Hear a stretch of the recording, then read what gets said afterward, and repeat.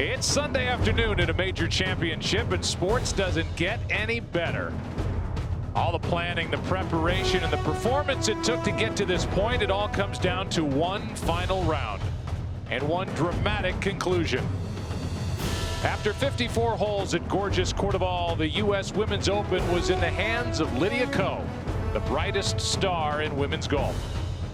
But many more were hot on her heels. They are young, they are restless, and they share one thing in common: a burning desire to be the next national champion. Every shot will count, every emotion will be tapped, and every moment should be a lot of fun to watch. It's another Sunday afternoon at a major championship, and it's all coming to you right here on Fox. Our leader by one, Lydia Ko. To be honest, I don't know. Here at the fifth, playing as the second easiest hole on the golf course. Bit of a downslope. Huh? How much wind do you think? It's more across, isn't it? It must be a little help. Yeah, I'd say there's 2 or 3 yards of help there. Hey, what are you thinking of pitching it like? 57. Yeah, 57. So even if I'm a little long, it's going to come back. So. Yeah. 57's got to play like about 53, 54.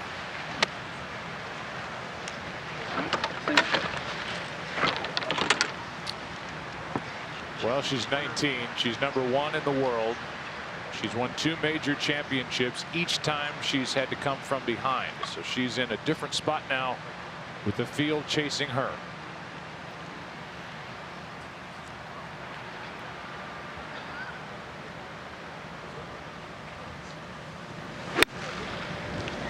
One of the reasons she's the best player in the world is because she's the best wedge player, and there's another beauty. She's also #1 on tour in putting, and she'll have the rest of that for birdie to get to 8 under to lead by 2. Should be fun. Glad you're with us today on Fox.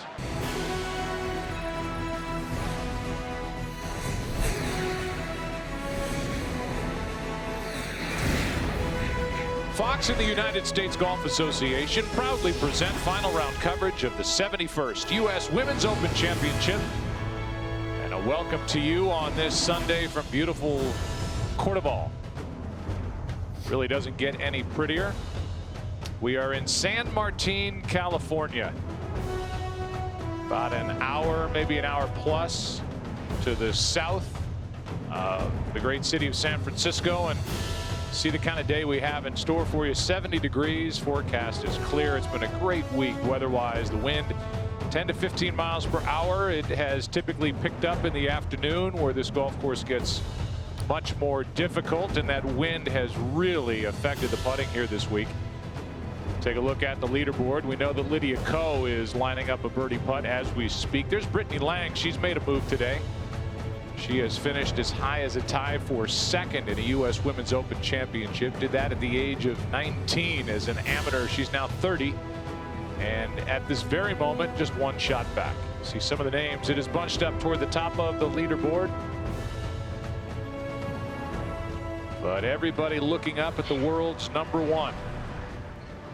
And here at 5, Sung Hyun Park.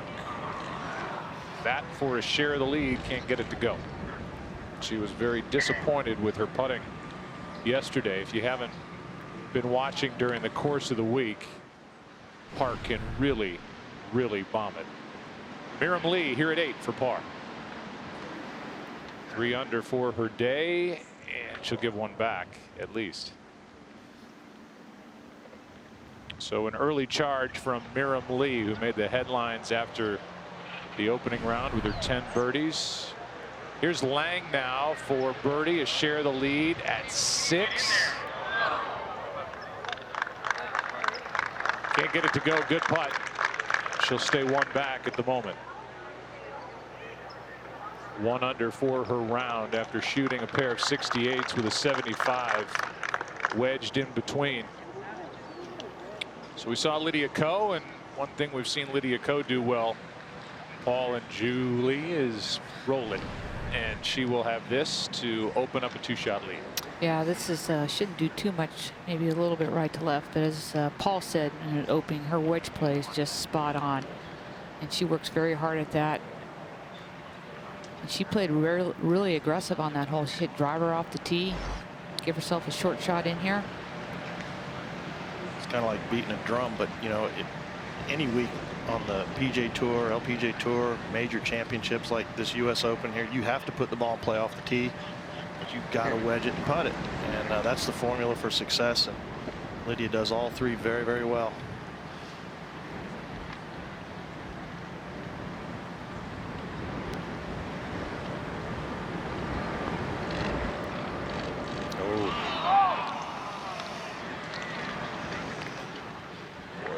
Misses, and then there are misses. That was a big miss for Lydia Ko.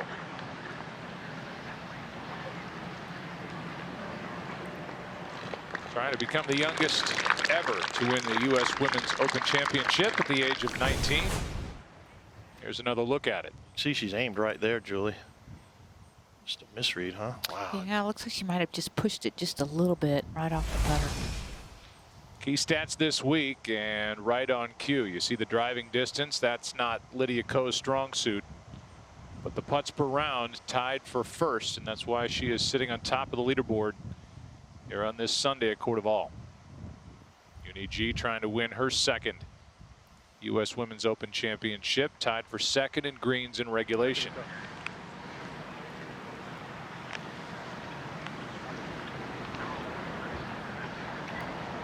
Uni G. This for birdie to get to within 2.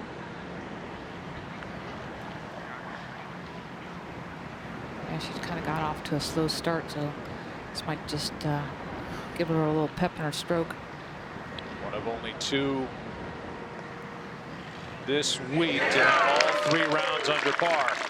Just 2 shots back. Former champion is off to a good start here on Sunday. And now we welcome you inside the tower, everybody. Welcome. I'm Joe Buck, along with Paul Azinger and the Hall of Famer Julie Inkster. Julie, you've won 2 of these United States Women's Open Championships. You've done it in different ways. You've slept on a lead. You've had to come back from 2 down after 54 holes. Give us your mentality on a day like this, and what this field is looking at with Lydia Ko on top. Well, Lydia Ko, she's the #1 player in the world for a lot of reasons, but in the last 2 years, her stroke average on round 4 is 69.4. So the ladies behind her know that she probably won't slip back much, and then they're going to have to post a good score. So coming into the Open, you want to be conservative, aggressive, but they're going to have to be aggressive. They're going to have to take advantage of the short holes and make some birdies to put some pressure on her. And it's not often that a 19-year-old has the most confidence and the most experience, but Lydia does. I think she was probably conscious of her walking pace when she left the hotel room this morning. And she said in an interview after the round yesterday, she was conscious of her breathing. And these are things that a lot of players learn later in their career when they're trying to win golf tournaments. But she's learned it early in her career, and knowing how to think is important if you want to be successful. I saw I heard a Garth Brooks song the other day, White in the Knuckle, Gold in the Buckle. I think that's talking about bull riding. You can't have white in the knuckle out here. And that's why you've got to be able to breathe and relax your body. White in the knuckle out here means, disaster, and grip pressure varies. I think it was Percy Boomer said the hands are like spark plugs in a car. Timed incorrectly, they can backfire on you. And these players are using their hands, but they got to breathe and be conscious of their walking pace and recognize what they're doing here in order to pull this off. Grip pressure changes constantly throughout the day if you're not careful. Well, we are not alone. It's not just the 3 of us. We are well covered. Brad Faxon up here as a hole announcer. Scott McCarron. Happy birthday to Scott McCarron, who is rolling these days on the Champions Tour. Following this group, Park, G, and Co. Steve Flesch, with Angela Stanford, who's played well this week. Amy Yang. Brittany Lang, who's making a lot of noise, just 1 shot back.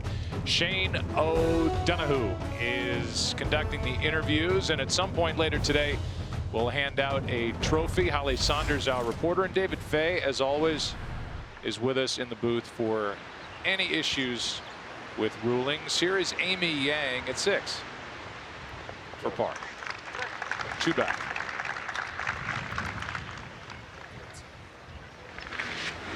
And now back on the tee.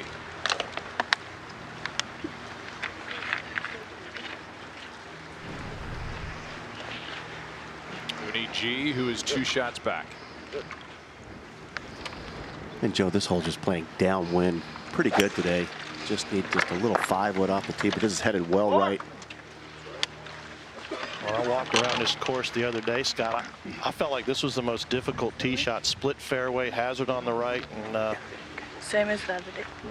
no bargain if you miss. Hazard on the left, sorry, no bargain if you miss over there on the right either.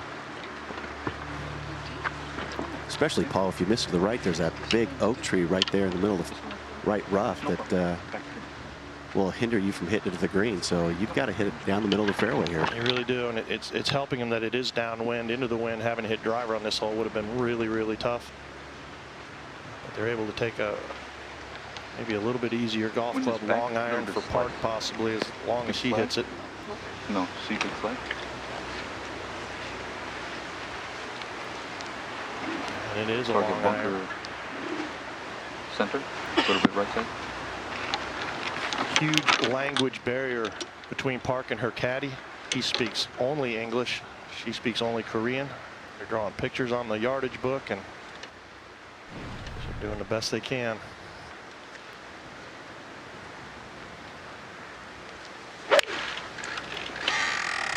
Look out left. Oh, and it cleared. Oh, that's amazing. That is a break of the day right there. But you know what? You need those breaks to win opens. Got to have them.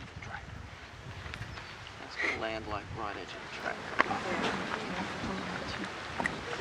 Well, I think she thought that was hazard the whole entire time. Now it's perfect. Let me just double check that wind. Feeling pretty straight. Straight down here. I thought even though this is a difficult driving hole, with that big oak tree out there, it gives you a nice spot to aim at. And I always like that when I'm on a tee, to be able to picture something that I can aim at and draw it off of. Ko has gone par, birdie, par on this number 6 this week. 60-foot drop down from the tee.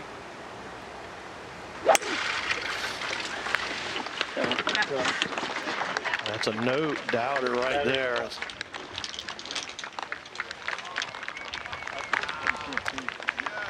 Perfect from Lydia Ko as we go ahead to 7. There's a long hitting Brittany Lang here on the 416-yard downwind par 4. Tough hole location here today. Back only 5 yards from the right edge, and look at that ball roll. Yeah, this hits nicely for her cut. She just likes to take it off that left side of the bunker and just kind of cut it right on in there. Well, here's Lydia Ko, and she's been working hard with her swing coach David Ledbetter to improve the variety she can hit shots, and she's sure doing it this week. Fox Sports coverage of the U.S. Women's Open Championship is sponsored by Rolex. Rolex is the official timekeeper of the USGA and its championships. By the naturally aspirated 467 horsepower RCF from Lexus. By Deloitte, there's opportunity where you least expect it. Look again. And by Titleist, the #1 ball in golf. Moment ago, it's 7, Brad. All right, this is Amy Yang playing alongside Brittany Lang. Now on the 7th hole, there are these power lines that cross the fairway, and there's a local rule that's invoked. If it hits the power line, looked like it went over, oh my gosh, and it hits the cart path. Look at that. That ball could have been in trouble in the right rough. It's mandatory replay. So she get to hit another ball. It's out of play, whether it's a good shot or a bad shot. You don't get to decide. You have to replay.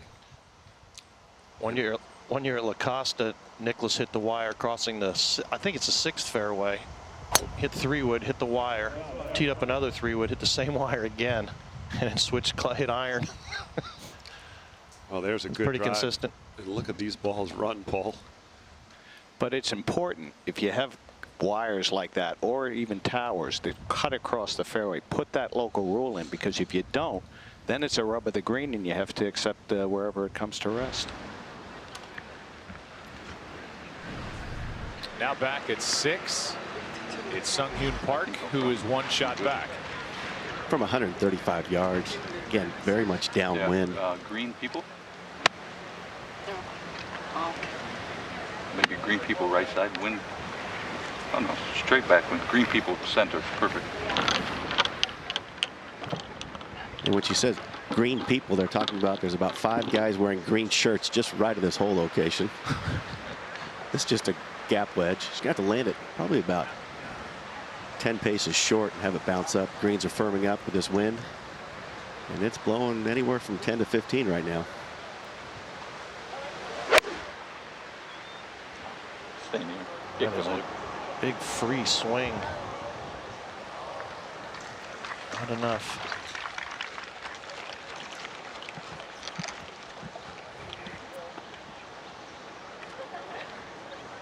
Stay here for Lydia Ko. 114 yards. Let's just be a little wedge for her. And she's such a good wedge player.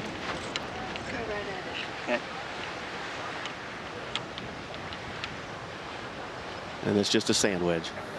Good.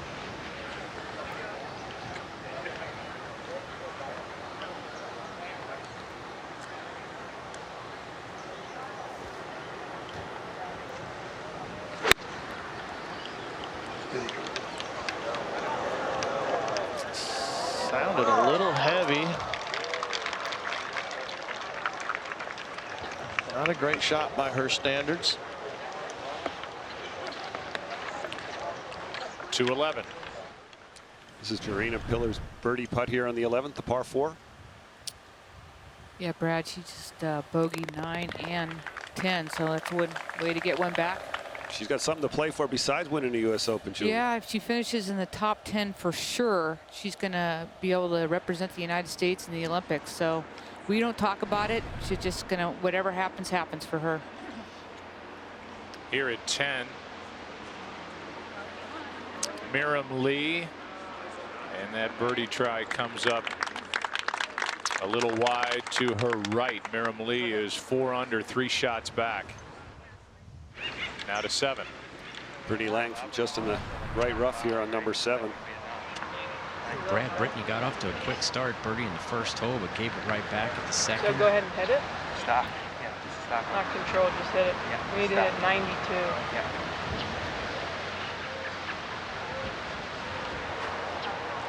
Did manage to birdie 5. This from 96 yards straight downwind. Has to land at a good 15 feet short of the hole. Sounded like she said she needed to land at 92. That's too far, I think. Well, she's landed it short of that. Oh, well judged. Could go in. Great shot for Lang. That putt now to get her to share the lead. Now, let's go down to Holly Saunders. Holly, thank you. She did that, as we said, as an amateur at 19 years old. Really playing well and has a chance for a birdie at 7. Here's Uni G at 6. Let me just say on after that comment by Lang there that you get used to pressure situations. It's like the first time you ever give a speech, you know, you're freaking out. But if you've given 50 speeches, you get pretty comfortable with it. You got to know how to start. All the anxiety for the women and for anybody trying to win a major happens usually before they get out to the golf course. And then once you get out on the course, Julie, you win 2 U.S. Opens, you know you have to be fairly relaxed. Something happens in your body if you're going to win. Your whole body just relaxes at some point. Well, yeah, I think you get comfortable with, you know, not only the process of your golf game, but who you are as a person. I think you learn a lot getting in those situations. What a good putt by Uni G. I mean, what you can handle and what your strengths are, and you play to those. Yeah, absolutely. And, you know, I think a lot of times, you know, nowadays psychologists are trying to sell that the routine wins these mental battles, but it's not until the mental battles become routine. The routine is a tool. Amy Yang, after her mulligan, wasn't really a mulligan, after her replay on the wires, and that's a bad shot from that distance. And back to Brittany Lang for a minute. That's what she's always struggled with, you know, in Solheim Cups, and she overthinks the process. And to hear her say, you know, just going out there and treating it like any other day, I think will help her in the long run. Well, but the reality is it's not like any other day. And, you know, you got to get used to it. You got used to it. You got in contention enough. It just became second nature for you. And it's not there. She's not there yet, but she's getting there. Yeah, Lydia Ko's already there. I think someone that's an overthinker, I think that's good to back off a little bit. I think sometimes you can overthink the situation instead of react. Here's Park now for birdie and a share of the lead at 6. Yeah, she's got to come up over this rise, coming downhill, maybe breaking just slightly to the right as it gets over the hill.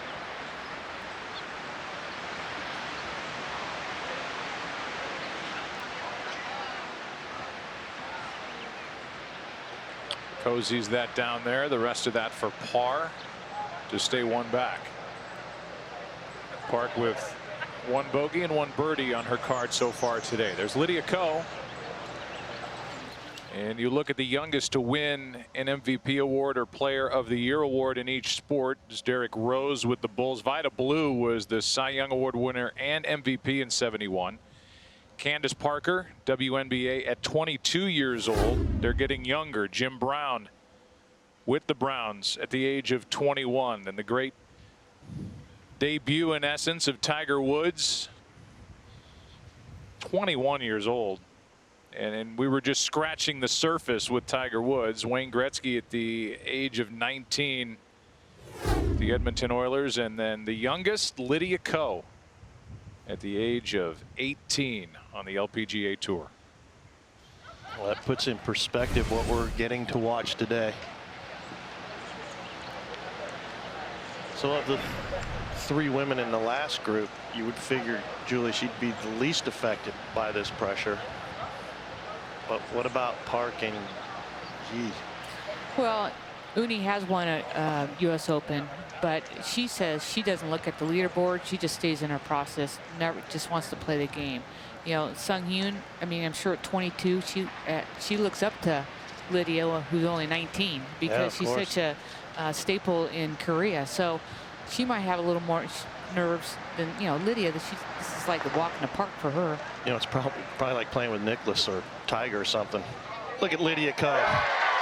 That's her first birdie of the day, and her lead is 2. And I don't know about you, Paul, but whenever I can make that first birdie, oh, it's huge. It's huge.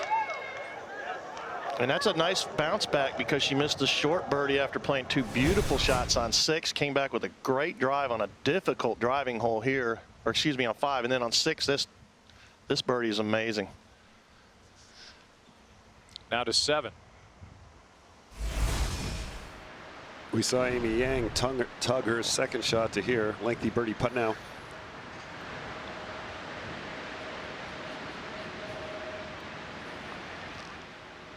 Good touch.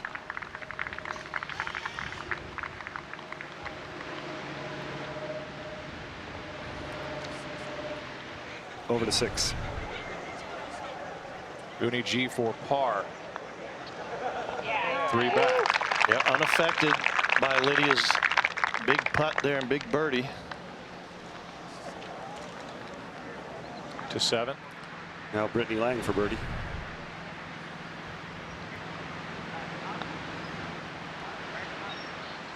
Oh, trying to coax it in there.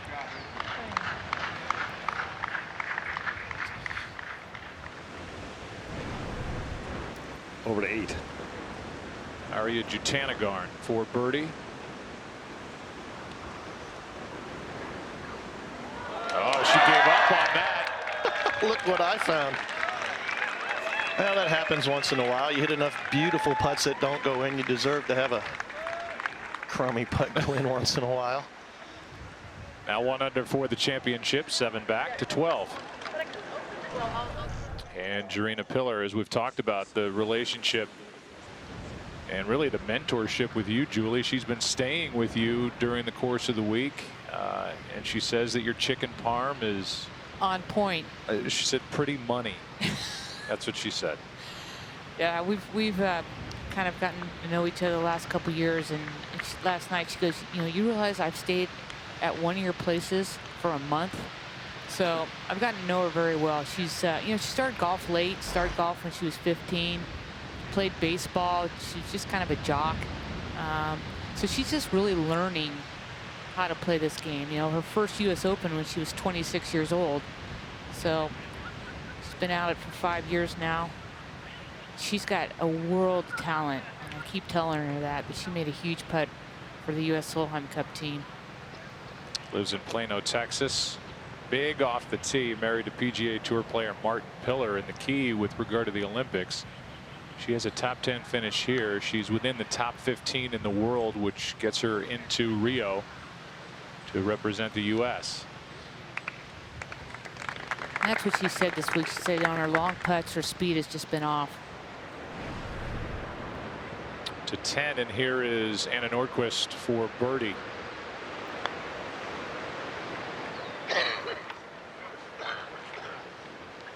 She'll stay 5 back.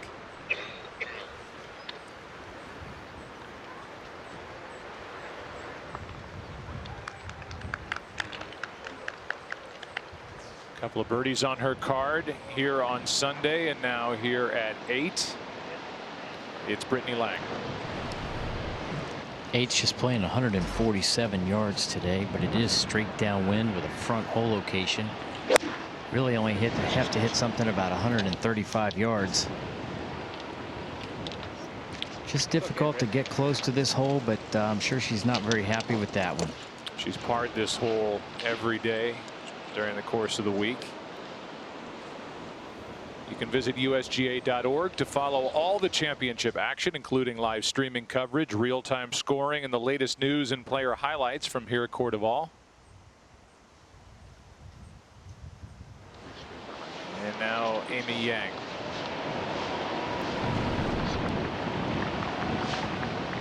Well, as so many as the women do these days, has their caddy double check their alignment, make sure all is squared away, ready to go. This is just a 9-iron for Amy. Question is she due 4 top 5s this decade in the U.S. Open? This one further left than Brittany.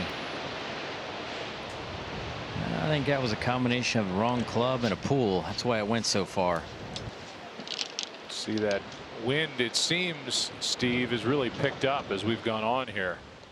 Here are the close calls for Amy Yang, her best U.S. Open finishes. Last year she was 2nd. She had a 3-shot lead going into Sunday. Finished 2nd to In-Ji Chun. 2nd in 2012, a 4th in 2014. Year Michelle Wie won it. Tied for 5th in 2010. Right now 3 back is Amy Yang. Here's Lydia Ko, our leader at 7. Good.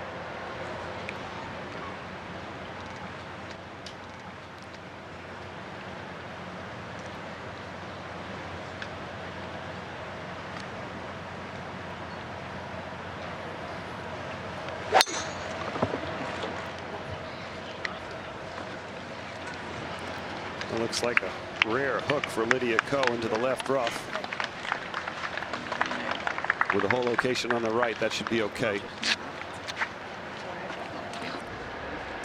Now on the par 5 9th, the hardest hole of the week, Christy Kerr, her 3rd shot. Yeah, I think Brad, with this whole location back today, back right, it's going to play a little easier for them. And a very makeable putt here. Get her back to even for the day. Back on the 7th TG with driver.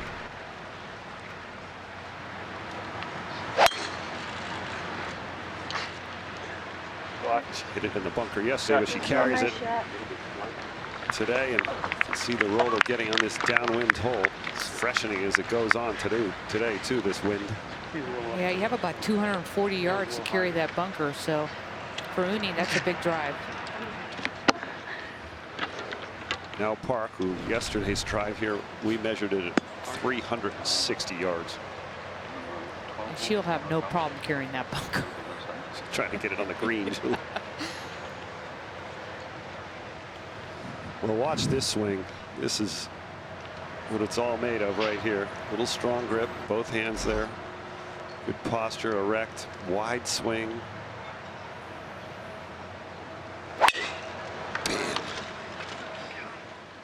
But you know, she was missing a bunch of shots to the right today on the driving range, and looking around like, who can help me? And your caddy Jeff King can't speak any Korean. Yeah, and she doesn't have a swing coach. 2nd shot for Brittany Lang here at 8. Tied for 2nd, 2 back.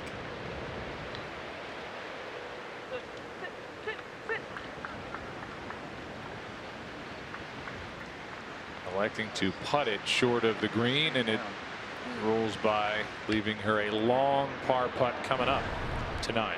Christy Kerr, see if she can convert here on number 9. See if she can walk it in. Yep. Oh, I called it too early. You early called her. Jeez. We got to watch her walk before I can predict. Back to 8.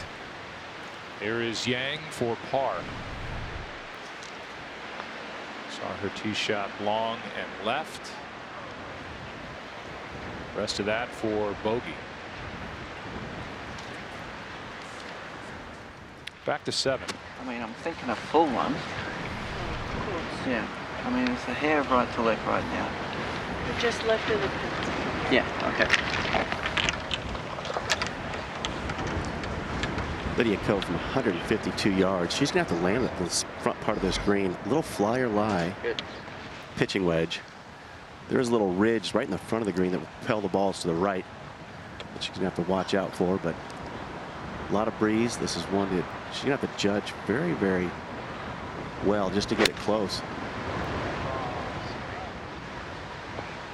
Oh, it hit that ridge, Scott. You said carrying a little speed. Little pass where Brittany Lang had her birdie putt moments ago, and a good shot from Ko out of the rough. You know, Brad, that's an example of a little bit lighter rough this week than most U.S. Opens. That's for sure. This Over for 10. par at 10 for Mirren Lee. Nice par save. That's a critical putt for her if she wants to still cling to the hope of trying to win this championship. She's having fun. Now the par try for Brittany Lang. Joe, as fast as that first putt was that she hit from off the green, this is going to be kind of slow back into the wind and up the hill.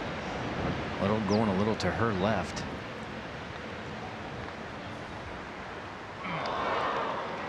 Man, that just is going to gut you when you do that. Now she's got to collect herself and hit a good tee shot on 9, which will be back into the wind. Uni G's second shot here on number 7. Looking right down the flagstick. She's got a nice action. See a little spin there, pull it up just short. Yeah, you know, Brad, if you hit those fairways, you can get some spin on the ball. That's crucial out here. She's got a good short iron swing, and now Park out of the rough. Yeah, the lie's not bad, Brad, but she's got 92 yards. She does have that tree that's overhanging, so she's going to have to land this either probably 10 paces short to get under the tree or just play out to the left a little bit. Will that slope help her up by the green? Well, I think she's going to have to carry it a little bit farther than that slope. She'd have to aim way left to get that slope. Oh, she's going up.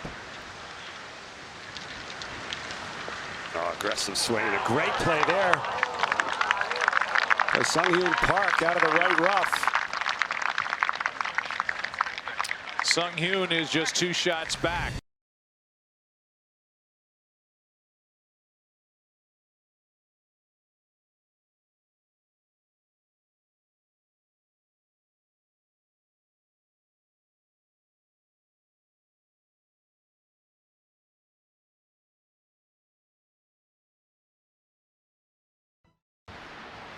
Lydia Ko here on the 7th green for birdie.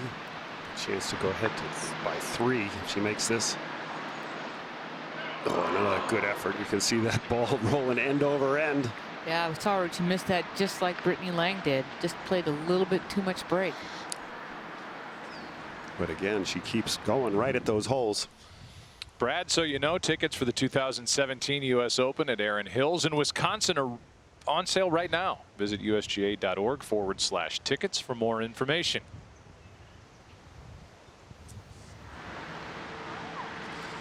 To 7. This is Uni G's putt for birdie to get her to 6 under and 2 back. Not much in this putt, Brad. Fairly straight. It's kind of in a flat spot on the green. The only thing, maybe the wind could affect it just a little bit, moving it to the left. But if anything, it should go slightly right. So I'm thinking just a straight putt.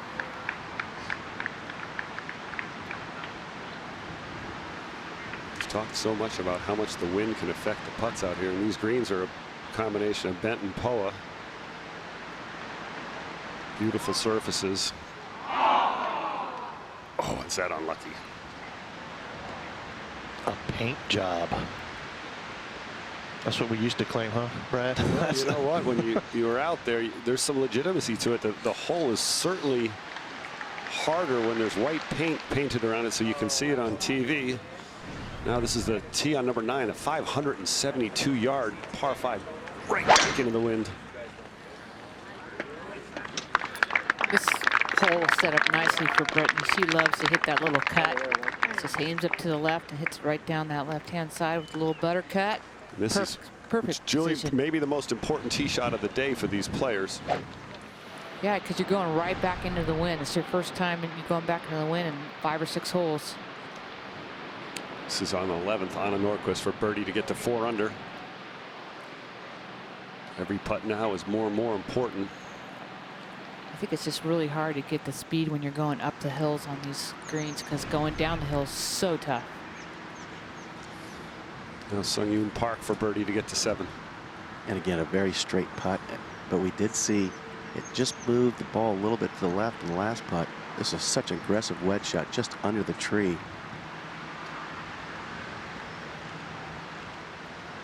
She's been putting well until yesterday.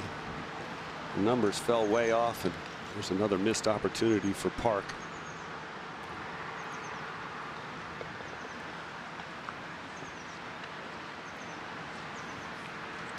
This is only her 4th LPGA event in America. This might be her 5th, excuse, 4 before this.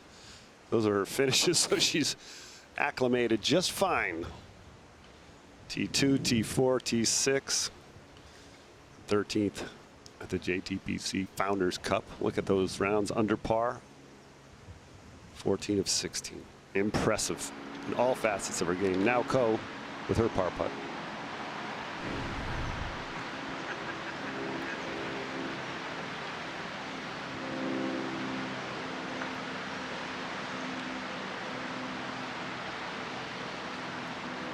I don't think I've seen her miss the center of a hole on a short putt yet this week. Don't put the jinx on her. I'm not the one of the hexes on me, Julie. Well, I got a stat for you on that one, Brad. There you go. Inside 20 feet, she's now made 29 of 33 putts. She's only missed 4 putts inside 20 feet this week. That is unbelievable on any surface. Never mind the U.S. Open with wind and pressure. Let's see where this actually goes in. She uses that line on her putter, the line on the ball. Middle of the hole. Oof, just like a guy hitting the back of the rim with a free throw. Beautiful putt. Great stroke. Nice acceleration through it. So confident. I think it's important for the viewer to just pay attention here to the speed these players are hitting their putts, because as the pressure mounts, there's a tendency to come up short. Oh, Paul, that was Jarena Pillar. She hit her tee shot in the left rough, and this hole location is on the left side. She bunkered her second, and I think you're going to see a lot of these hole locations with a lot more slope. You can see the balls breaking hard at the holes, and that's what tends to happen on the final day. The USGA likes to make it harder, and these players are seeing that. And now we're seeing Stacy Lewis with her putt for birdie up that big ridge. Yeah, Stacy needs to step on the gas on this backside if she wants to get into this ball game. She put that putt on the gas, Julie. You know, if a player's comfortable, they'll reach on these putts. But if you begin to get a little uncomfortable, if the nerves are starting to happen, man, they tend to come up short. Well, these players have to know that this woman right here, Lydia Ko, she doesn't wilt under the pressure. These tougher conditions, too, play right into her game. Yeah, go on here. So now here at 8, 147-yard par 3. Joe, it's only playing 140 yards to the front. 36 has got to play like 25, please. Yeah. One of the things about Lydia, and this is why she's great, Straight down. she does have a variety of swings. It's not, you know, players don't, they're not just making one swing every time out here. There is a variety of swings. You got to make a swing depending on the yardage. How far did she fly this one, Scott? Well, she needs to fly at about 140 yards, but it is a little bit of a downslope to this front hole location. But anything just a little bit past will move the ball a little bit back towards it. So it's in a little bit of a valley. It's dead downwind right now.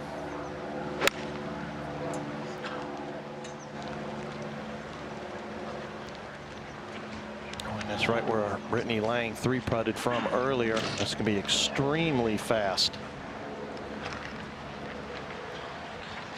So again, just to put even more perspective around what Lydia Ko is attempting to do, the youngest to win 3 majors all time, young Tom Morris, Gene Sarazen, Yanni Sen, Lydia Ko would be the youngest to win 3 in the history of golf if she were to capitalize on her opportunity here at Courteval. Right now a 2-shot lead as she plays the 8th.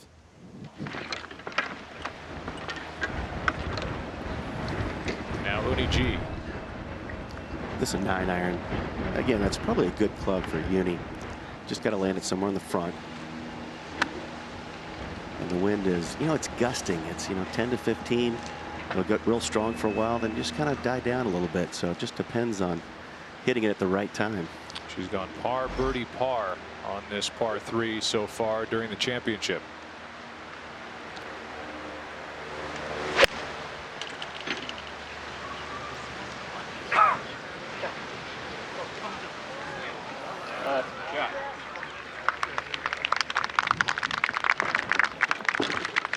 And a nice shot from G. Up ahead at 10, it's Christy Kerr.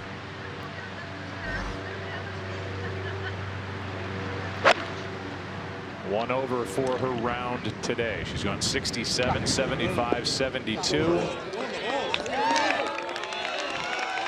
Oh, almost knocked it in here at 10. Well, it can be done at the 10th. To 9. Well, Brittany Lang playing this second shot with the wood, little fade. And there's a big advantage of trying to be aggressive with this second shot and get it down there as far as you can to this back hole location. Yeah, Brad, it's just critical to get your drive in the fairway on this hole so you can get it down there in 2. Here's Park. There's a pitching wedge, Joe. And the wind just seems to be dying down a little bit right when the women are getting ready to hit. It's really strong as they're making their club choice, and then it just seems to die down a little bit. That's why the balls have come up just a little short. This is a great chance for her. She's a little out of kilter right now. Yeah, good shot. Okay. Give it the little twirl there as if she yanked it. Should give Uni a nice read here.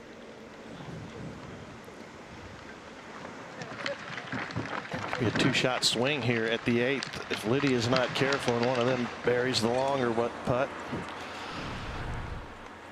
Over at 9 here, Stacy Lewis with just under 4 feet.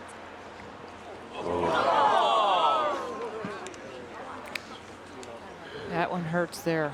Well, I think you can live with a bogey on this hole when you miss the fairway. It's hard to live with a 3-putt bogey here on the 9th.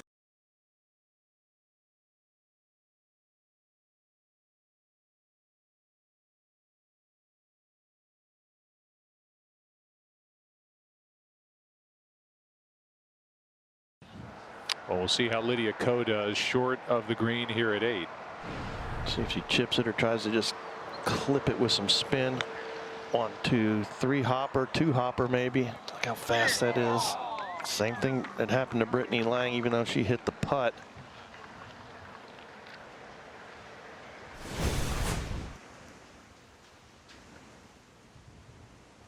It's a little bit of a leading edge. That's a chip shot all the way. There's a difference in a chip and a pitch. You get the ball out in front of the face like that.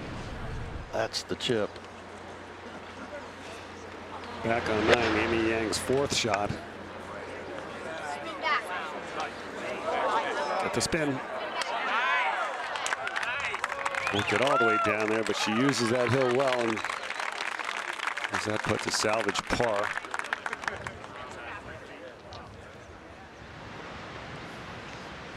Sung Yoon Park now for birdie here at 8. just coming a little bit down the hill and should be breaking right to left, going back into the wind. That potential for that two-shot swing. She could make this and Lydia miss. Oh, never really had a chance. Good speed.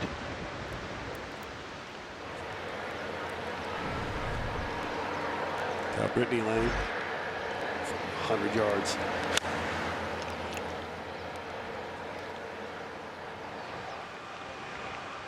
Some feedback there. Yeah, she used that slope nicely. Give herself a 15-footer for a birdie.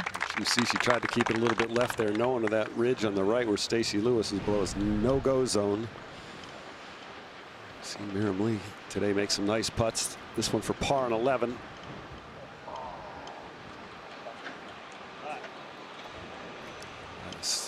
Saw Christy Kerr's shot into 10. She tapped that in for birdie, and Lee drops the shot here at 11. Now Uni G for birdie after getting a read. Yeah, almost the exact same line as Parks. So she definitely went to school on this one. It's a big opportunity for her to put a little pressure on Lydia. Somebody better put some pressure on her. A good effort.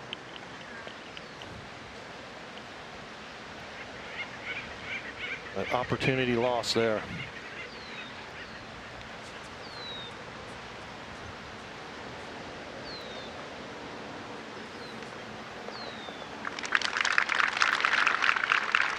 She's won this championship before in 2009. Yep, and 30-year-old is attempting to become the second player from Korea to win 2S Women's Opens. Inbee Park, who is dealing with that thumb injury, won in 2008. Here are the past U.S. Women's Open champions in the field. We've seen Christy Kerr quite a bit this week. Had a terrific opening round back in 2007. She raised the trophy. She's gone 67, 75, 72. Coming off a birdie at 10, and now we go back to Lydia Ko here. This for par at 8. Joe, she was watching that chip very intently as it was going past, so she knows that she's going to break a little bit to her left. And we've talked about how good she's been from this distance all week.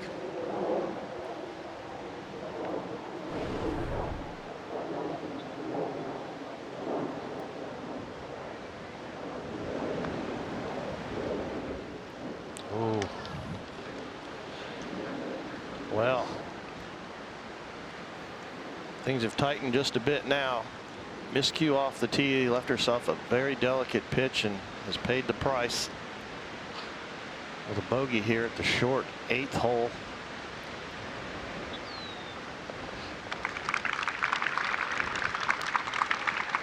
That's the second toughest hole of the championship coming up at number 9 for Lydia Ko. Anna Nordquist now at 12. This for birdie.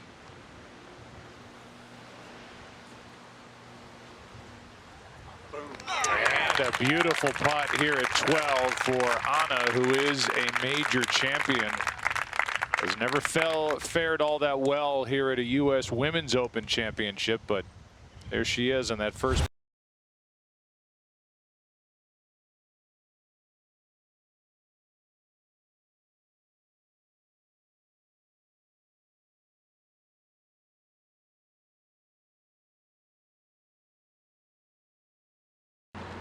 To 9 and Brittany Lang.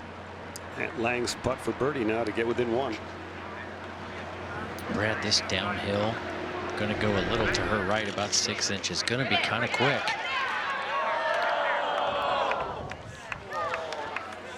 Oh yeah, that's a good putt. Just need a hair more speed.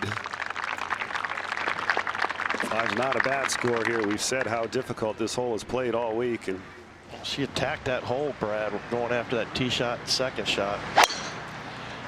Nice shot. Uni G back on the tee.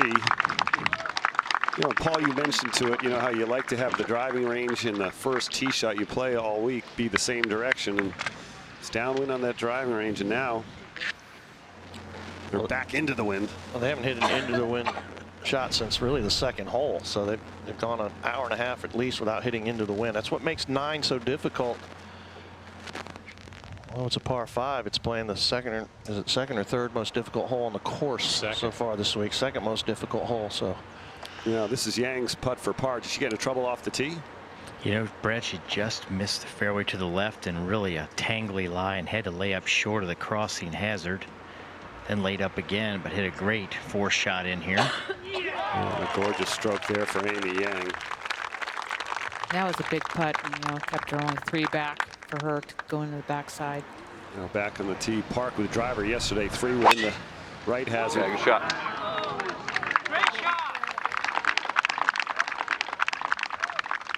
that's a pretty good tee shot after hitting it way right on 9 and making double bogey here. Well, that's way down there too. She probably just said, well, you know what? I can hit 3-wood in hazard. I might as well just hit driver.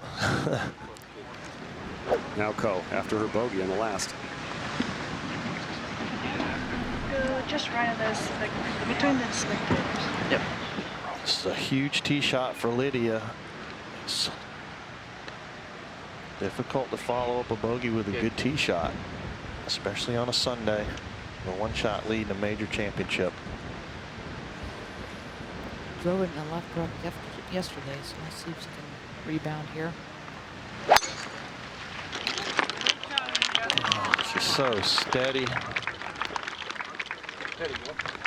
Oh. There you go. Well, now, you know, we saw her yesterday hit it the same place. Okay. It's a big moment here, Brad. It's a You're gonna have scary to looking hold it second open. shot. Hit it fairly hard. Go between the person in the fluoro yellow Yep. and the camera guy. Okay, got it. Be aggressive.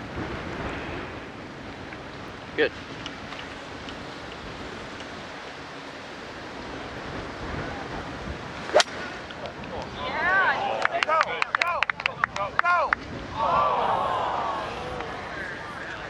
And Brad, I was over that lie. I did not think she had any chance to get that over. I thought for sure she was going to lay up. Very surprised with that play. And that is in the water. How far did she have to carry there, Scott? She had 116 yards to carry, Julie. And with the wind in like that, that's playing something like 130, 135. And she just couldn't get enough club on it. I'm surprised she did that. Very surprised. We're seeing a replay here of that swing through this super thick rough. You couldn't see any of the ball. And she hasn't made worse than a bogey this week.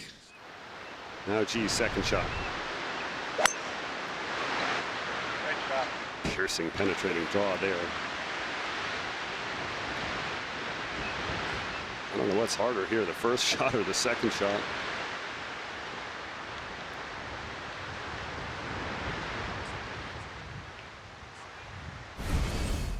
Here is today's Rolex marquee grouping, with Lydia Ko on the far right leading but in trouble at the 9th. Uni G is 5 under. This group through 8 holes. Sung Hyun Park, opportunity for Sung Hyun, who is playing in her first U.S. Women's Open Championship, and here she is at 9. She outdrove only front G wind by 34 yards. Oh, you know what? Let's go for him. The second shot. Ready for hard bouncing.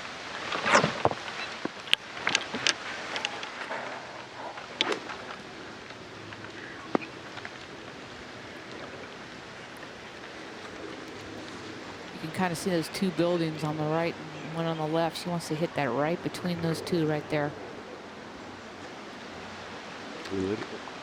We've said, Julie, there's a language barrier here, and you heard Jeff King, the caddy, saying it's bouncing, so they switched the club to 1 less. So the ball's rolling more.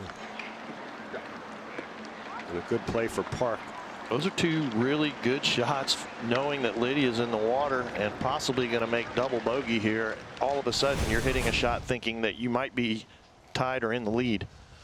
Look at this extension at the top of the swing. High hands, kind of a shut face, big extension in her spine. Now she comes back into the ball. Hips turn, lead, straight arms through the ball. Keeps that right side bend and inner posture. Beautiful. Not a 10. Well, here is Brittany Lang. She is 5 under. And right there with the trouble for Lydia Ko at 9. That's a terrific tee shot. That's a real example there of how the straightest hitters rarely, if ever, hit it straight. Scott, here's Lydia. What's she facing? Well, she's actually going to go see if it actually got on dry land, Brad. You know, there is just a little bit of water in there. It's some heavy, heavy rough, but just in case it actually might have a lie, she's going to check it out first. Lydia's destroyed the par 5s this week in relation to the other 2 players in her group, 5 under.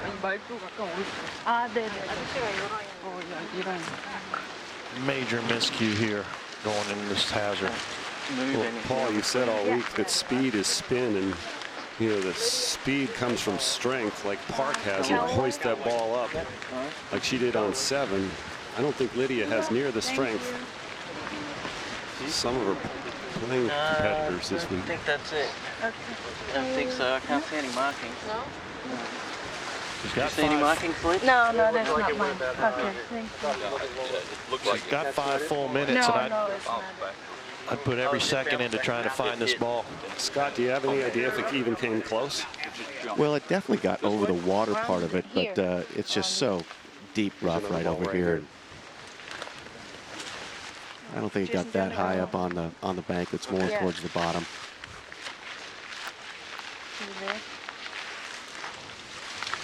You know, in this search, she has to be careful because if you move your ball in search in a water hazard, if it's in the water, there's no problem. But if it's not in water, she could incur a 1-stroke penalty. So it's better for her to have everyone else looking for it. Gotcha. If she steps on it, then she's penalized if she steps on it. What about if her caddy steps on it? She's penalized. Exactly. He's an extension of her. But not if another caddy. Or a marshal or a spectator. So her option if she loses this ball is going to have to be, it's a red or yellow? Red. I'll have to look. It transitions from red to yellow. Is that red and yellow stake right there? It's actually yellow, David. There's the line. Where she's crossed in where the line is. So her only option now is to go back to the other side and replay from where she hit the shot, in which she wouldn't want to do, obviously, or to make where it last crossed the hazard. Yeah, on that imaginary line extending from the hole through the point where the ball last crossed the yellow line. Bradley, where the ball crossed, she's got almost 232 yards to the front, too, so she's going to have to lay up again. Well, let's go over to 10 while she's walking back to play her shot. Playing 50. So little does 50 shot, no problem. And it's okay to be a little bit. Eight's not enough. No. Just a good one of these, just like 17 yesterday, right? Just really trust this. Yep. Little does Brittany know what's going on behind her with the leader Lydia Ko, and she is sitting there in prime position, second shot at 10. After another beautiful drive here, she's driven the ball just perfectly today. This 136 yards, front left hole location, Joe, and a little bit of breeze off her right.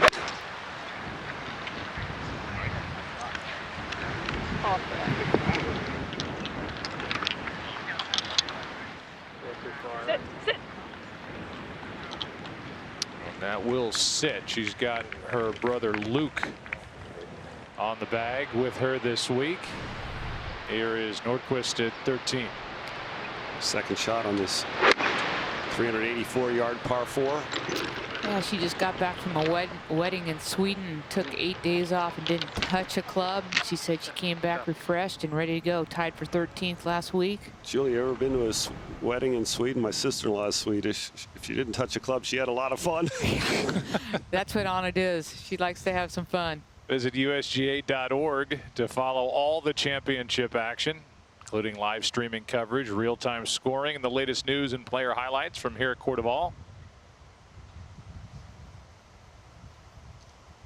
Well, Anna's best finish in on the left. So grip one of these. U.S. Women's Open is tied for 11. What's So run out at the white tank? That's another like 30 yards. Okay. All right. Scott, she's got a wood out. What's she doing? Well, she's got that hybrid out. She's got 245 front. She only needs to hit this probably about 190, 195 yards. And Bradley, I'm wondering that Good. Did she try to get it over the hazard just because she'd made bogey on the previous hole? Maybe. That's a good point. Could have affected her tee shot as well. Now she's just got to steady herself. Put some good shots, just string some good shots back together. She bogeyed 9 yesterday.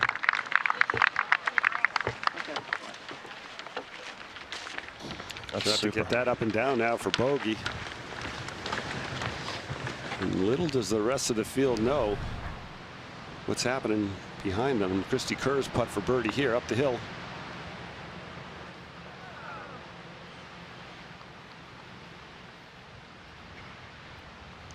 11 playing into the wind in a tough hole today. So at the moment, 5 back is Cristie Kerr, but that will change with what's going on at number 9. You look at the names and maybe it will be a name other than Lydia Ko or Sung Hyun Park. Brittany Lang we're focusing on now as she plays at 10 and has a long birdie putt coming up. There's Miriam Lee, the talk of the championship after Thursday, and her 10 birdies in round number 1. Angela Stanford has had a great week. Sharina Pillar trying to finish in the top 10 to get into the top 15 in the world to stamp her ticket for the upcoming Olympic Games in Rio. Jessica Korda had a tough time getting putts to fall this week. Right now is even par for the championship. Here is Nordquist at 13. This is her birdie putt. It should be a little left to right.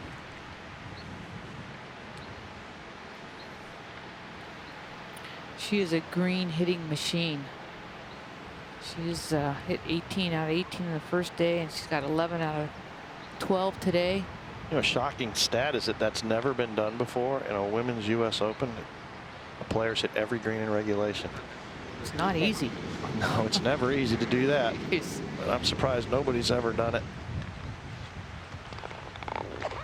Well, one's done it. Anna Nordquist.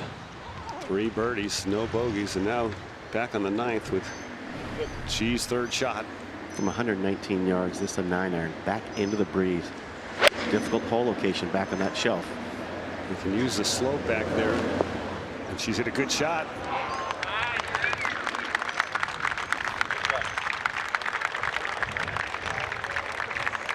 Boy, there's a lot happening here on the 9th hole. Up on 15 a moment ago, Sydney Michaels. Her 2nd shot from 195 yards up the hill on the par 5, the easiest hole of the week. She makes an eagle to get into top 10.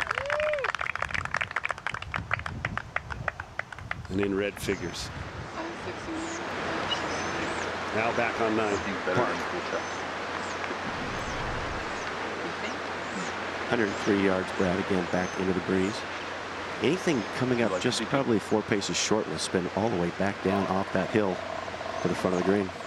And it's hard for them to explain that with this language barrier.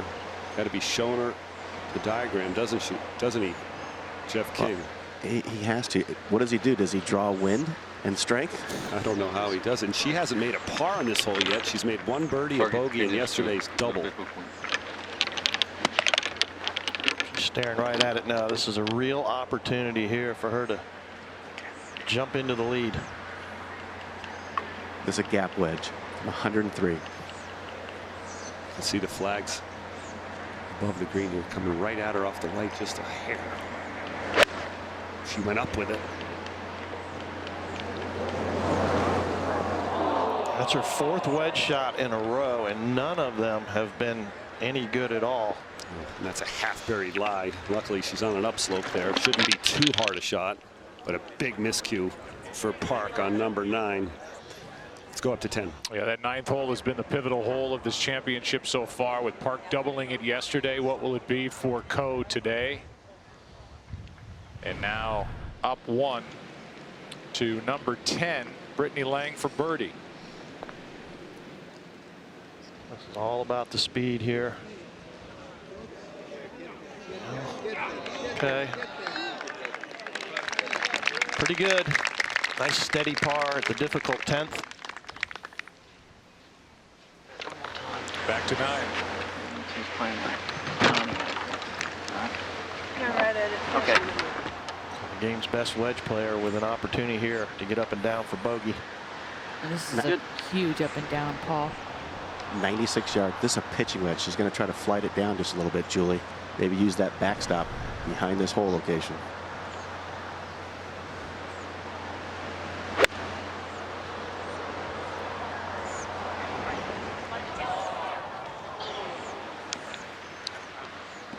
Things just got worse. That's going to be a difficult up and down there. Especially with that slope. Look at that, Julie. Well, she has that shot. She has that ability to open that face and crouch down. I talked to David Ledbetter this morning. She works a lot with Ernie Els, and the style they play is a bunker style of cutting across it up to 10. Amy Yang for birdie. Missed opportunity for Amy Yang. Right now doesn't know how big that missed opportunity is. She'll stay at 4 under. Well, in 2 days.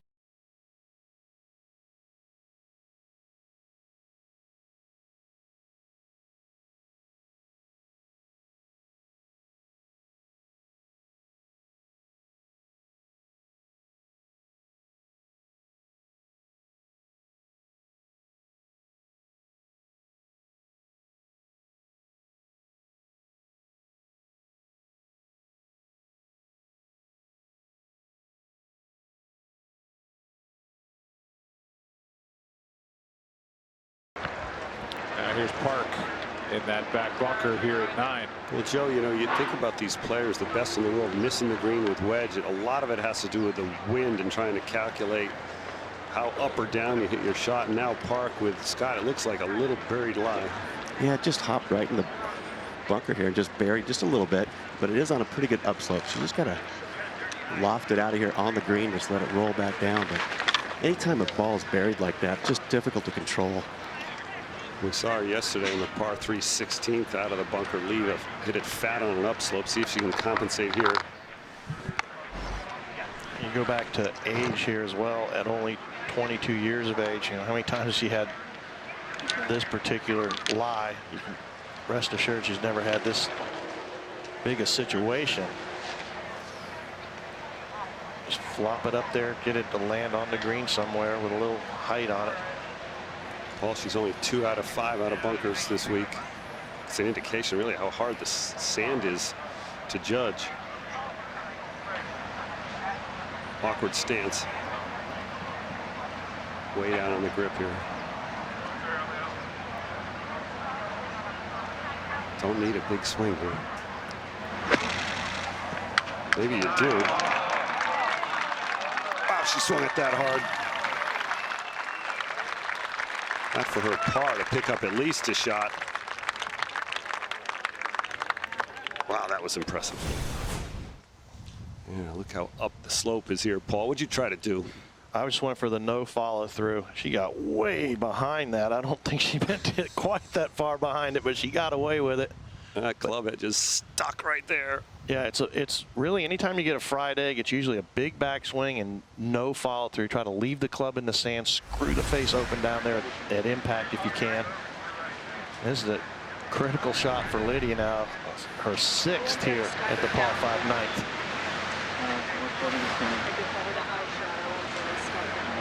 It'd have to be a pretty good cut underneath it. Brad, the lie's not too bad, but again, it's all downslope going to this hole location. Then another 4 or 5 paces past the flagstick, it falls back away. So if she doesn't control this, she could have 30, 40 footer left. Ledbetter said that she likes to try and get like Seve or Ernie, bend down, squat over. This is a good lesson to watch. Watch as she gets lower with her. She'll drop her butt down here low. Handles way low here. Look how far left she is, like a little cut shot. Big swing coming up.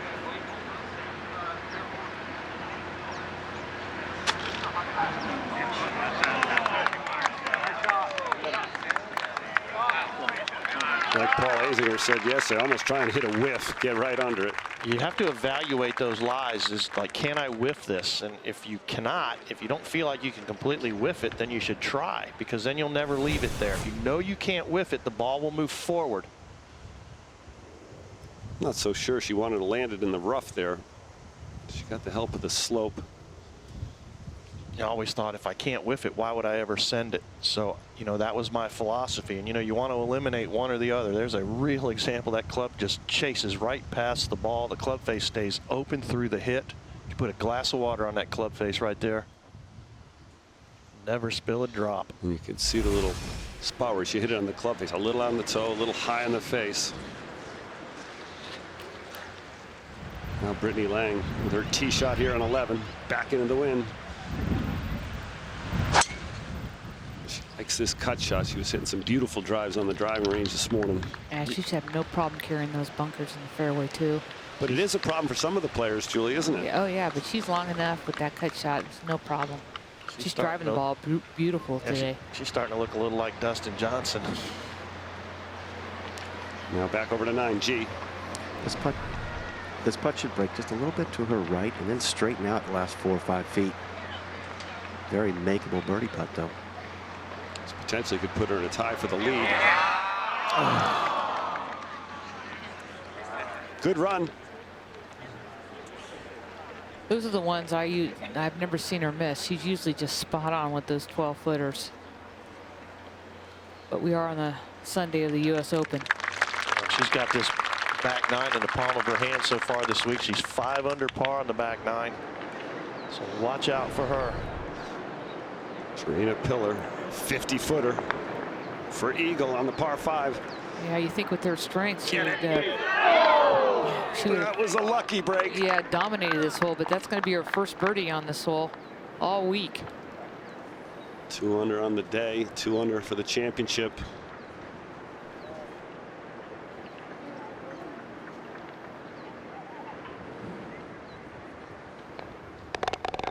She's close to reaching her goal of going back to Brazil.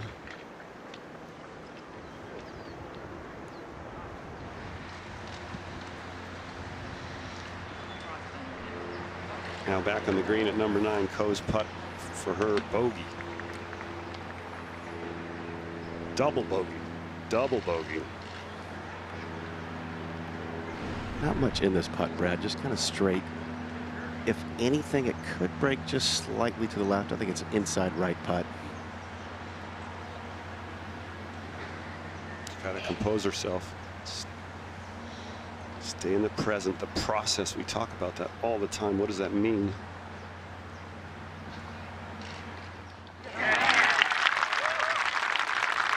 That was a heck of a putt.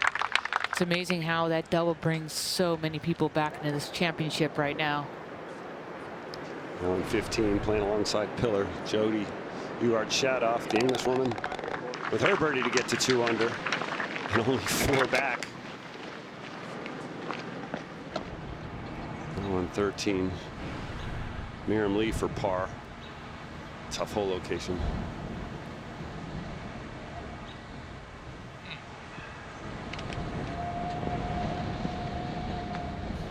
Cruel. She got off to such a great start this morning, but she's giving them all back. Go back to 9. Park for par.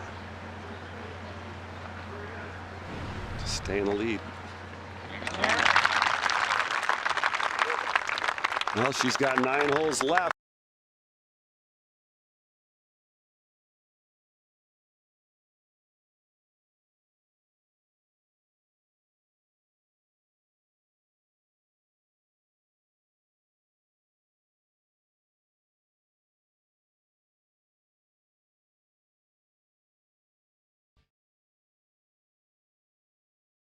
Well, the leaderboard is certainly changing, isn't it?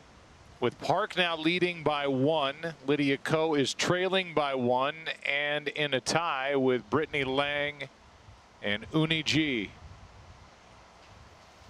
We'll give you our look again, sponsored by Deloitte. Do you think this will come out no problem? You're going to have to dig it out a bit. I mean, it's not sitting as well as yesterday. I think we've got to go at the pointy bit of the roof. I need to go right of it. Right of that? Yeah. Okay. Okay. You're going to have to hold it open a little bit and hit it fairly hard. Okay? Go between the person in the fluoro yellow Yep. and that camera gun. Okay, got it. Be aggressive. Good.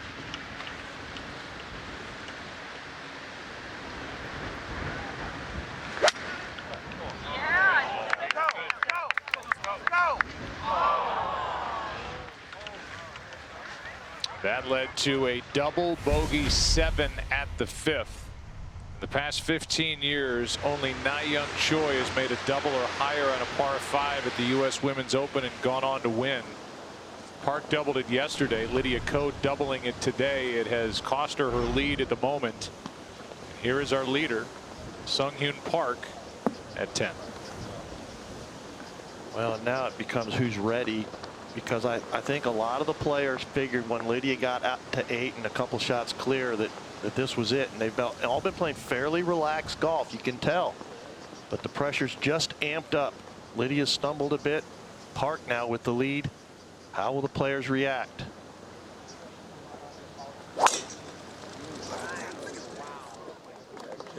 She reacted with a gem back into the wind on 10. What a shot. And now Lydia Ko, who came to Court of All today leading. It's the 10th time that Lydia has held a 54-hole lead in her career. She's won 4 of the previous 9. Yep. She missed in the last major.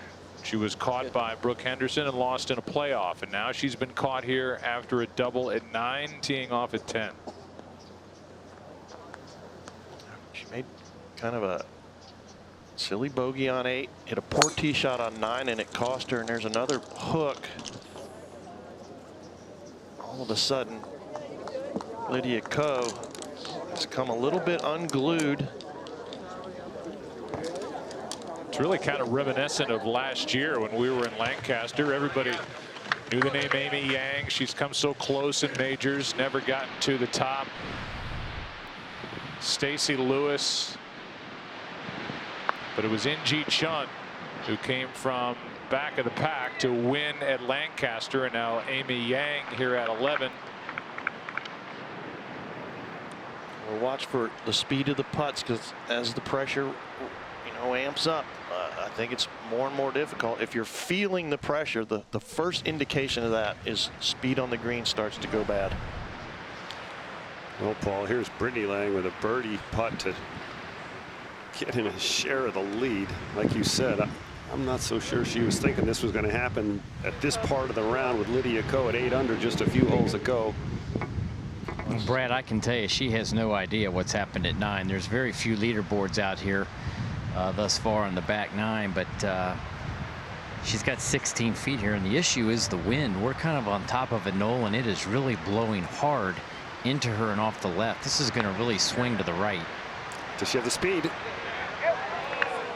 We've seen everybody leave that putt short today. No one is getting it to the hole. The wind and the slope, giant forces they may have not seen much of until they turn back into the wind. That's good for, though. This hole playing pretty difficult today. Part of the group, unfortunately, is Brittany Lang with winless streaks. For notable American players, there's Morgan Pressel, Jarena Pillar. Does not have one on tour yet. Brittany Lang, 116 starts. Stacey Lewis down at the bottom there is tired of all those runner-up finishes. 11 since her last win. And Angela Stanford was on that list, unfortunately, but here she sits putting for par at 11 at 2 under. Boy, and I think the 2 unders probably felt their chances had vanished, but not yet. Not yet. Well, they're going to have to get something going, though. Pars aren't going to win this tournament if you're 2 under. You got to make some birdies. And you see 2 bogeys there on the par 5s on the front 9 for Angela Stanford. Join golfers everywhere who are playing more golf by playing 9 holes. Learn more by visiting usga.org/play9. Ayako Watanabe here at 16. This for birdie. This just a moment ago. How about that? It's a no-cut green.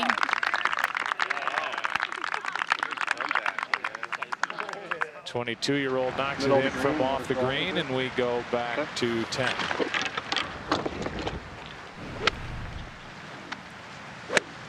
Uni G. From 182 yards.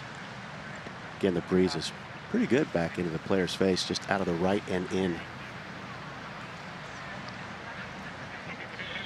Sitting there one shot off the lead.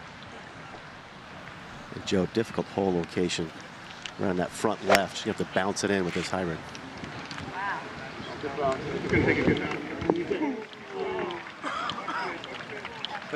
You know, Scott, she just is kind of going about her business. I mean, she's just hitting a lot of greens, a lot of fairways, just working on her putter. 2009 U.S. Open champion, hasn't won since. Time for our Lexus Tracer. Lydia hit a hook on 9 and another one here on 10. I think this Tracer technology is the greatest thing since sliced bread as far as golf viewers are concerned, and Fox was the one to start it. I just love the idea that we can watch that ball. We don't have to wait 7 to 10 seconds to see where it is anymore. You can even land a little right of that Tucson. Yeah, just right of that Tucson, where all those people in the blue. Yep. 175 yards. That's a 5-iron. Good. Lie's not too bad, but she's going to have to land it some probably 10, 15 yards short of the green out of this lie and run it up the hill.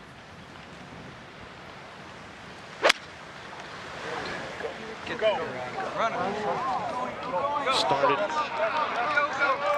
the day talking about experience, and for a 19-year-old Lydia Ko, she's the most experienced. She's going to have to call on all of her experience now. I do believe, look at the smile on her face. She's okay. She seems mentally okay, even though physically things are kind of going awry a little bit for her. But, you know, I do believe she's one of those players who's very conscious of her breathing and her walking pace. And she seems to be plodding along at the same pace. There's Nordquist for birdie at 14. She's gone par, birdie, par, and now another par for Anna, who started this day 6 shots back. She's 2 back.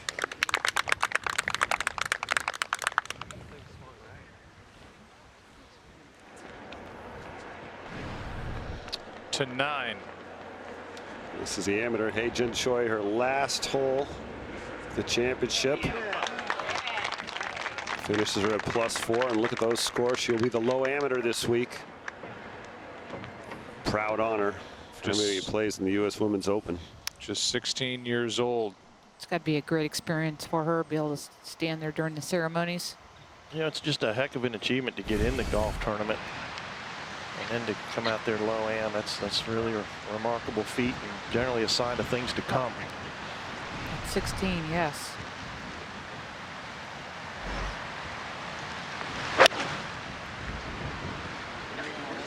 Here's Park at 10, our leader. Playing the best in this grouping right now. The rest of that for birdie to get to 7 under. Things have changed here at Cordoval. And a look at that powerful swing from our leader, Sung Hyun Park. Right now, up by 1.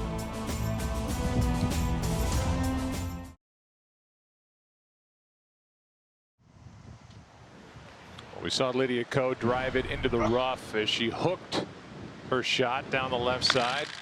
This her 3rd at 10. Well, it's a lot better than the one she hit on 8. But that will be a delicate little downhiller.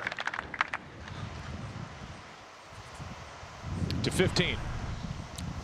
Anna Nordquist here on the 15th hole, the par 5 downwind. Carry the bunker there. Oh yeah, let that thing roll.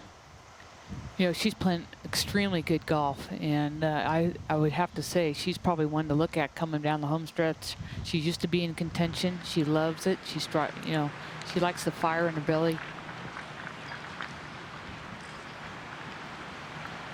Now Uni G for birdie. Coming down the hill. It's being a very fast putt, Joe. Should be moving just slightly to her left. But it is coming downhill and downwind, so it'll be very fast. Scott, have you noticed any change in anyone's demeanor out there since Lydia's double bogey? Lydia herself even? You know, I was really surprised. Coming up 10, Lydia Ko was smiling, waved at me. I mean, she's just waving to the crowd and like it's no big deal. She has so much experience winning tournaments. She knows it's your birthday today. Yeah. Happy birthday. That could be. And Julie, by the way, I'm an extra medium if you're going to get me a shirt. I already got it. Extra medium. So we'll stay here for our leader and the birdie putt from Sung Hyun Park, who right now leads by 1. That can be extended. Lydia Ko with a par putt coming up. This is the second day you've been with her, Scott, and her pace on the greens has just been remarkable to this point. It really has. I've just been so impressed with the way she drives it. I mean, she hits it as far as anyone out here on this tour. She's had some really good iron shots, but she hasn't played that well with her wedges. But 9-iron, 8-iron, 7-iron, she's been spot on. Yeah, she's had 4 wedge opportunities in a row. She didn't really hit horrible shots, a couple bad ones, but she didn't birdie with any of them. There's a great opportunity here down the hill.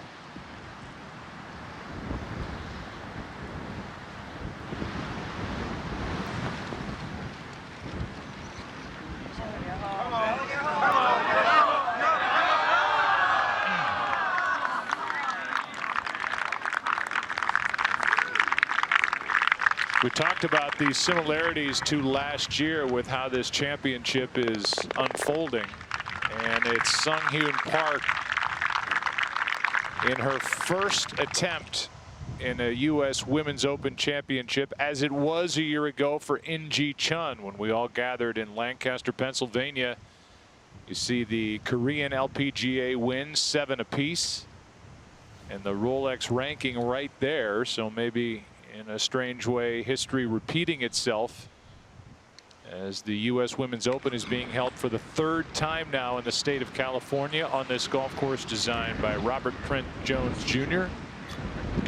Opened in 1999 and on that green at 10. Drawn up by Robert. Lydia Ko has a big putt for par. Boy, just coming down the hill. Should break just a little bit to her left, but the breeze is blowing pretty hard off her left shoulder. That could just hold it out. I think you got to play it maybe inside right, right center.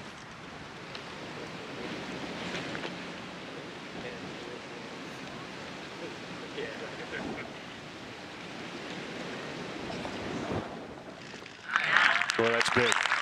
It is big, and she made it look easy. She hit that with a lot of conviction. Only trails by 1. Brittany Lang, this her second shot at 12 at the par 3. Joe, just one too many clubs here. Downhill, she flew the ball all the way to the hole. 2 hop back here in the bunker. Now back into the breeze. And if you put this all in perspective, Lydia Ko is in the process of legacy building, and these other players, it could mean so much if they were able to pull this off. It would be life-changing. Especially someone like for Brittany Lang, who's just been there. I mean, this is a championship she wants to win as an American, and you put so much pressure on yourself, but she's right in the wheelhouse right now, only 1 back. Well, that was a good long bunker shot from Brittany Lang, and now it's Amy Yang. Second shot. Amy tried to utilize the slope here, but it did not get to the edge. Now this just straight downhill, letting gravity take its course. Wonderful play. Yeah, great touch there. I think it's really hard in this hole to get it close today with that pin, that hole location. It's just right there. You got to use that slope. Well, tends to want to go all the way to the back of the green. It's a Redan hole, big slope on the right here at 12. Over to 15, second shot for Norquist, who's all of a sudden right in the heat of battle. Well, Paul, she just hit this drive 303 yards and easily going to reach this green. But what she's leading the championship in this week is stat that Mark Brody sent sent us is the approach shots, any of the iron shots from outside 100, inside 200. And there is the reason why she's way ahead in this category this week. And that chance for an eagle to tie for the lead. And now on 11, G's tee shot. So like at the shot length, it's going to be... She carried that. She's not one of the longest hitters. Yep, good shot. Heard Ko say that.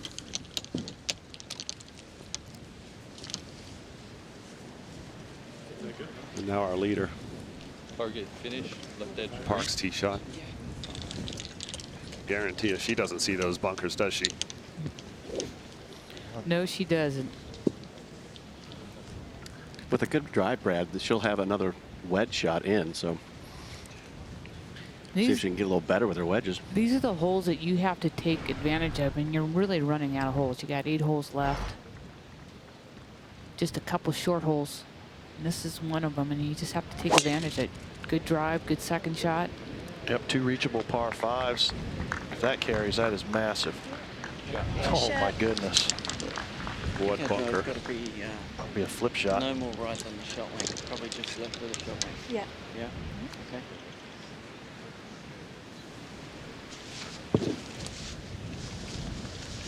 Now, Ko, you can see with a rehearsal sort of that split grip, and then she goes back to her conventional grip. It's a little lesson David Ledbetter likes her to do to help release the golf club and get it back down in front of her. She has this A swing, and Ledbetter says it really helps her to speed up the tempo of her backswing. It took so long, and now watch her from this angle. It's a great angle how far in her left arm goes and how the club goes up. You see the rehearsal there. The hand path's going in. Left arm will be against the chest, then the club goes vertical, reroutes down. And see, this is what she's having trouble with. She's trying to hit a draw. She's trying to go from what she used to have, a closed club face, to now more neutral. And this release pattern that they're working on causes her to hit some more hooks. But David said, hey, look, she hits it 15 yards further. That's what we need her to have. Not if she keeps hitting in the left rough, we don't. Here's the par putt for Brittany Lang to stay 1 back. Well, Joe, I think she knows she's 1 back now because there's a big leaderboard just off the side of the screen where she could, yeah, I don't know how she couldn't look at it, but this just inside left, back up the hill. Great save. Wow. Quoted as saying about how things change when you get into contention. Brittany said it changes a lot. Every part of you wants to be pulled to the outcome, to be pulled to, oh, wow, wouldn't it be so great to win? And the more you think about that, the quicker you're going to move down the leaderboard. Well, Brittany has moved up, even for her day, just 1 shot back at the leader, Sung Hyun Park. Back out.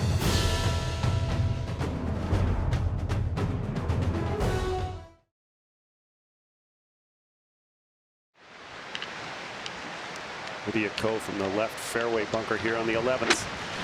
Ball below her feet too, Brad. Wind is really, really strong right now. Out of the right and in. With the ball, just listen in.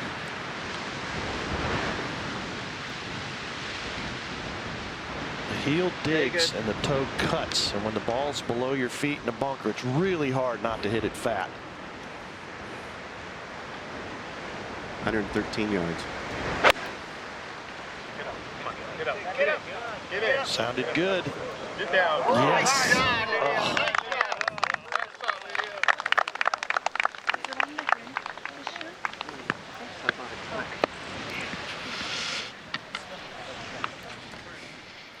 Back will run 15 on a Nordquist surveying her putt for eagle.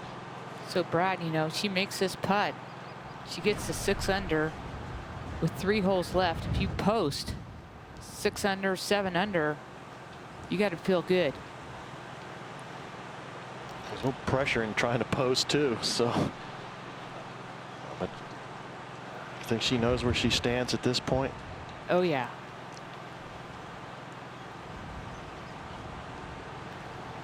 She's a major champion, won the 2009 LPGA championship. She bogeyed this 15th yesterday. Chance for eagle to get into a tie for the lead. And a relatively flat putt might go a hair to her left. She laughed a little. Is that wind? Is it nerves? I love stepping away when you're not into it. You've got to get back and go through that routine.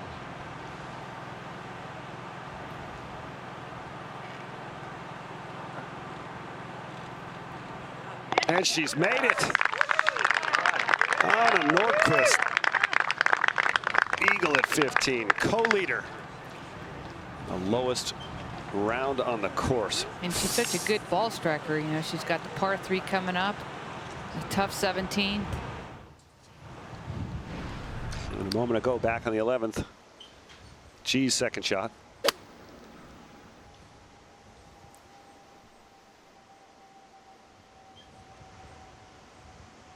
Safe play there. Chance for her birdie to get in that 6-under position. And now Park from way up. See the wind whipping across the golfer's right. Looks like she's got another one of those wedges, Brad. Well, Julie spun it down the hill. Yeah, she can't be happy with that. I'm surprised that she's hitting such full shots with some of these wedges like she did on 9 as well. Instead of just hitting a little 3/4 and flighting it a little bit. Yeah, I mean, she's got a beautiful full swing, but to play in these wind conditions, when you're spinning the ball like she does, it's almost imperative to bring the flight down, and that's a full swing, full flight follow through there.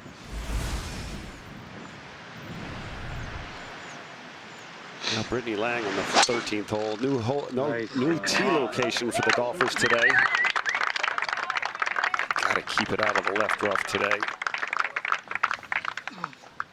That's a little bit of an error there. That lie looks pretty good, but you want to be in the fairway coming in with this hole really tight to the left side.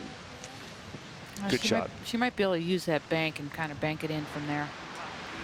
Let's take another look at Park's swing here. This is really unusual. She might be a little stuck, and every once in a while, especially when the pressure's on, you only got one speed. And, you know, when the pressure gets on, it's hard to hit it easy. Look at her screw the face open here at the bottom. That is unusual. You rarely see anybody screw the face open that much. Tells me that I think she's starting to feel like she's hitting hooks. Could have been toe contact too, maybe, you know, and that's another thing. She's let go a little bit with that top hand, like you said, Paul, and that's part of the pressure.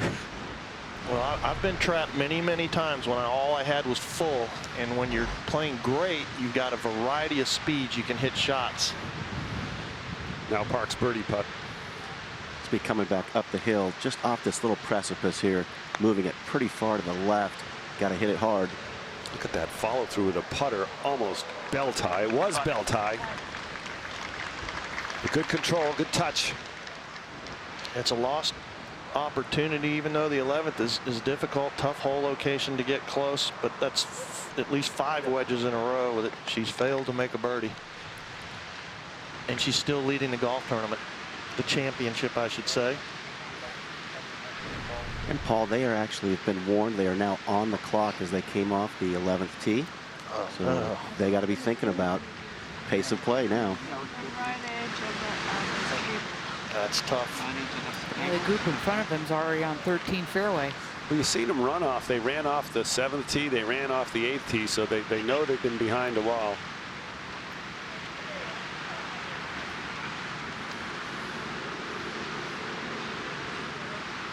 Let's see if Lydia can make one of her patent long putts.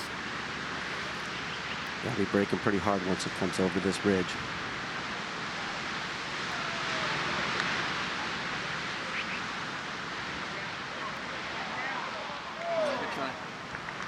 Big borrow. She'll make par. Remain at 5 under.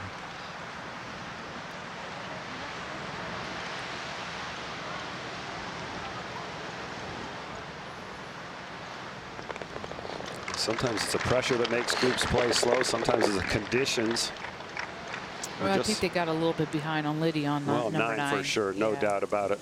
Now to 16. Well, Anna Nordqvist is going for history here in this final round. This 120-yard par 3. She started her final round 6 back. It would be the largest comeback if she were to go on to win in U.S. Women's Open history. The last to do it was Annika back in 1995. That was her first major championship victory. First of 10, first of 3 U.S. Women's Opens. But Nordquist trying to come from 6 back. Here's Uni G at 11. Oh, and straight up the hill. That looked like it was right in.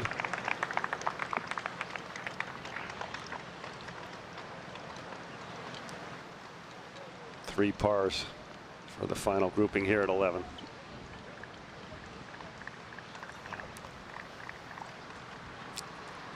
Well, I'm giving it to Park, obviously, but just to tap in. Says one of the best putters in the history of the PGA Tour. And nothing about that says tap in to the rest of the world. We've all yacked a few of these. Save the time. We give it to Faxon in the interest of time. She's looked pretty steady over these short ones. We've noticed how close she stands to the ball. Eyes right on top or maybe even outside the ball, which is rare. You know, when you're on the clock too, you may go a little quicker, and it's hard to be on the clock when you're trying to win a major championship. Just adds to the frustration. Let's go down to Holly Saunders. Thank you, Joe. Well, Sunghyun Park certainly has made the most of her first U.S. Women's Open here. And we mentioned yesterday that she and her caddy, Jeff King, don't speak the same language, but they certainly don't have any communication barriers on the golf course. Her name's Sunghyun Park. She's currently #1 player in Korea. She understands golf talk, but our terminology is a lot different. She's really good at if she doesn't understand anything, she asks. So then I'll take the book and I'll draw a picture in there with a big X and then show how the fairways or the green's going to roll out one way or the other. And then she's a good enough player to use her feel to pick a target from there. She's in meters and I'm in yards. So rather than me try to learn meters and her try to learn yards, we have a little chart that I give her the number in yards, and then she looks in her book and dials it in meters in her head. Language barrier doesn't really, there's no problem. So here are some examples of how they do it. These are from Jeff's yardage book. This is after the 3rd round, so you can see at #3. She was 87 yards away. Jeff wanted her to land at 98 yards, spin it back, so he drew an X where she should land it. Pretty easy to read there. Then at #8, he wanted her to land at 150 yards and let it release down to the hole using those arrows. Then at #13, from 125 yards away, it was really downwind, so he was tossing some grass into the air, showed her that she would land at 106 yards over the false front, let it release from there, and then at #17, he wanted her to land it on just off the green and allow it to kick on 133 yards to the front. Seems pretty effective, guys. I might try communicating with Faxon this way. From now on, what do you think? I can get through to him, Joe? Yeah, I think so. Here's Uni G at 12. It's a 5-iron, just headed to the right side of the green. 12's a Redan hole, huge slope on that side of the green, and she got past it. Now that'll be really fast going back down the hill. Going to bring in David Fay, and Sunghyun Park got a bad time on her first putt at 11. Correct, and that means that she's received a warning. If she were to get a second bad time, it would be a 1-stroke penalty. And bad time is defined in this case as exceeding 40 seconds. Well, she just ran straight up the hill from 11 green to here. And now she's got to feel a little rushed. So does she understand that? Does she? That's a good question. I think, yeah, I think she got the message. Okay. She did run up there. So now our co-leader. It adds to the difficulty of what all these three are trying to accomplish. And it's an 8-iron. It's out well out to the right, Paul. Oh boy. As if it wasn't difficult enough to be on the clock, really complicates matters. Second shot here for Brittany Lang at 13. Well, Joe, you see this problem she has here. You see the flag just right here over the bunker. Yep. And that's a great shot. Beautifully judged out of the rough. That could have been trouble with a little bit of flyer lie, but she lifted it up nice, and now putt for birdie to get a share of the lead. Now Lydia Ko at the par 3 12. 7-iron from 183. Wind is pretty hard left to right and a little bit down. Got to land on the front portion of this green to get it close. Anything long will go over the green.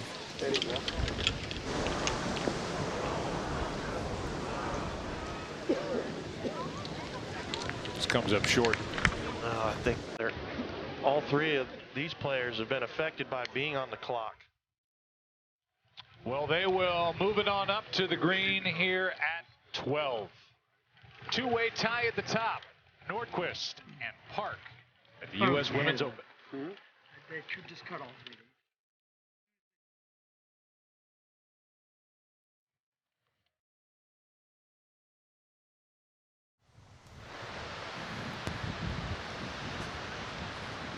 Second shot here at 12. Fast. Two different surfaces. Big right to left. All the pressure's on. One shot lead. Well, tied for the lead actually now, and that tester there to remain tied for the lead. Now Lydia Ko. Brilliant short game, Lydia Ko. Settle. Oh boy. But Paul, you talked about the white knuckles, and when you're chipping, the buckle. Yep. When the pressure gets on a little bit, you have a tendency to hit them a little firmer than you want to. Being conscious of grip pressure is important. Amy Yang across the green on 13.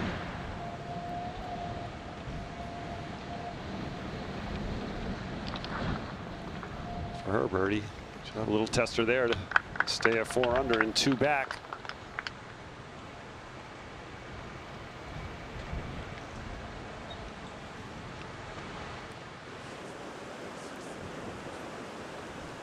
Now at 16, this is Nordquist for birdie. And the outright lead. And that had a lot of heat on it. Well, again, the pace of the putts on the greens always is an indicator if you're starting to feel it. Generally, it's short. You don't usually see it gun very often, but real experienced players, they really know how to control your heart rate. You control your adrenaline. Your heart can beat hard enough that you can feel your pulse in your fingertips. Oh, I'm sure Brittany Lang's feeling that pulse right now, Paul. This 11 feet, really good look here after that great par save on the last. See if she can make a nice calm stroke going a little left. She sure did. Brittany Lang, birdie and tied for the lead. A moment ago at 12, second shot for Uni G. And they have picked up the pace. And that will go past the hole, but good little chip from Uni. Well, you know, it's interesting, isn't it? They get on the clock, they run up the hill at 12, their legs are tired, 3 poor shots, and now 3 long par putts here at the 12th. This for Lydia Ko for par.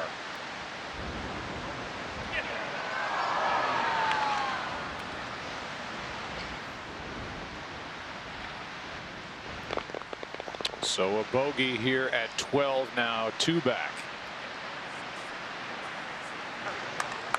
We saw the effort by Anna Nordquist. Here she is for par. Steady, that is so clutch right there. She knows it. Little fist pump. Nice deep breath as she heads over to 17. No bogeys on her card today. Here is Amy Yang. Just over 3 feet for Yang. Saves her par there. Back to the 12th. Sung Hyun Park. And Joe, the rules official came up to me and told me that she warned her about the bad time, but did not explain to her what happens when she gets a second bad time. She told me it's up to her to know the rules. This for par. David Fay?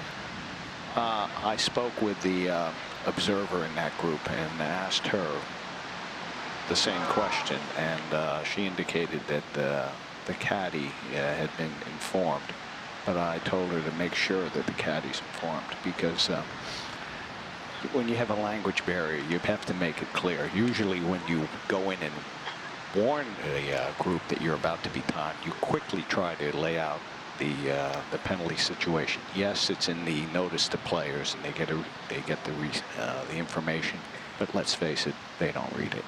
Yeah. Well, for Park, she misses that par try. Here is Uni G for par. She's just one shot back. So a lot of names in contention right now. It's Anna Nordqvist on top. With Brittany Lang. With Brittany Lang, who is just making a huge charge. She's still got 2 reachable par 5s to go. Brittany does.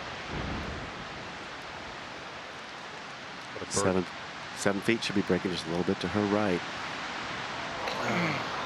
And then, and that little chicken left on that bone. And Paul, you can really see they're all playing a lot faster. You know, isn't it interesting? You know, 2 holes ago we asked you if their demeanor or walking pace or anything had changed, and the answer was no. But boy, they got on the clock and everything changed. Brittany, excuse me, hit 14, hitting that big old cut shot again. Perfect. Now the co-leader, and we'll go back to 12, and Uni G with her bogey putt.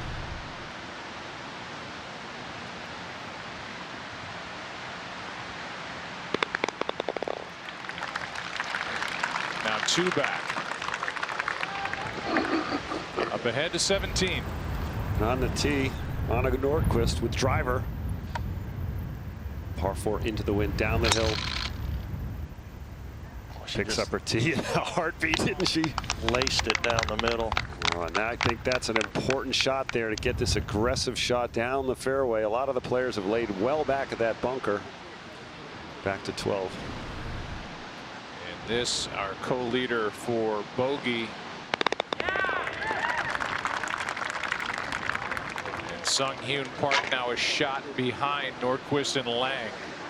Right now, Nordqvist and Lang, you know, the question always when somebody lets a lead go away or get away, the question is who's going to be ready. And so far, Nordqvist and Lang have responded, and they look like they are very prepared mentally to take on this challenge. A look at the leaderboard has a very different look than the last time we put it up. Nordqvist and Lang leading by 1 over Park. Lydia Ko now 2 shots back as they are on their way to 13. There's Amy Yang. You can't forget about her.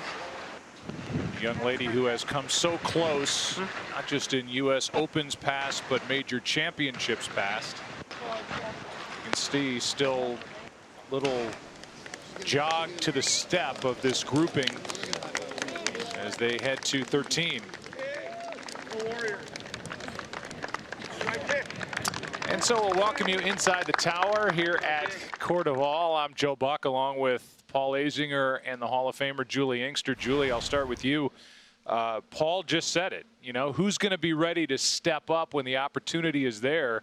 And I guess right now the answer is Nordqvist and Lang. Well, they seem like they have the most control of their golf ball right now and their emotions. You know, Brittany's just been hitting that cut all day right in the middle of the fairway. Anna Nordqvist, if you were asking anybody, she's probably one of our best ball strikers consistently day in and day out. Her weak point is her chipping and putting. But she's been putting the ball well, and she looks like, you know, she's ready to win. You know, a player goes from everything to gain and nothing to lose to everything to lose, and it's hard, and you have to be ready mentally, and they have to be conscious now of the situation. It's all about situational awareness, and they know where they stand. The pressure's on these two now, and we'll just get to watch and see how they handle it. Back to 13. G with driver just right down the center of the fairway. And again, like Lang through the fairway.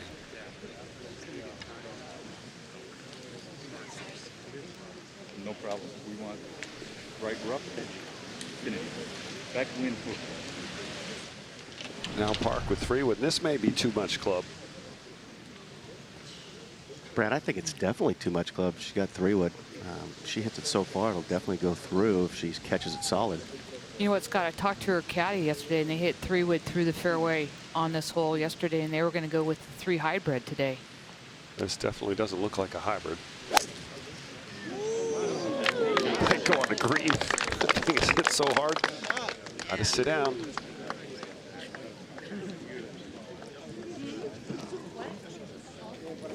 Stopped about 5 yards short. That 278 yards to the end of the fairway from the back of the tee. Now Ko. Really important tee shot for Lydia. She's hit so many of those hooks already today, Brad. The wind is very hard out of the right. Anything ball turning right to left, easily going that left rough. With today's hole location, it'd be impossible to get close.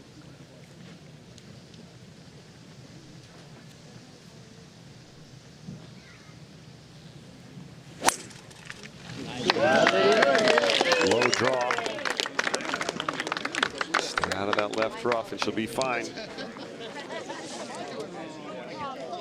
She got that into the light rough too. Maybe Park didn't hit a 3-wood there.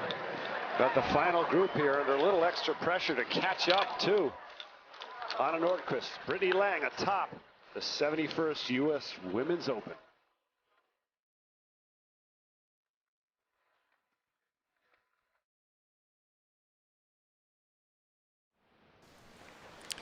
Here's Anna Nordqvist, second shot into the 17th hole, co-leader. Yeah, Brad, and she can just hit this out to, 10 yards to the left and use that bank. Oh, she's not like this. Oh, she got an unbelievable kick. She's going to have a long, difficult putt. It's hard to hit that second shot to get it over to the flagstick there with this wind whipping across the players. Tickets for the 2017 U.S. Open at Erin Hills in Wisconsin are now on sale. Visit usga.org/tickets for more information. Well, this is a big day for Jarena Piller. She is 2 under at the moment. And her third shot at the par 5 18th. And again, if she finishes in the top 10 and she safely is on, she will represent the United States in the upcoming Olympics at Rio. 16. Give you more on that when we see her again as Lydia Ko looks at her second shot at 13. Coming uphill, it's got to be like 11 yards of wind. 10 to 11, so like 105, 106. Yep. 123 yards. This is a pitching wedge. She's got a bad angle being on the left-hand side in this first cut. Very difficult to get it close. She's going to have to play out to the right just a little bit.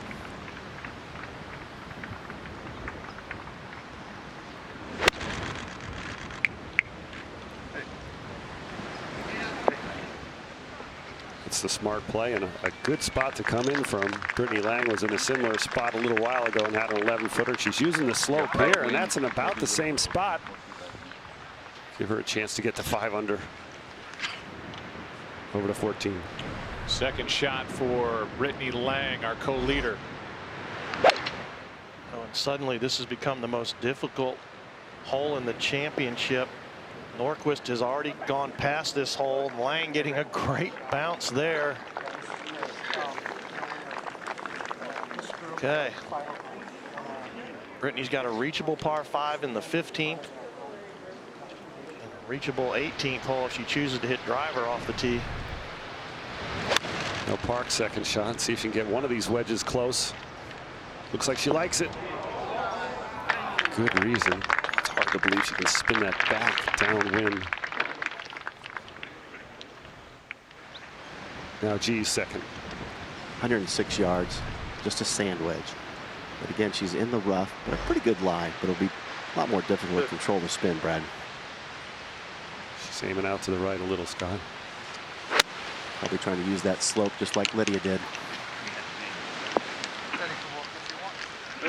Ooh, here's the example of what a bad lie can do. I think these three are just trying to get some rhythm back. I mean, after being put on a clock and making some bad swings, some bad chips, they're trying to just get settled down a little bit, slow their breathing down a little bit. Amy Yang, second shot at 14. She's 2 back. Almost impossible to get this close. Oh yeah, heavy. Tugged wildly to the left. 1 over for her round here on Sunday is Yang. We go back to our co-leader, Anna Nordqvist. Well, Joe, she's got 66 feet down this big ridge right here. There's a ridge running across the green. Hard to tell on the television really how severe this is. Should be a big breaker left to right, Brad. She just got to get it right over that ridge and just let it die down right there.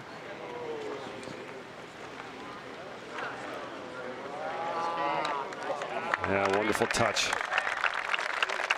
She bogeyed this hole the last 2 days, does not have a bogey on her card today in the final round of a U.S. Open setup.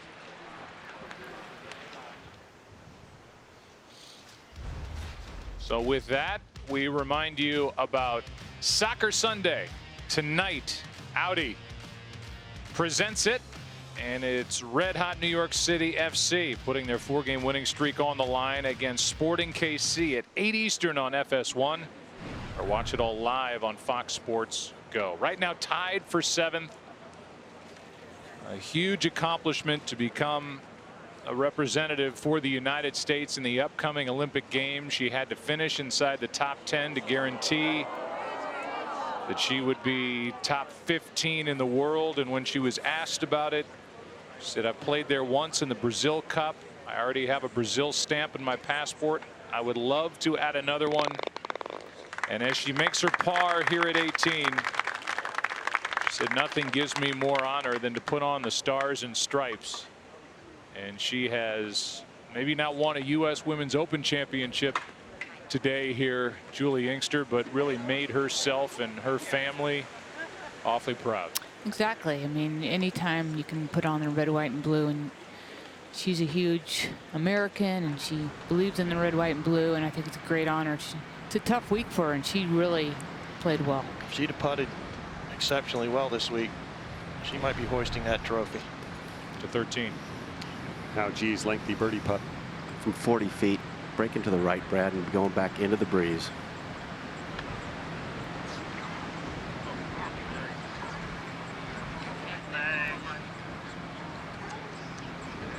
Looked like it fooled her a little bit.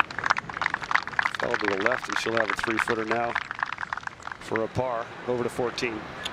Third shot for Amy Yang.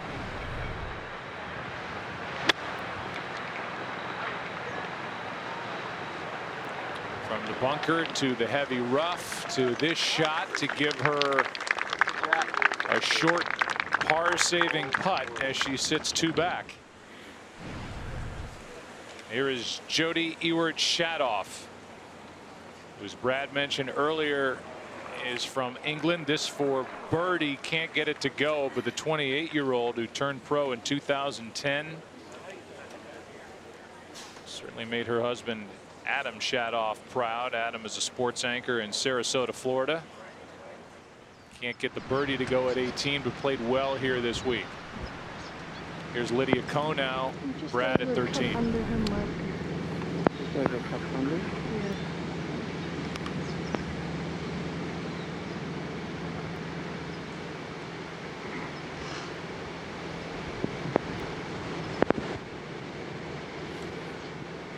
See her caddy helping her with her line and everything. This is a huge putt right now. And Brad, this has got some pretty good break in it, probably a cup or two. And if the women didn't know where they stood, there was a big scoreboard on the 12th green. They know where they stand now.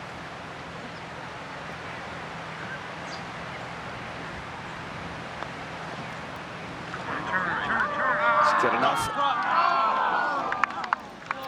Yeah, I just think, you know, starting to feel it a little bit. Your speed gets off a little bit. Why would you hit it short? See that scorecard, only that one birdie there on the 6th. Let's see if Park can coax this one in. She's going to be putting it uphill, so she's going to have to get good speed here too. Julie, I always felt that under pressure, I always hit it farther, but left my putts short. And that's something these women are doing right now. There's a lot of putts being left short. That is generally the sign. And this is uphill too, so we'll see if she has enough speed on this. So left to right or Scott? This has got maybe just a little bit left to right at Brad, but not too much. See if she can keep it from missing on the right.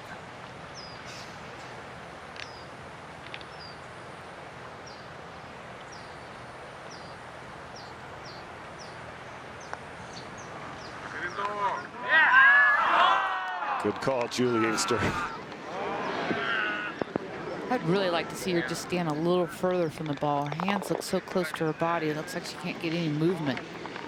Yeah, all three of those putts were just tenderly hit. Now over on 17. Big 3-footer for Anna. Looks like she's done that 1,000 times. Well, she's our oldest winner this year at 28 years old. She's 29 now, but she was 28. She went at the ShopRite. Now she's par putt here on 13. Yeah, this is not an easy putt just coming down the hill. Not much breaking it though, Brad, but these putts sure get a lot more difficult as the championship goes on. Keep her speed up here.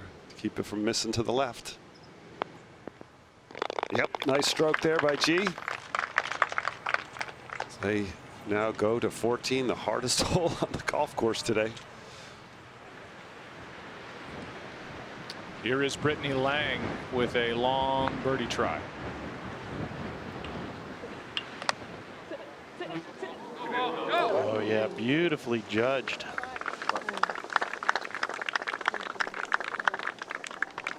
She'll be happy to skate right on over to that next tee with a par here at the difficult 14th hole. 15 will be a reachable par 5 for Brittany, who's currently tied for the lead. That's where Nordquist made her move with an eagle at 15, and off she goes to the par 5. And Nordquist heading to the par 5 18th, which is one of the few holes out here where the players have to make a decision whether they'll be aggressive off the tee. If Anna wants to, she can reach 18 and 2.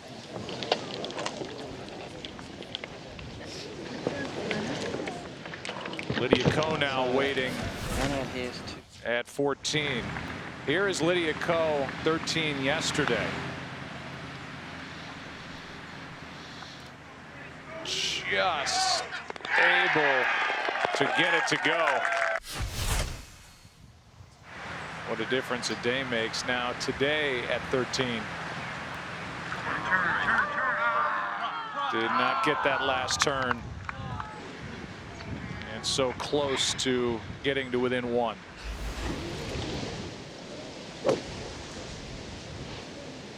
So the world #1 is trailing by 2. And stepping up at the difficult par 4 14th. And now we go to 18. Nordquist has gone birdie, par, par here at 18 this week. It's down and left to right, and it is reachable, but yesterday we saw the players lay up off the tee. A tee shot to the right can get blocked out by that tree. Okay, now that'll be a interesting decision.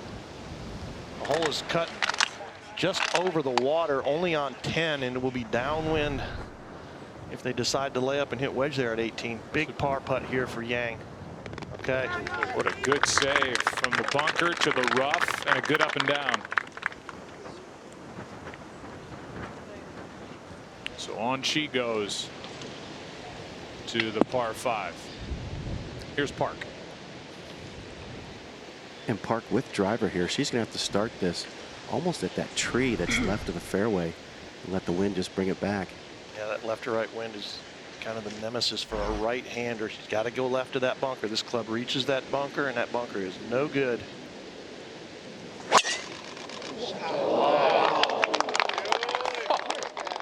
It's high and right, Paul, headed towards that bunker. And into the bunker. The launch on that drive. It's a little bit of a frustration, I think, for her to hit that. She's got no chance of getting that close, I don't believe, from there. And she's missed a few shots to the right. We saw her screw that wedge open earlier. Maybe she screwed that driver open there a little bit, too. Only trailing by 1. Here's Lydia Ko. Critical tee shot here for Lydia to make a par here at 14. She's got to put it in play off the tee.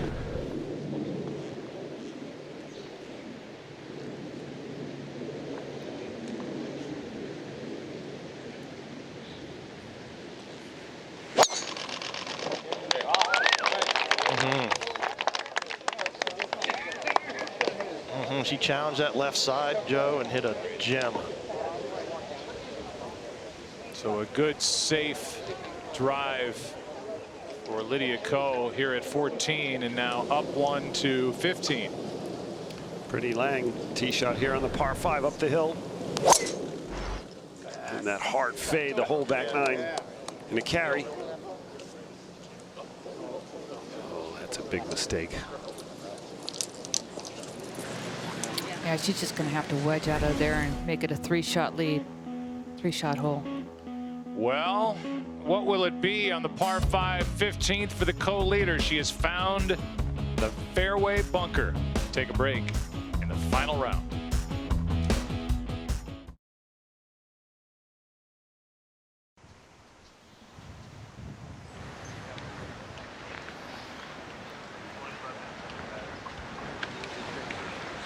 Well, here is Uni G at 14. Second shot. I'm gonna take 70. I still take on the left side, yeah. I like 70 and winds a little from the left into, so just a little bit left of that bunker. Okay? Almost towards that open section there. And if the wind brings it back kind of over that bunker, it's fine. But start it. 176 yards, and as you can tell, they're not even going at this hole. Just trying to put it in the fat part of the green left. And when his caddy said the wind's blowing a little bit out of the left, it's blowing strong out of the left. Good.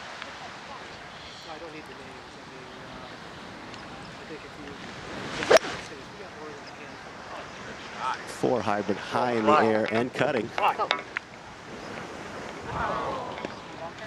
And short.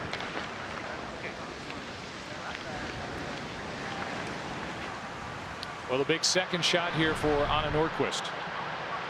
At 18, our co-leader. She's laying up, and she's just trying to put this ball in a distance she can love, and she's made a huge mistake, but it gotten away with it. So I don't know if she's going to like that yardage or not, but you're always trying to get the best number for the third shot, especially with the hole tucked right over the water. That'll be a tough third. Back to 14 and Lydia Ko second shot.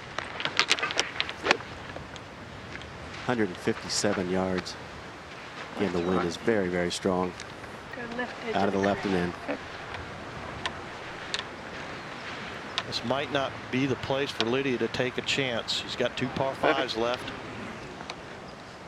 She's got 6-iron, Paul. If you can hit it just left of this hole location, there's a little backstop just past it. This is going to have to be a really well-struck 6-iron to get there. She's going right at it. Is that to the right? No, that's headed well right. See, there you and that looks like it buried in the bunker, Paul. Yeah, it's probably a combination of execution and decision making right there. And that might unhinge, that might undo her chances. To 15. Brittany Lang's second shot from this left fairway bunker. She's done it once before on this hole already this week. Now just forced to lay it up. Still has a chance for a birdie. Amy Yang missed the fairway to the right fairway bunker here on hole they have to make birdie on. Now back to 14. 5 out. Okay. No, any chance to get it on the green here, Scott? I think the only way she can get it on the green, Paul, is maybe that left front quadrant of the green. I don't think she can get it at the hole. She's got 5-iron, but she's got to get it up so high to get over this lip.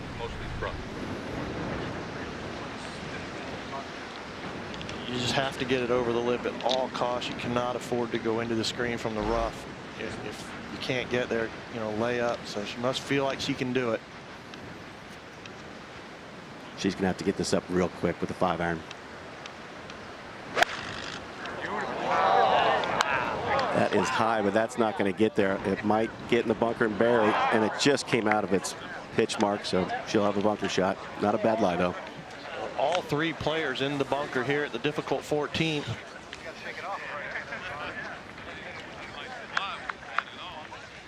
Park struggled in the bunkers. Probably the reason this looked like it was going so high, because it was just a hair heavy. Let's take a look at our Lexus Tracer. right out of the screen.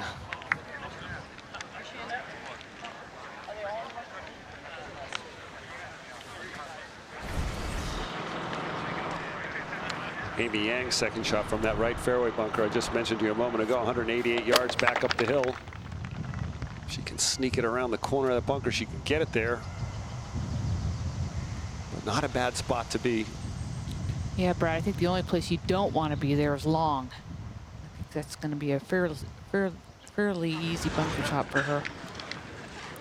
Now over on 18. The information we got earlier in the day was that if Jarena Pillar had finished in the top 10, and she is tied for 7th currently, that would put her in the top 15 in the world and therefore officially stamp her ticket for the upcoming Olympic Games in Rio. But now, because of the way things have changed, there's a chance that she still may not be officially on the team and in the Olympics. Remember, Anna Nordqvist, who is right there sitting tied for the lead at 6 under, started the day 6 back. And I don't know if that factored into the calculations with regard to Jarena Pillar from the word we got, but the upheaval with the leaderboard here could affect Pillar. Meanwhile, it's the furthest thing from Anna Nordqvist's mind. By the way, her fellow countryman Alex Noren won the Scottish Open today, representing Sweden, and now Anna Nordqvist is tied for the lead in the U.S. Women's Open Championship in her 3rd shot at 18. It's a dangerous one as well. The ball has to carry on.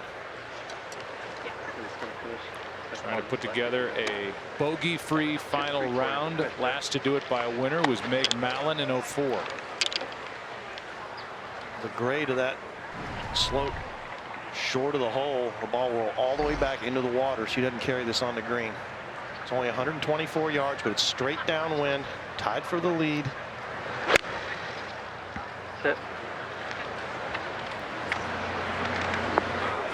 Well, she was always going to be long and always going to be to the right, and now that is not a gimme 2-putt. Yeah, just barely. Now back on 14, it's Sung Hyun Park. 3rd shot. Fairly easy bunker shot, Joe, just on an upslope back into the breeze.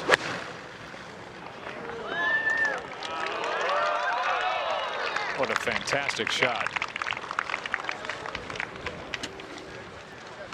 Took a little peek as it went by, and now the rest of that for par to stay within 1.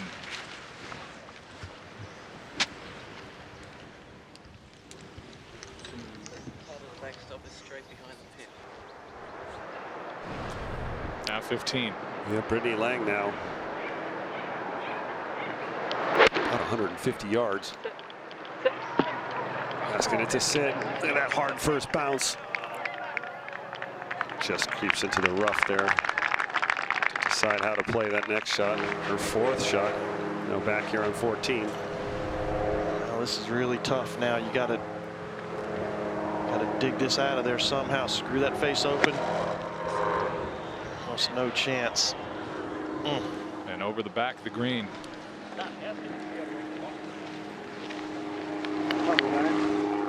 A double bogey at 9 if you're just joining us for Lydia Ko that cost her the lead, and now there she is behind the green with her 4th shot coming up at this par 4. No, we're the last group. Is your daughter aged 7 to 17? Enroll her in LPGA USGA Girls Golf and see how the game can help empower young women to reach their potential. Learn more by visiting girlsgolf.org today.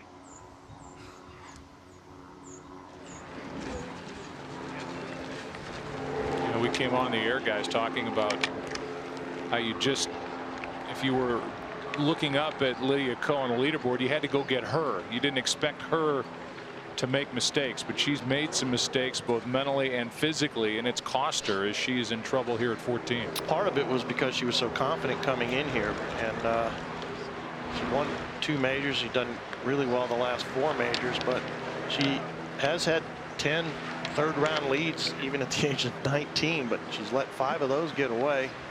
Yeah, Paul, and you just don't know if that bogey on 8 led to to the decision on 9 to go for it. Yep.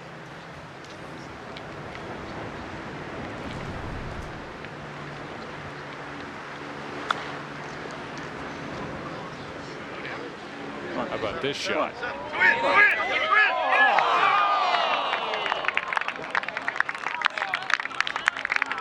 A bogey here at 14.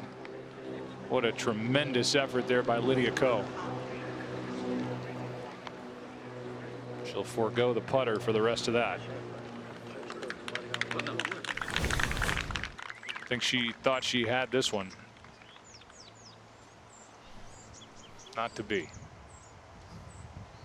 Now 3 shots back. Back to 15.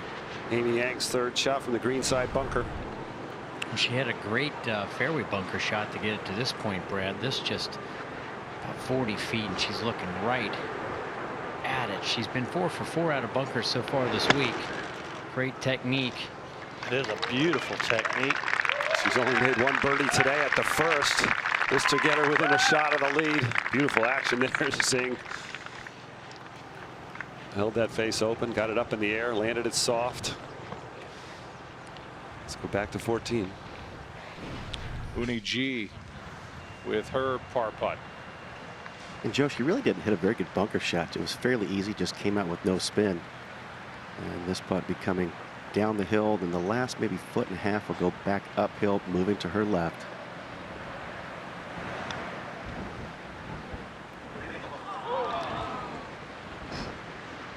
Everything changed for these 3 players when they got put on the clock. I don't know if they're back in position yet or not, but chances are slowly going away. Park's still right in the mix, though. Back on 15 now. It's the 4th shot for Brittany Lang, and looks like she's elected putter. Well, Brad, I would say her weakest part of her game is her chipping. And she doesn't have a lot of confidence in it, like that chip shot on number 8 that she decided to putt. At Lydia did end up chipping, but Julie, this isn't sitting very well in this rough either. Surprised by the club selection, but I guess the safest play is the putter. But getting a clean strike on the back of the ball is going to be tough. well, I think it's always hard to judge that first foot off that rough. I mean, what's it going to do? I think if you can just flop it up there, you know what it's going to do. Officially, we're not calling this a putt because it's not on the green, but this is to take the lead.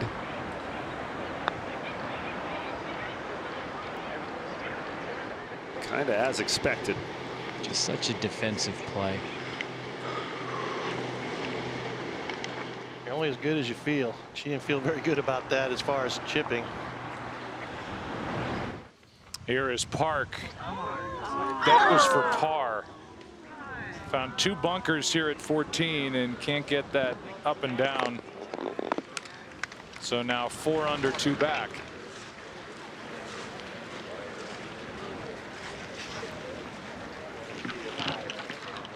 But she has the length definitely to make something happen at the par 5 15th. There is Stacy Lewis at 16. Just 4 back, this for birdie.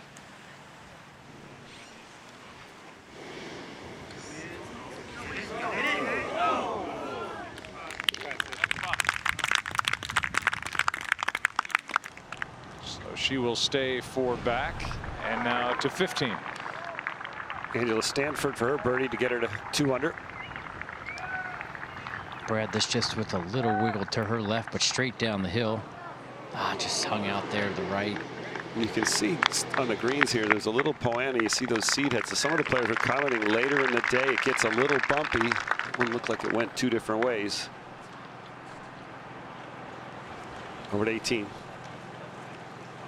Well, it was a long wait for our co-leader Anna Nordqvist, and now a long birdie putt. It's so difficult to get the right speed when the pressure's on. I mean, it's just everything changes, and this is Biggest 2-putt opportunities of her life. Very unlikely that she would make this putt. We've seen miracles happen before, big moments, and if she were to hold this, it would be a huge moment. I guarantee you, all she wants to do is get the right speed here. I think reading the putt is almost the assumption that you're going to get that part of it right from this length. Almost better off if you're trying to just bump into a 50-gallon drum in your mind.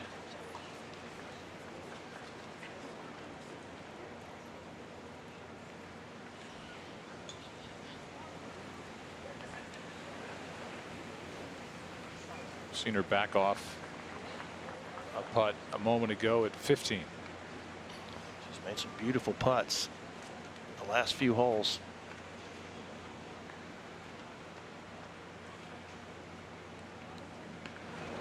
This for the lead. Oh, that's going to make her pretty happy to get down in 2 from there and not have any second putt. And not have a bogey on her card in this final round on Sunday at a U.S. Women's Open Championship. It's pretty impressive. That's a heck of a round, and that may be enough. Really looks like now it's just all going to depend on what Brittany Lang does.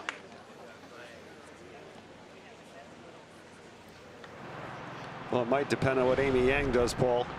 This for birdie.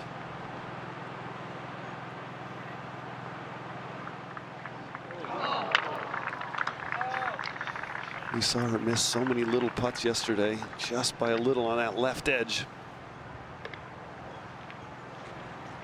You know, that was a big putt for her too, Brad. I mean, to get 1 back. Now she's 2 back with only 3 holes left.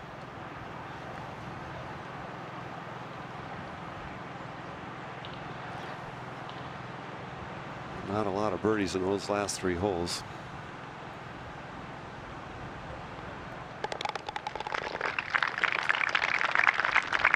As Yang walks off, the final group is here on the tee park. Well,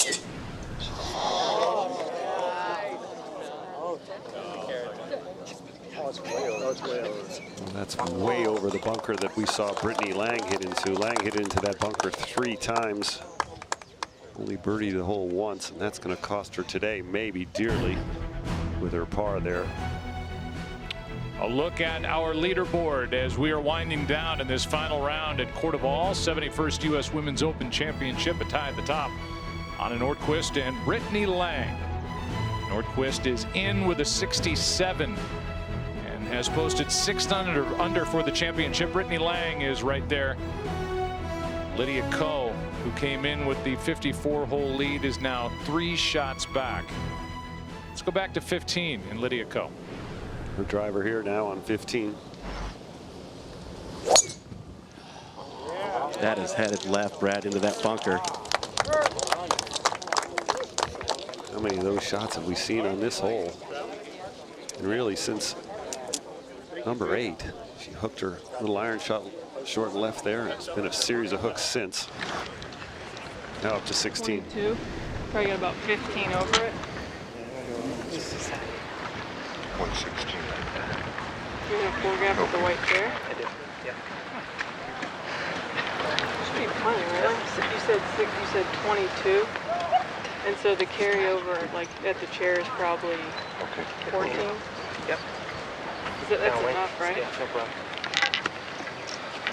Because it's no kind of wedge. No. Okay. This is It's good. off tee, yep. Hopping left to right. This is a good one? Yeah.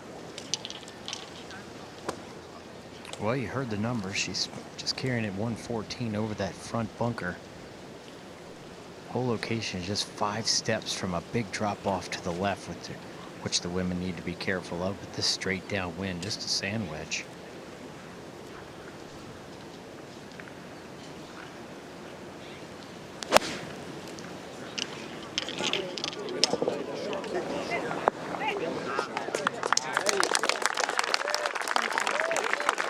It'll be difficult to get much closer than that. It's a pretty good shot. Yeah, Paul, that wind is pushing it off the left. unless you're really going to get aggressive, which Amy kind of needs to do. She did not capitalize on her birdie on the last hole. 2 back, 3 left. She's going to get 2 sand wedges at least to close. Just right side pin. Paul, her swing reminds me a lot of like Ernie Els, just a long, syrupy, slow motion, just kind of drops the club on the ball, nothing rushed. Really nice golf swing. Almost looks like she slows down into the ball. That is so pleasant to watch. And she went right at it, but you know, you got to land it almost in the dark green grass there, that little bit of rough, and it's just hard to get yourself to do that. We came on the air talking about the world's #1, Lydia Ko. Right now we're talking about 2 tied at the top, Anna Nordqvist and Brittany Lang. Coming down the stretch at Cordoval. Final round coverage on Fox.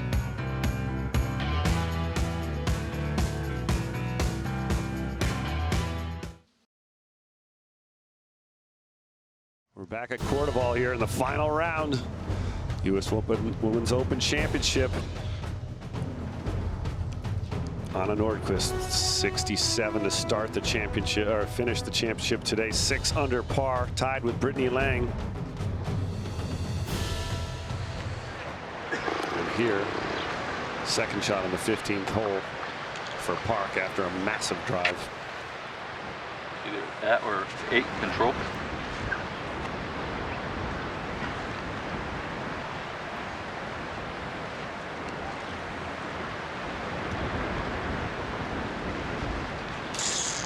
She tried her 8-iron here yesterday to the par 5, a 320-yard drive. Brad, she only has 144 front, 166 hole. Could be another 8-iron, Scott. Well, I think it could be, even though it is uphill a bit. It's playing downwind, so Wind is probably cancel each other out. A little bit sliced. I think yesterday a little bit more wind than now. All Okay, these target a players, little bit left side. since they were notified that they're out of position, are all 2 over since that 12th hole. Huge for Park here. See if she can settle herself, spin a shot, and keep it on this right side of this green and have a legitimate chance for eagle. And this is an 8-iron again, Brad. Same club that she had yesterday. Well, I think with that club, it takes the back out of play.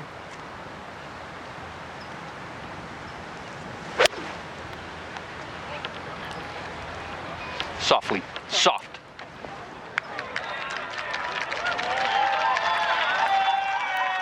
Just a little bit unlucky. Good thing she didn't hit the 7. Let's go up to 16 now. And Amy Yang for birdie.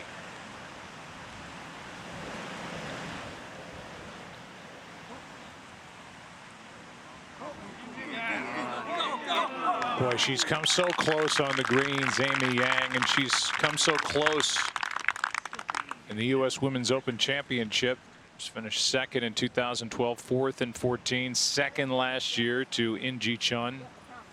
Had the 54-hole lead. Trails by 2.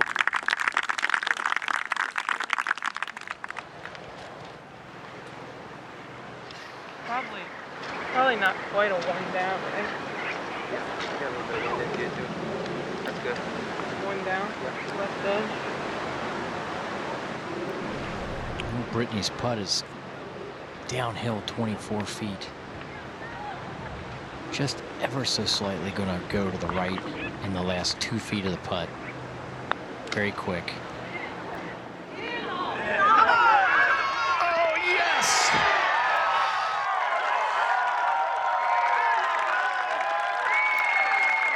Look at her buddy, Angela Stanford, giving her a little fist pump right there. It's awesome to see. Our leader by 1, Brittany Lang. What a putt. Well, you know, it just shows you she feels comfortable. She's one of the few players here of late that hasn't left every single putt short. Perfect speed, and you have to be brave to hit it down that hill at this point in the tournament. Good for her. The 30-year-old Brittany Lang One tour win. No bigger putt she's ever hit in her career, as she will make her way now to 17. Get in the hole. Well, she's already alluded to what it means to win the tournament and how it makes her feel to try to pull these things off. And so she's got a real mental battle on this next tee shot. Back over on the par 5. Lydia Ko's third shot at the layup. 82 yards, Brad. She gets up on the spin back towards the hole. Even if she makes that putt for birdie, she's 3 back. These greens are really getting firm, especially on the downwind shots.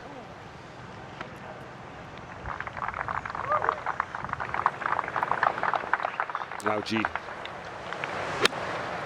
Sandwich from 68, trying to use that back slope. Yes, she played that nicely too. Woo! 3 balls right on the line. Park for eagle from just on the back rough there. As we take this long look back up the 17th hole. Beautiful view. Fantastic hole that should fit Brittany Lang's eye. She likes to cut the ball. Trouble down the right here. A lot of players that don't like this look have finished in the left rough. Yeah, Brad, as you said, I think this fits her eye perfectly. A little left to right. Dog leg. Looks like she's got 3-wood there. Julie, I think a lot of players, when they've been fading all day and have a hole like this, might play a little more fade just to be safe. And you could see this ball start a little further left than normal. But like you said, it's a 3-wood as well. Easier to hit this one a little straighter. What's the wind doing, Steve? Wind is left to right, Paul.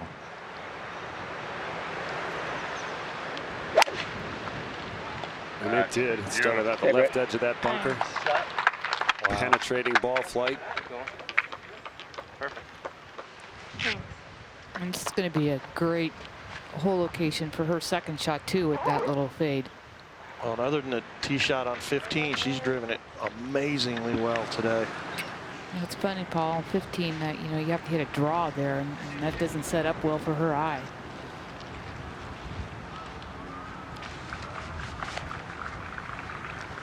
Park now looks like she's elected a putter. Yeah, she has got putter hands. She could do either one. She could hit a little chop and flop or just putt. It just depends on how it rolls through that first 2 or 3 feet of this rough. It'll be very straight coming down the hill, and the last probably 2 or 3 feet will break to the right. Seen a few players from this length elect putter, and it's hard to judge the distance and the speed. Can you get a look at her lie, what the grain's doing there, Scott? Yeah, the lie's actually okay. That's why I thought she might just hit a little chip, but anytime you're putting through this much thick grass, it's very difficult to keep it on line. Go from about 4 on the stemp meter to 12.5 on the stemp meter. Yeah, it's going to be very fast, Paul, going away from her. You mentioned the wind's coming at her a little bit to help her. Well, definitely hold the ball up just a little bit, but it's going to be extremely fast the first 6-7 feet. She's addressed the ball there. A lot of times on the fringe you don't address it. Yeah, nicely judged.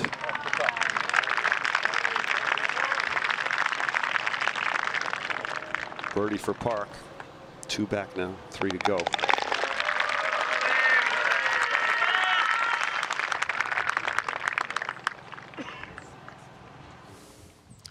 Now on the 17th tee, this is Amy Yang's 3-wood. She likes to draw the ball. Hoping for a kick. Ooh, and that looked like it nestled down and primary cut there. Yeah, just at the start, and this is straight. Yes. Yeah, this last 3 ball is no longer on the clock. They were told that they were off the clock after they played their approach shots on 15. When they arrived on this 15th tee, David, the grouping in front of them was still in the green, and that usually means you're back in position. That's right. and that's why they were notified. It's a long time to be on the clock. 3 or 4 holes. Very long time. Trying to win an Open. Like that graphic showed, they were 2 over since the 11th hole they first heard. We see our first birdie in the grouping since then. Now a chance for a second with G. Just outside 8 feet, coming down the hill, probably playing maybe a ball or two just outside left.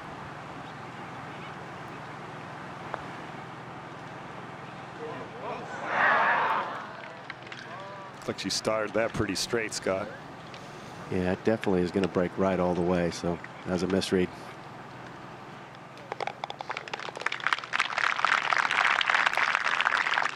Might throw away her chances of winning this year's Open. 4 back now. Now Lydia Ko. She played right to left. Yeah, it kind of fell the other way, if anything. The book's got it going left to right. You hear Jason Hamilton say the book's got it going left to right. A lot of these players carry green maps, don't they, Scott? They do. So do the on-course announcers. So do you agree with this book? I do agree with this book. This should break just a little left to right. So are you in the clubhouse right now? The food's really good at the clubhouse, Julie.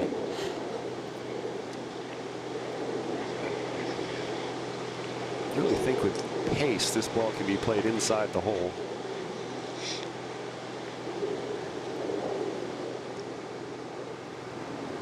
When Lydia reads the putts with express read, she's always trying to hit it about a foot past with pace.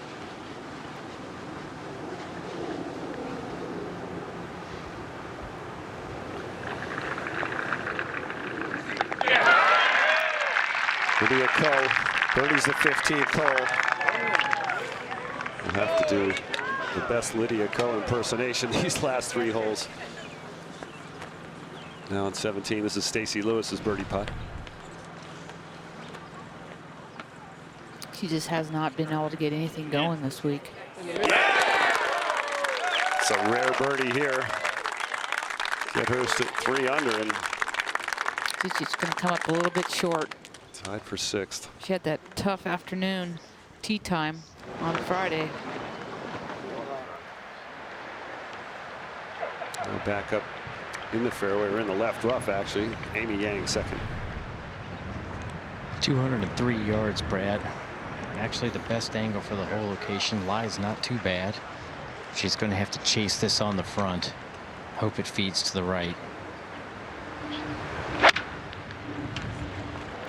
Came out a little bit soft. Going over the cart path.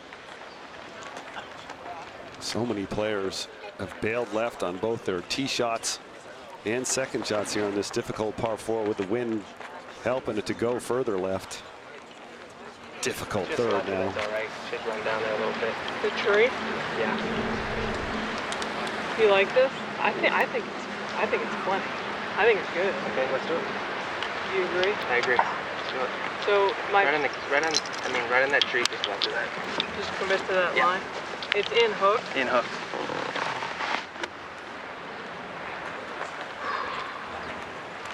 Big deep breath. It was. That's brother Luke Lang. They call each other Lang to each other. And boy, is this a big shot right now for Brittany Lang.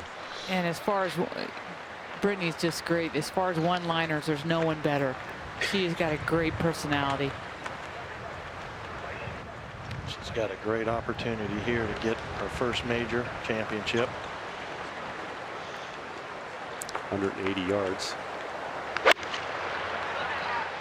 Oh, safely to the left. See if she can use the contour. Will it get all the way down? Maybe. Lengthy putt for birdie, similar to Anna Nordquist, not quite as far. A good shot. 2 pars coming in may be good enough for Brittany Lang. She has parred 17 and 18 all 3 days leading into this final round.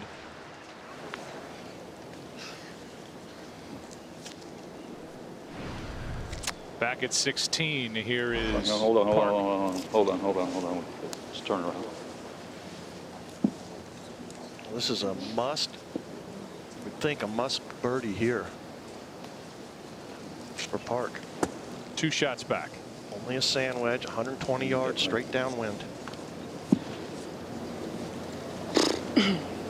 Paul, there is a little flat spot just behind it, so I think you got to take dead aim here. Freezes out of the left and down.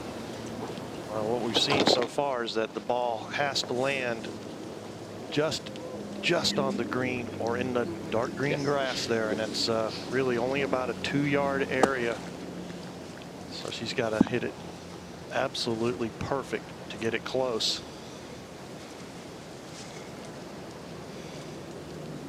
Now's the time to hit your green light here, right at it.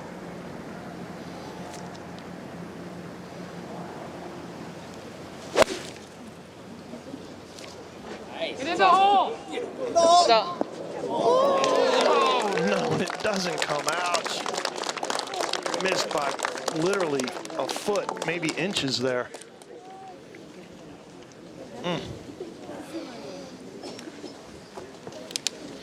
19, that's plain.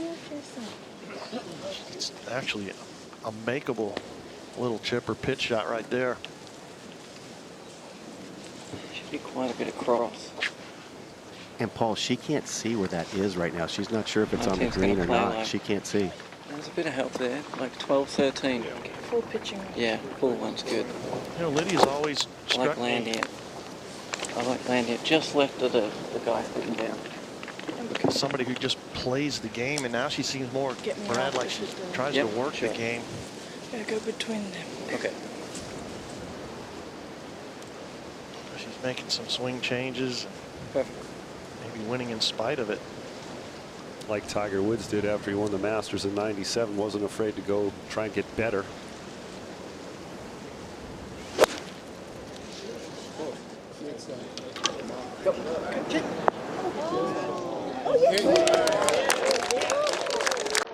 Long putt for birdie for Lydia Ko, who chased down Jutanagarn at the ANA Inspiration, but she's got a long way to go right now, being led by Brittany Lang with a 1-shot lead as she plays 17.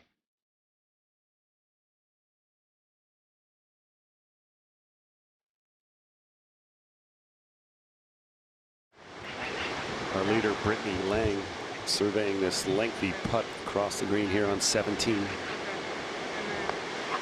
48 feet, Brad. Down the hill, going to work to her left. Once it gets down on the same level as the hole location. Going to be fast, too, though it is into the breeze. This to take a 2-shot lead. And Steve, she hasn't 3-putted once yet this week.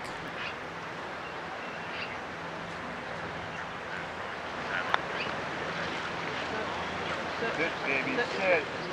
Sit. Sit. Whoa, whoa, whoa, stop. And a good run. That's the sweaty palm special right there, isn't it, Paul? The cotton mouth, sweaty palms. There's Kevin Spann. Julie, what kind of guy is he like? Oh, he's funny. Oh, yeah. He likes to have a good time. He's having a good time right now? Yeah. He's watching this. And that's Brittany's mom right next to him in the red visor, Pam.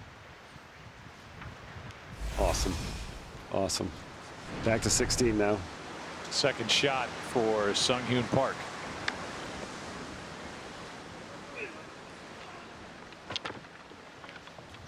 A little bump and run there, trying to chip that in. Now back on the 17th green, Yang for par. Yeah, just kind of pitch shot came out quite soft. A little defensive on the chip shot. I think defensive on all 3 shots, wasn't it, before? Yeah, just kind of looks like she hasn't been firing on all cylinders today. Just not with it. Long birdie try for Lydia Ko at 16.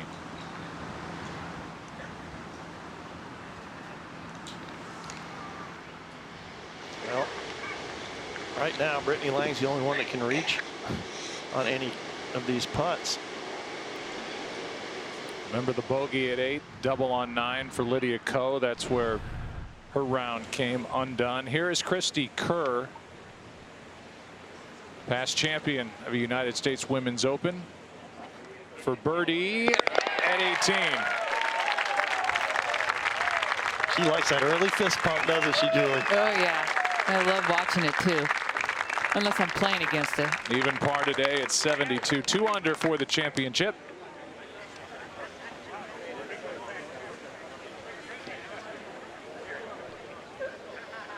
And the big putt coming for Brittany Lang. Well, Joe, would you consider a 4-footer to stay ahead in the U.S. Open a big putt? Yeah. On the penultimate hole? This is the biggest putt of her life right here. Of her golfing career. 2 up, 2 straight. Nothing. You know, you can say that a lot, Julie. But when she was waiting for Angela Stanford to putt, she took 2 big, deep breaths, trying to control that breathing, as Paul's talked about all day. Well, feel your pulse in your fingertips, your eyeballs can flash. You've got to control that. That's a big adrenaline rush. Here we go.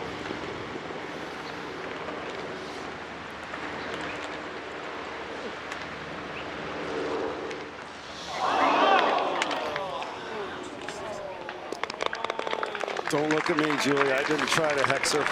I would have never said that. A tie atop the leaderboard now with Nordquist and Lang at 6 under, but Brittany Lang heads to the finishing par 5. And what it's like for her husband. So much harder to watch. Kevin, who proposed to Brittany on a golf course on a green. In a tournament, Joe. On her final hole of a round in Texas, and now he has to hope for a birdie on 18. Here's Park for par at 16. Only one back.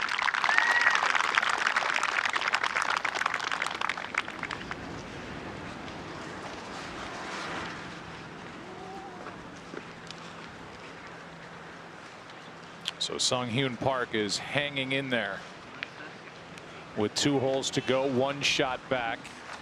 Anna Nordquist is in. She's posted 6 under for the championship. Watching the rest of this with the rest of us. Here's Ko for par.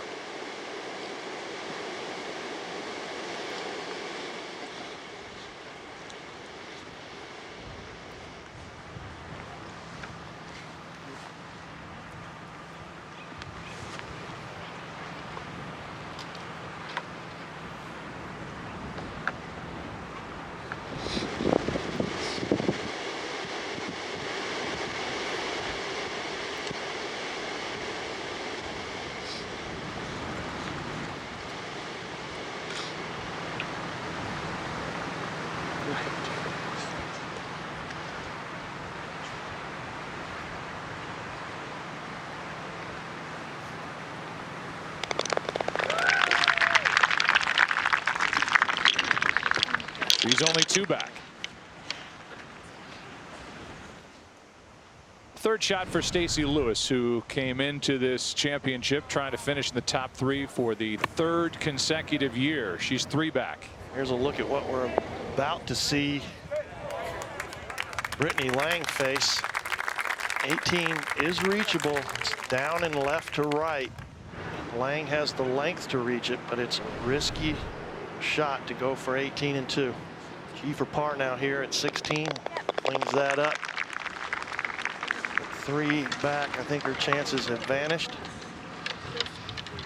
Just so you know, if there is a tie at the end of this final round, they'll play a 3-hole aggregate over 16, 17, and 18. If there's still a tie, they continue to play hole number 18.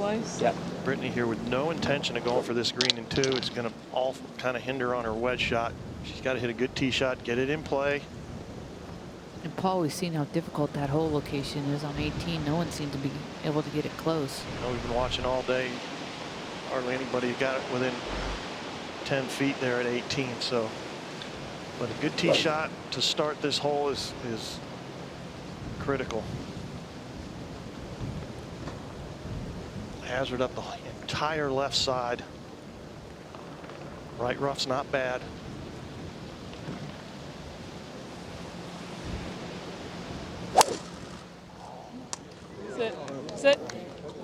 Might have to contend with that huge oak tree if it goes too far.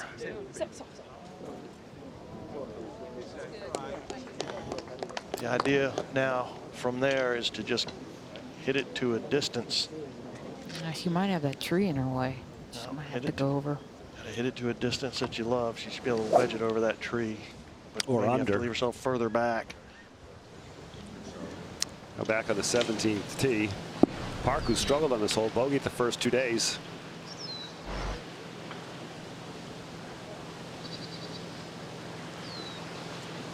Finds herself one back.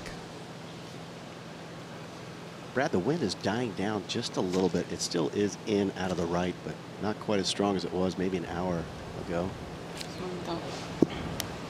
Looks like she's got a hybrid here. Yeah, as long as the wind stays down, that should be a good club. 3-wood would definitely bring that left bunker into play.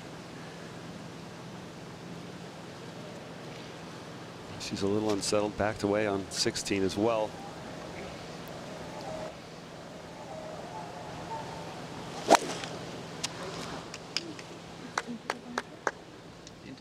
I would stay short of that bunker.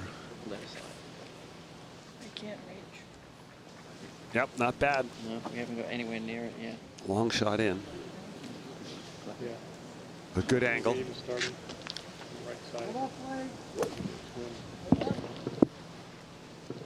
Now Ko, she's got a 3-wood. Got a bit of wind there. I just want to get it rolling down there if you Right edge of the bunker. can. Okay. Bradley, this is a hole you definitely do not want to miss it in that left rough. Some of the thickest rough here at Cordoval. Scotchy's picked a target with her caddy Jason Hamilton, the right edge of that left bunker. Oh, looks like the right edge of that left bunker, doesn't it? Perfect drive from Lydia Ko. The world #1 is 2 back. Right now, a tie at the top. Brittany Lang making her way to her ball here at 18. Now into the freeze. Birdie would likely win it. Anna Nordquist on the practice tee. Are we headed for a playoff? We're about to find out.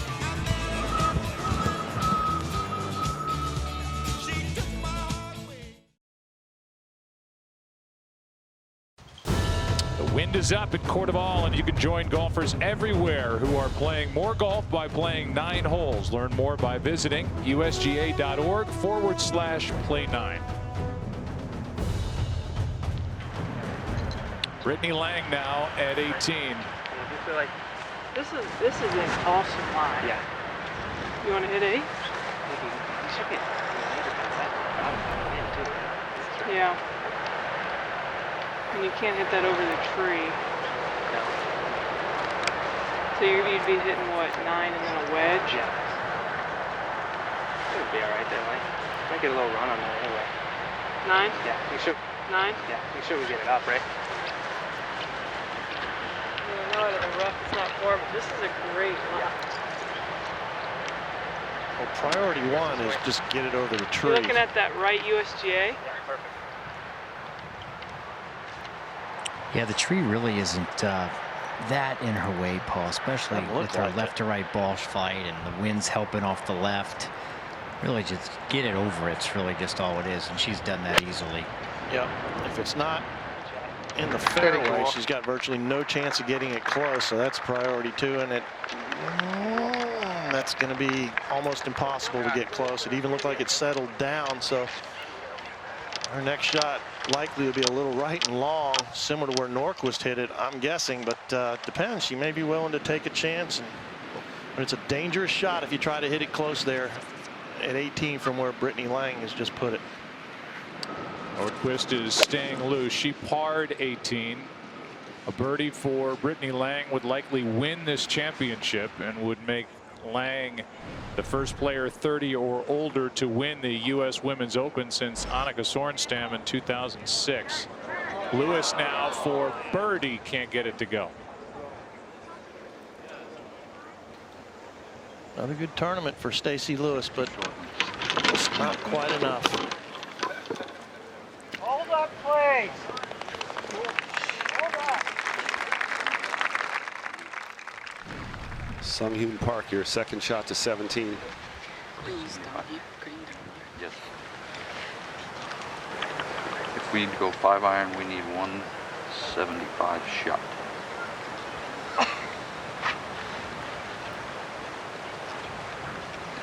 .175 shot, 5-iron. Okay, finish down, red flag. Maybe a little bit left side, red flag. USGA left side. See? Green. No, finish. Finish. Landing. Red flag. This is hook. This is hook wind with the front, yes. Okay.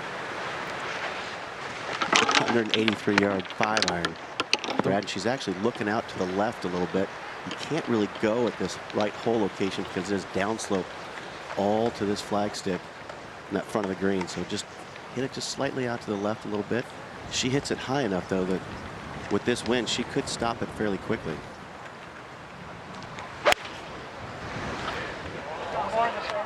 Starting on a good line, hoping the wind can hold her and help her here.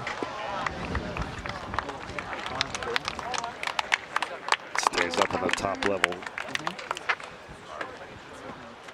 Up to 18 now. Second shot for Amy Yang. She is 3 back, and so on this par 5, going for it.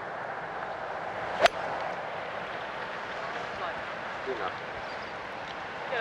up. And past it. Nearly into that back bunker. And again, a strong week, but no win in a U.S. Women's Open Championship for Amy Yang. Here's Ko at 17. And Ko is right alongside Park. Second shot for her now. Just a yard closer, 182. This also a 5-iron. Gotta fire it at this flag. Down a good line if it's enough. And not quite. Just comes back in that bunker, Brad. Well, I almost think the error there is more the tee shot being so defensive and so far back, especially when you're 2 shots behind.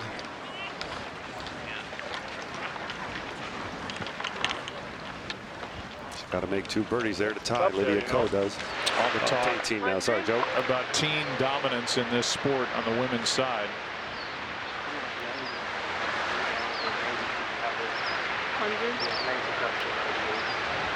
The 30-year-old looking at a 3rd shot. You're just looking to be at the 18, right? You want to catch that slope? Yeah, it's not going to catch it. You think it'll hit soft? You don't think it's firm? Yeah. So 92, 98. Whoa. Just slice? Yeah. Gotta be what? Helping? What are you thinking? I was thinking that. You think it's enough? Yeah. I think it should be. I think it's going to be hard to hold. That's what it is. Okay. Just hit a full sand at the 18. Yeah. Let's do it. Pretty good, huh? You mentioned that, right? The good news here is, I think I heard her say she thinks it's just a full sand wedge, and if she catches it just right, maybe she's willing to take a chance here and try to get this close. Paul, it is a good lie. It's a little fluffy under it, but she has got a straight shot into the back of the ball. She will be able to spin it, especially if she can hit it full, but it ain't going to come back for her. Well, if it comes up short, there's enough slope there short of the green, it'll go back in the water.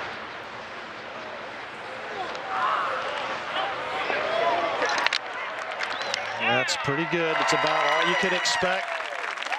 Real sensible play there. She's parred this 18th each of the first 3 rounds. Hole number 18 had played as the second easiest hole the first 3 rounds. Today the 9th toughest. She'll have that birdie attempt, which would likely win her the U.S. Open Championship. 4 of the last 5 champions at the Women's U.S. Open have been Korean. Michelle Wie in 2014, the only American. That happened at Pinehurst. Last year was In Ju Chun at Lancaster. But it's two of the older competitors. There were actually more teenagers in this field, 28 at the start of the week, than players 30 and over. That's really a remarkable number if you think about it. And how much the game has changed now that players are really learning how to think at a much earlier age than ever before. Look at Brittany Lang reapplying just in case her lips get moist. You don't see that on the men's tour.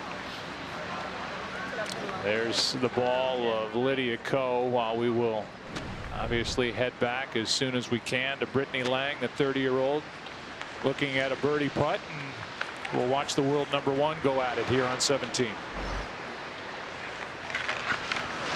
Gotta have to hold this.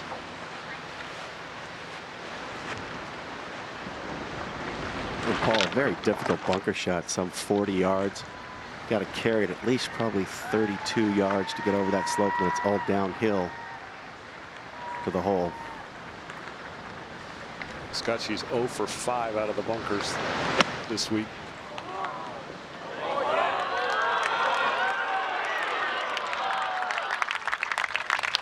Not a bad shot, hit the downslope, a little unlucky. I didn't have the best angle, but past the hole, just a touch left of line. That's what it should have done. Yeah, thanks.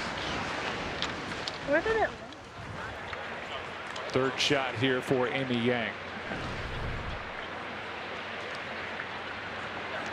Just no way for Amy to stop that ball coming in here on her second. This is a pretty good opportunity. Gonna go to her right. She's got the speed. This comes up a hair short.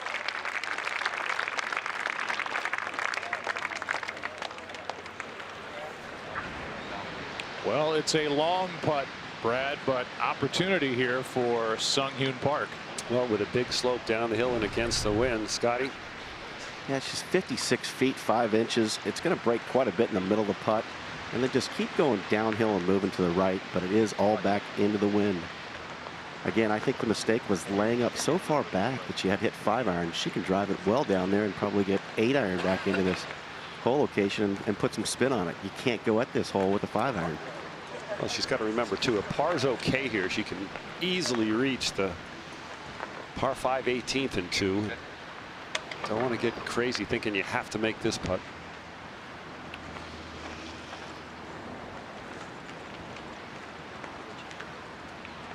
A lot of these players this week take their practice strokes from behind the ball. Once they get a side, don't take practice strokes from behind. I never liked that. I liked it being right by the ball.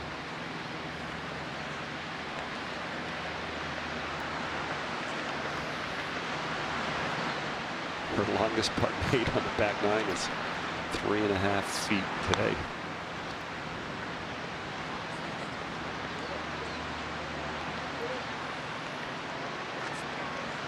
That's very well judged for her. Well, Park, she taps that in. Has to birdie the 18th. Like you said, Brad, she has the length. So she does. Just needs See a how good drive. aggressive she'll be off that tee, and she has the height to be able to stop the ball on the green. We are going to hear a lot from this young woman. One of the best golf swings I've ever seen in my life, male or female.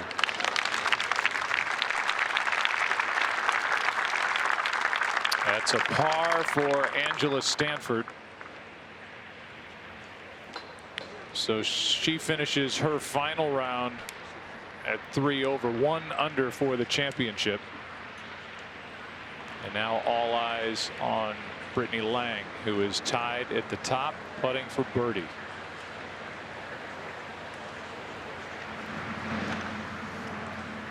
Her husband Kevin watching, and Brittany, a one-time winner on tour, looking for her first major championship at the age of 30, ranked 40th in the world. Working with her brother Luke on the bag all week. Yeah, Joe, and he's a really good golfer, so I'm sure he helps her out a lot on the reads. This putt's got a little wiggle in it, kind of a double breaker, all being both very subtle breaks. It's not going to do a whole lot. 24 feet, Paul. Looks to me like it's got a little bit of right at the very end when it loses its speed. Back into the breeze as well. The biggest players on tour watching. Just got to get the speed right here. 2 putts playoff. Knock it in. U.S. Open champion.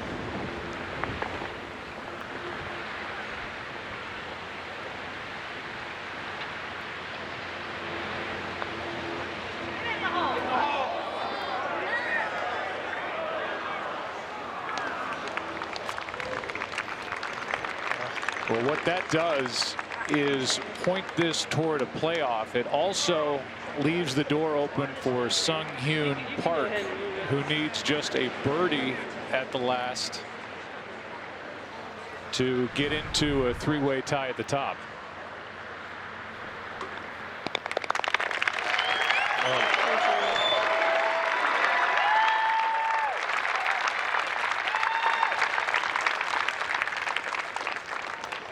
Obviously, an eagle by Park would win it.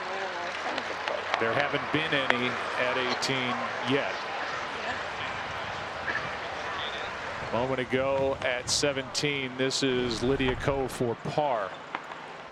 Well, after a good bunker shot from far away. Oh, well, could she make an eagle on 18 to get in that potential playoff? Awesome par there. Now G has her putt for par down the hill. Just outside 6 feet, Brad. Probably just a inside left putt.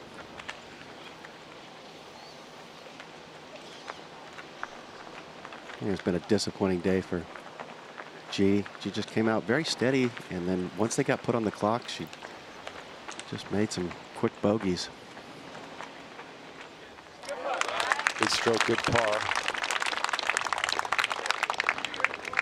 Tied for 7th. Well, just to restate, there have been no eagles at 18 all week. It's reachable as well. And I think a lot of the players have decided not to take on that second shot over the water at 18. It's been downwind yesterday and today with the hole cut where it is. The likelihood of an eagle now would be some kind of a chip in, I would think. This is to stay 1 back. And for Park, the opportunity with a birdie to get into a playoff. And again, the eagle wins it.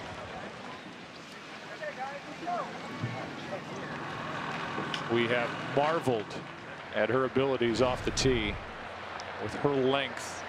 It's been impressive this week. Here's Yang finishing at 4 under for the championship.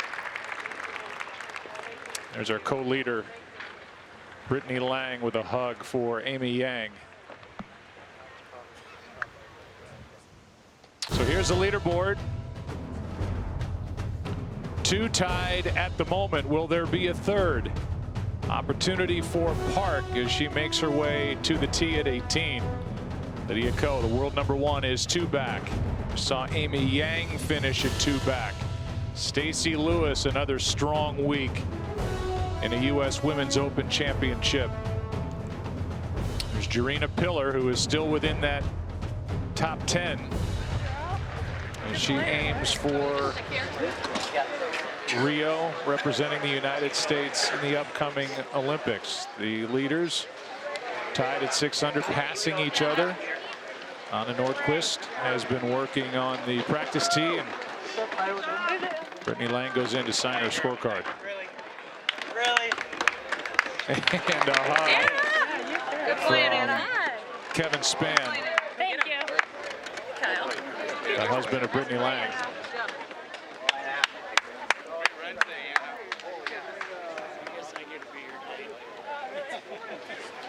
So there is drama left.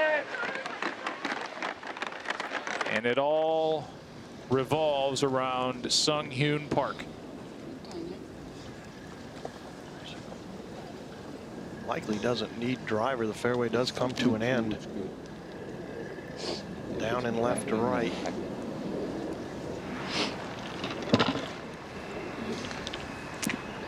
Park has gone birdie, par, par on this 18th. That's good. Just a gorgeous setting here at Cordoval, foothills of the Santa Cruz Mountains in San Martin, California.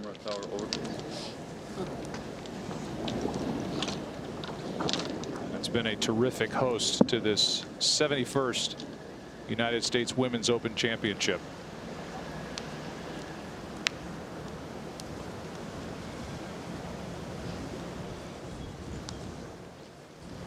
Looks like she's going to go with her hybrid here, not the 3-wood, so she's likely going to turn this into a 3-shot hole.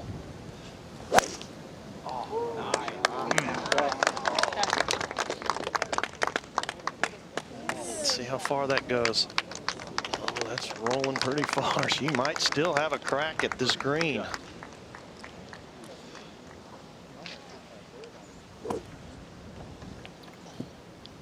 Way down there. For those who weren't with us yesterday, Brad Faxon doing a great job comparing the swing of Sung Hyun Park to that of men's U.S. Open champion Dustin Johnson. Similar look, similar rip. Here's Lydia Ko. Good.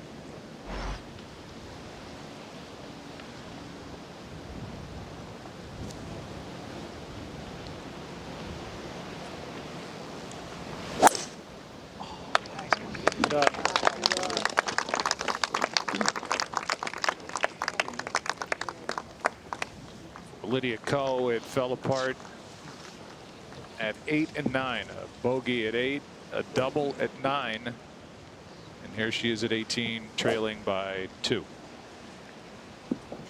Now Uni G.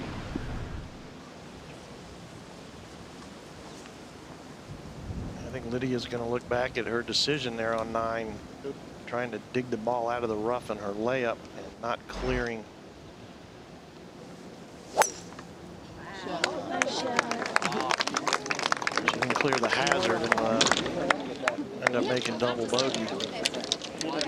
Well, barring an eagle ball, we are headed for a 3-hole aggregate playoff. Well, Brittany Lang, kiss and a hug from her husband, Kevin Spann. Not done. You got to play more. Remember what Mark Cuban said when the Irish won the Western Conference Finals? We ain't done yet. We ain't done yet, Mommy. Thanks for sharing, everybody. Oh, you are so sweet. Paula Creamer right there, and it was a bogey 3-putt at 17 that dropped her to 6 under and in a tie with that 29-year-old. She just turned 29, Anna Nordquist, tied at the top, and Sung Hyun Park with a chance with a birdie to get into a 3-way tie. Paul, you've talked last couple of days about how good of a wedge player, short wedge player Lydia Ko is. She may have to hole one out to join the fun at 6 under. She's got the kind of distance control to do it, but I think the impact on Lydia Ko really wouldn't have been as much had she won, as she's just legacy building at this point in her career. However, Nordquist, Lang, and Park, it would be a life-changing victory for either one of the three of them. That's going to leave you like probably 75. This one, no chance reach. No, it's not going to reach. All right. Between the TV tower and the flares. Okay.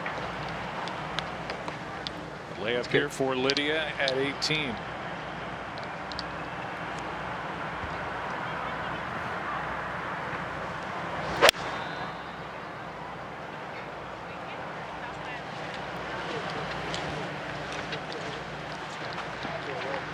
Now she will have that wedge in her hand.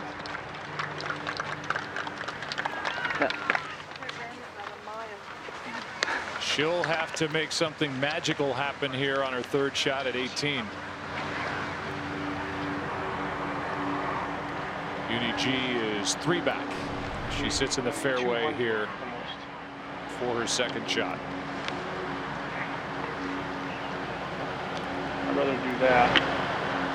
And you can definitely throw something back there, no problem. Close. Yeah. So, Just a little up to the last yeah. Well, the wind's going this way. So I like almost that rake.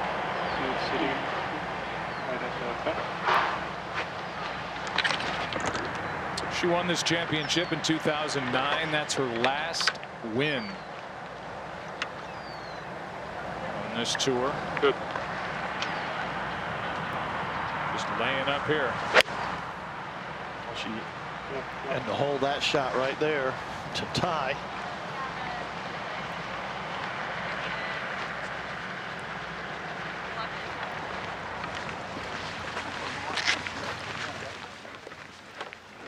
I see that wind maybe laying down just a little bit. Scott McCarron is down there. Yeah, the wind's still up, but it's a little bit softer than it's been. She's got 220 front, 230 to the hole. As long as slice wind or a little bit back wind, then perfect. If front wind, then we stop. Okay.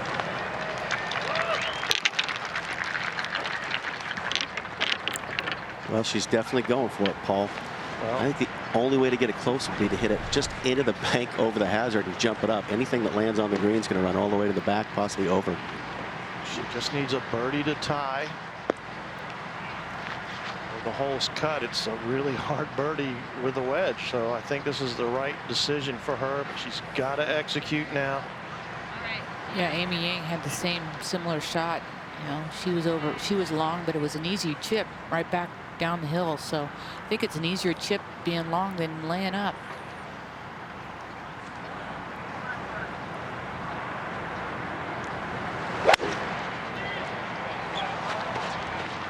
And this is hooked well left. Well, that's the end of that. So that's heartbreaking. She seemed to me like she was fighting that all day. She was able to hang on for the most part. Her misses have been to the right, and you just felt like the hook was lurking, and it came at the worst possible time.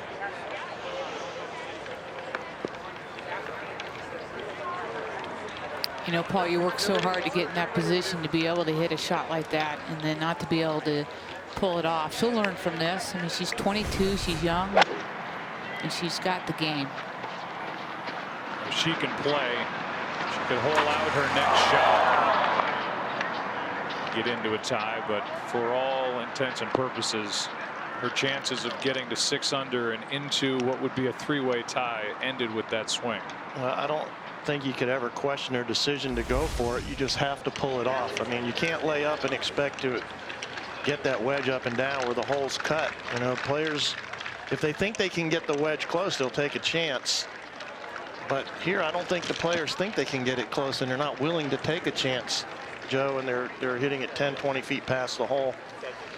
So, I think she made the right decision. Absolutely. She just made a bad swing. Yep, absolutely. She had to go for it at this point, and she just got to go out to the right. But again, she's been hanging on all day. She's trying to walk it off right now. You can see how disappointed she is. So we can get right by the cameraman.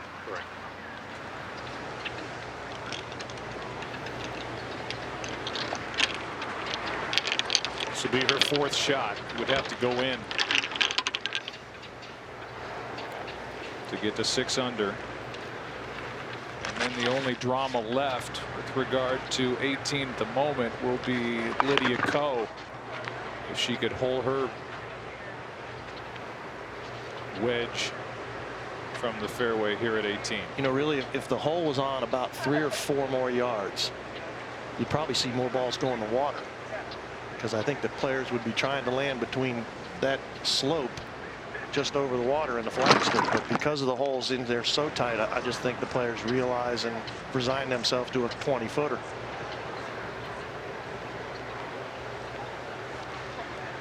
And there you see it. There's just really no room to land it between the water and the flagstick and get it close today, not downwind. Yeah, she's got to hold this to tie. Now both are able to practice with enough time that's passed. Brittany Lang joining Anna Nordqvist. 3-hole aggregate coming up. Yeah, Joe and Anna's been done for about 45 minutes. How well do these two know each other? These two are best buddies. Well, maybe not best buddies, but they're great buddies. Anna came to Brittany's wedding. They played practice rounds together. They're not good buddies during the Solheim Cup, but they're good buddies off the golf course. Pin is good.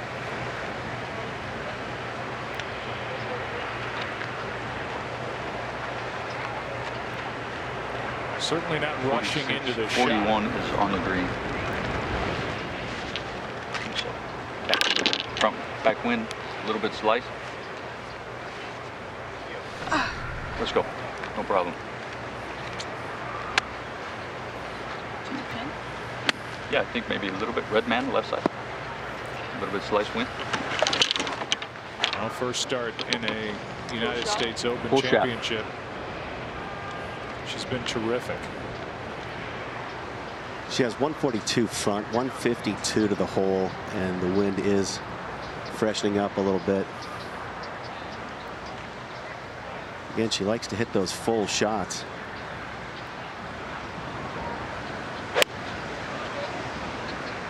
Got to go in. Gave it a look. She's gotten it closer than most have been able to with their sand wedge.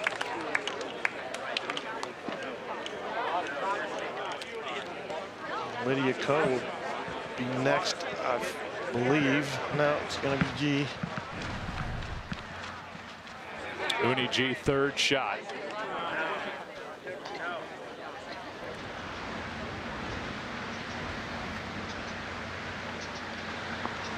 No chance for her to get into the playoff. Only chance that remains is for Lydia Ko. 78 yards, just downwind. It's a sand wedge.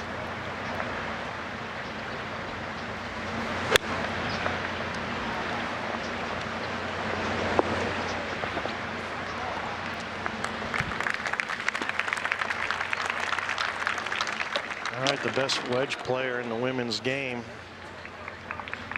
Got to hit her greatest shot ever here.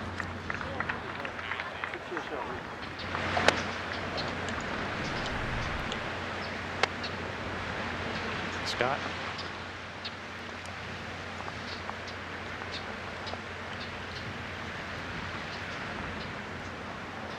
Just 75 yards, just a lob wedge. She's had some great wedges already today.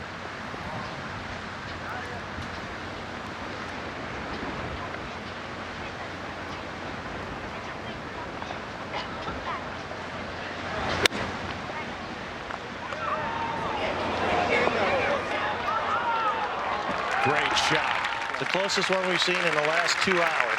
That's a heck of a shot, but it's going to be coming up a little short. She's been a joy to watch all week, really, in her young career. Just 19 years old. Not to be in the 71st U.S. Women's Open for Lydia Ko.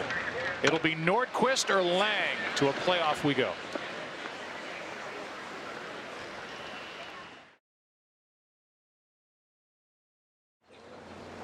Well, we know it will be a 3-hole aggregate playoff between two. These players will finish their week here at Cordoval. And we will get extra golf here in San Martin, California.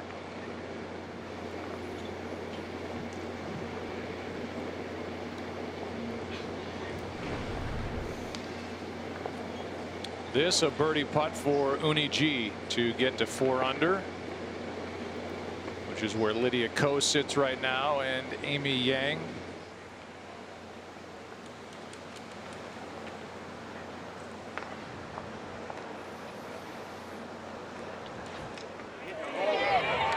Oh, what a finish. Cha-ching.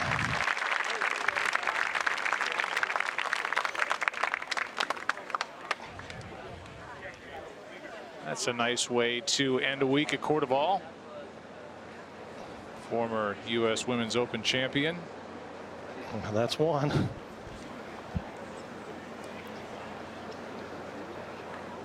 Sung-Hyun Park will be next to play for par.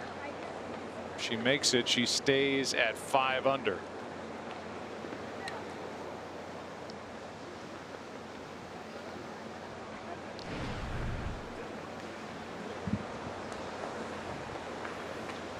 Well, you got a feel for her. She's been right in the heat of the battle the entire week after an unbelievable first round of 8 under par, tying the Women's U.S. Open record for lowest round.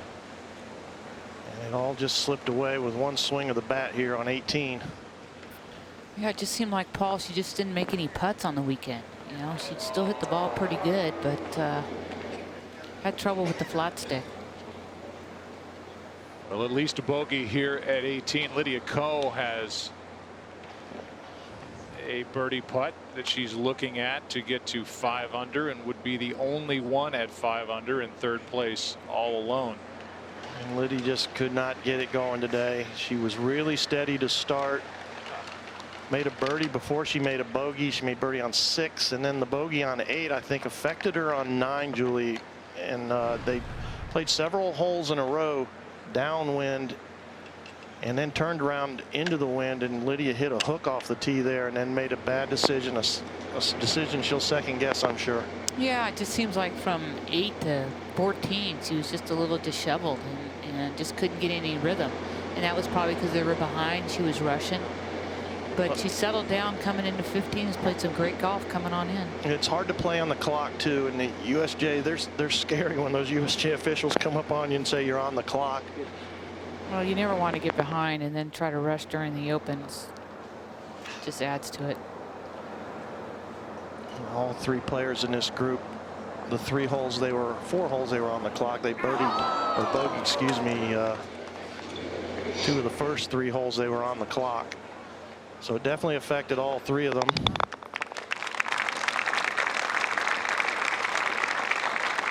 You could say a disappointing finish, but she never seems disappointed about anything. I think she loves life as much as anybody that plays competitive golf. Well, she keeps putting herself in those positions. You're going to probably say it wasn't a great tournament from her. She finished 3rd or 4th. Well, here is a bogey try for Sung-Hyun Park. Her first start, as we mentioned, in a U.S. Women's Open Championship, and she showed flashes of brilliance. Well, and with her power this week, she really was only 1 under on the par 5s for the week, and that's you know, huge opportunities lost for her. She was reaching most of them in 2. 4-way tie at 3rd.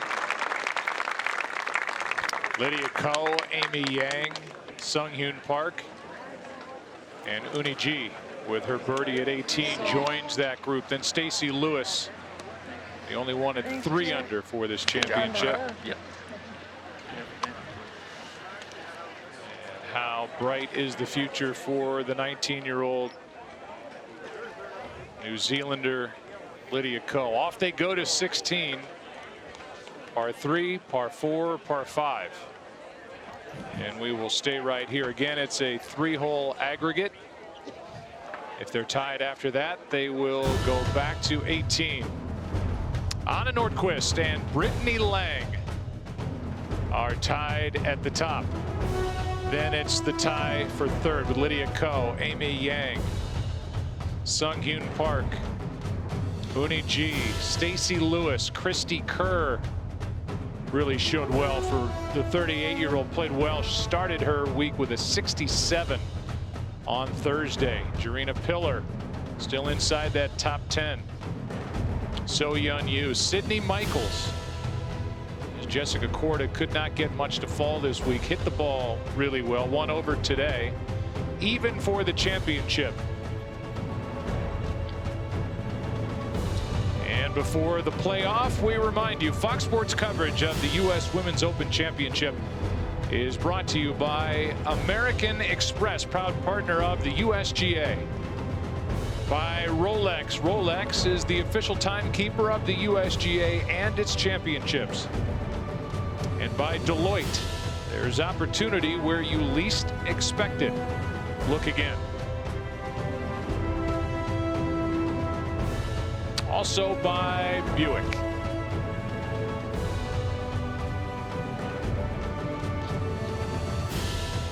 And as we welcome you inside the tower, we get some extra golf. I'm Joe Buck, along with Paul Azinger and the Hall of Famer, two-time U.S. Women's Open champion Juli Inkster. And, well, we've got a playoff, a three-hole aggregate playoff between two, one of which has won a major, an opportunity here for the first for Brittany Lang.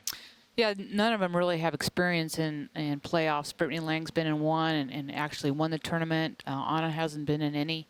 I lost a U.S. Open in a playoff, 18 holes, so there's a lot on the line for them right now. They're probably both had the best control of their golf ball today, all day long, so I think it's going to be a great playoff. Yeah, it's certainly on the back nine. There was some impressive golf, and if you want to look to one hole in particular, for Anna Nordqvist, she took advantage of the length off the tee at the par 5 15th, ended up making eagle after backing off a putt. That is specifically why she's in this playoff. Yeah, she hit it great. Brittany Lang had a great driving round today, other than the 15th hole, the par 5 you speak of there, which is reachable. But, you know, their personalities are completely different. Nordqvist is more of that steely type, isn't she? And Lang might be a little more fidgety, maybe a little more unsure. But I found personally when I got in a playoff that for whatever reason, I was a nervous wreck until I got to that point. Once the playoff hit, I was able to relax. So hopefully that same thing will happen to Brittany Lang. They'll both play great golf.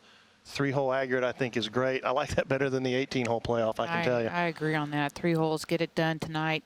Get your champion tonight. But again, there's no sudden death, at least to this point. So that's something that I think our viewers are not used to seeing if they haven't watched this side of the sport. You got to count them all, and you're playing 3 holes, and we'll see where we sit after this train makes its way to 16, the par 3, and they play 16, 17, and 18. 16's similar to the 18th hole in that they're going to be hitting a little sand wedge or a big sand wedge or a little pitching wedge there, but unless they think they can get it close, they're not going to be willing to take a chance, and it's going to be hard to get it close on 16. It's going to be hard to get it close on 18 if you lay up. So. And Paul, I always thought it was hard to play a playoff against your friend. And they are good friends. Yeah. They play practice rounds together. They've been to each other's wedding, and you know, whatever. So. Yeah. So yeah, they got a lot on the line. U.S. Open champ. Well, for Brittany Lang, her thoughts about the USGA, this great championship. I love the USGA. I have a lot of respect for them and how they set a course up and how they run things. They're always really special places. It's my country's major. I just love the way they set the courses up, and this has been a fantastic setup. A golf course that debuted in 1999. Kiss from Kevin Spann, Brittany's husband, Anna Nordqvist. These two good friends will go at it here for this major championship. Good playing, girl. That's a Brittany Lang. She calls everybody by their last name. Good playing there, Nordqvist. That's great. And again, it's Brittany and her brother on the bag, Luke. Kyle Morrison working with Anna Nordqvist, and those 4 will negotiate these last 3 holes and see who raises the trophy on 18. You know, I really think that there's a chance that neither one of these women are even announced nervous at this point. They've, you know, you don't know if you can do it until you've actually done it, and that's kind of where Lang is, not necessarily Nordqvist, but that fact that you've gotten in the playoff, I think you proved to yourself, I can handle the pressure, I can handle the nerves, and you can get more relaxed. You can definitely get more relaxed. Well, the major championship win for Nordqvist came in 2009, so it's been a while. Nordqvist talked earlier this week about how much he wants to win another major, saying it's definitely a dream of mine. That's why I'm still out here and still pushing myself week in and week out. Because if it wouldn't be for these things, I wouldn't push myself as hard as I am. Julie, do you care either way whether you go first or second? I want to go first.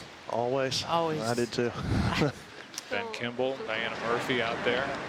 You got to think, you know, Brittany right now, hopefully not in the back of mind, she's not thinking about number 17 because, you know, sometimes, you know, you got that little doubt in there. She's got to be 100% in right now.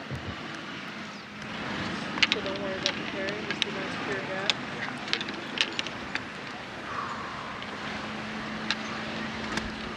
You hear a quote like that from somebody like Anna Nordquist, you think they're playing the back nine, so to speak. She just turned 29, and Brittany Lang is only 30.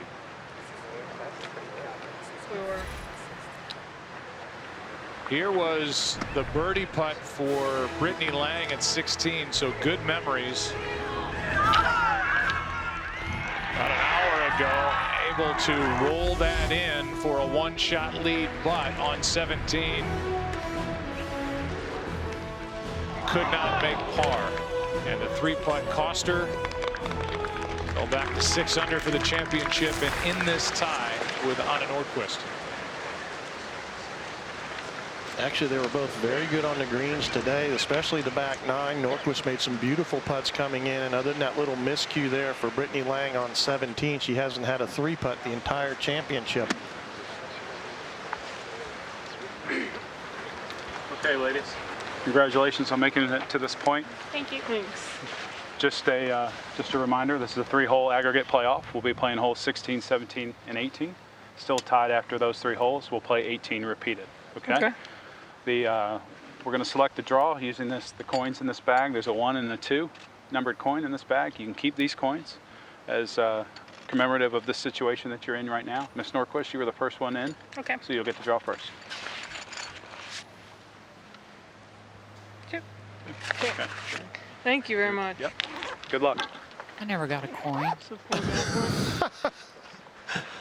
Oh, poor baby. Well, so it feels to me like getting to go first is offense. Okay. And should be downwind left to right, but mostly just downwind. And this is enough. Yep. It's an aggressive swing, right? All right. This is a good stick. Yep. Down slice. Downwind. She can make a long putt. There's a big breath of air there.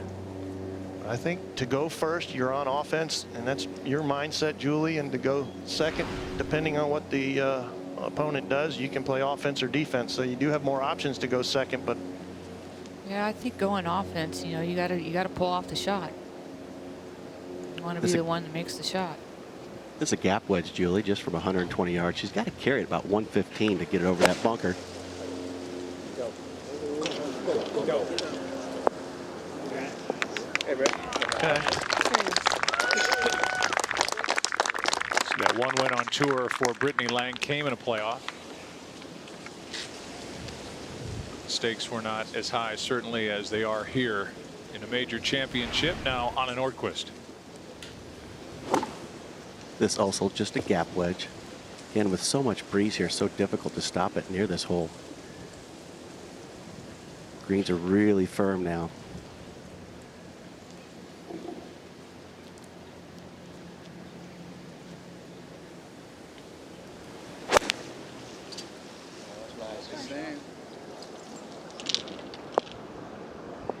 Well, they were both aiming there. You can believe that.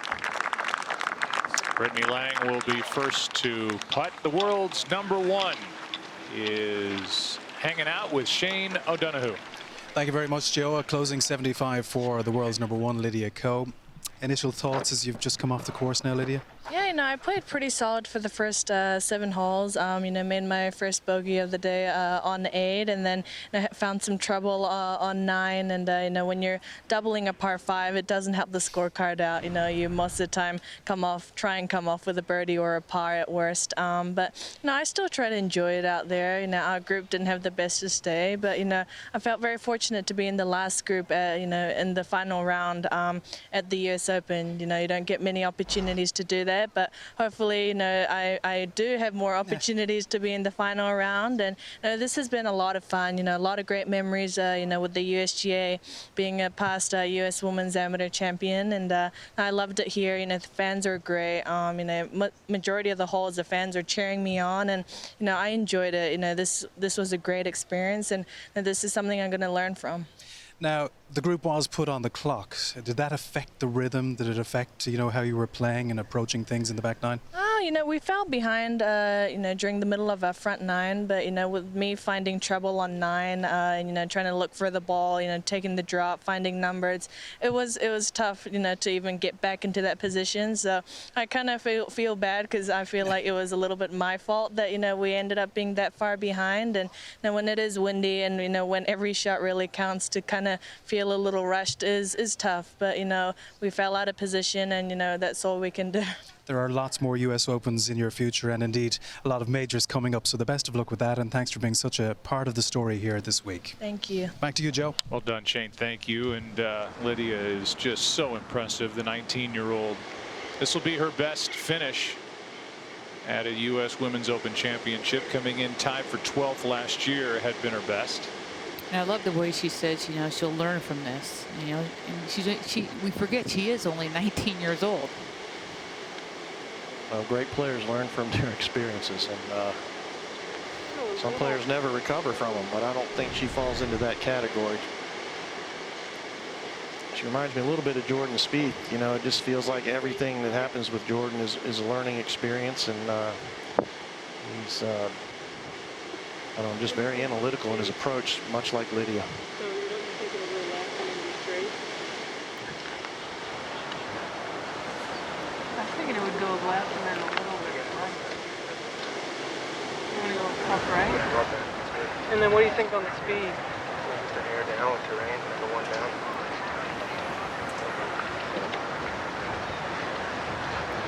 One down? Yeah.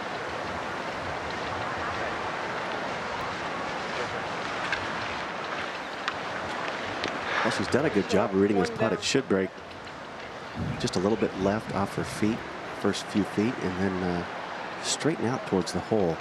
It is going to be downhill just a little bit all the way.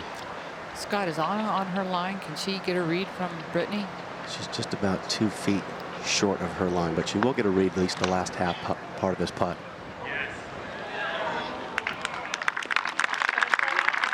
Brittany will start with a par. This is the first playoff since 2011 that happened at Broadmoor, Colorado Springs, won by So Yeon Yu. A par here at 16, and now Anna Nordqvist. Well, she's certainly got a pretty good read, at least the last half part of her putt. So, if anything, the last foot or so might just go a little bit to the right. There's a little bit of breeze just blowing it that way. And as soon as the ball starts slowing down, we all know that the breeze will affect it. Slightly down, though. Yeah, slightly down.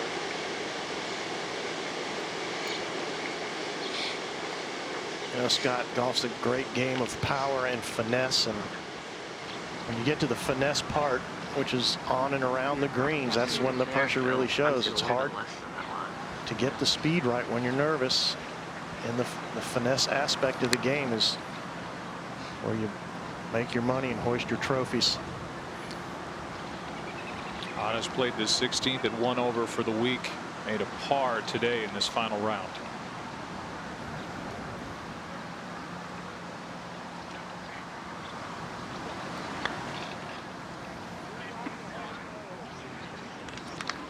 That was a really good chance to take a one-shot lead there.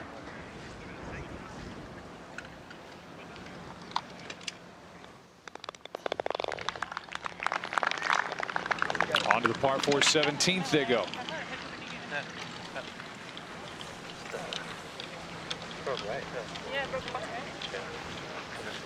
You have to think, Paul, this would be the toughest of the 3 holes, this par 4. It's played tough all week.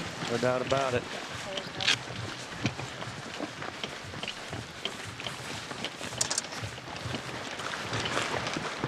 Anna Nordqvist trying to join these two as Swedish champions. You see the great Annika Sorenstam, and as we said, ironic that earlier today, Sweden's Alex Noren won the Scottish Open. So here is Anna Nordqvist with a chance to make it a double dip for Sweden as we play here at Court of All. Julie, did you have a different mindset if you were playing aggregate playoff versus sudden death? You know what, Brad? I never got to play the aggregate format, so ours was just well, on 18 holes. 18-hole playoff. Yeah. I think 18 holes is a tough day because you got to come back the next day. You know, your vibes are different. I just think this is a great way to do it. 3 holes, get it going, get it done. Now Lang off the tee with her 3-wood. She's been aggressive off this tee all the days. She can really force Nordqvist's hand here if she hits a good tee shot.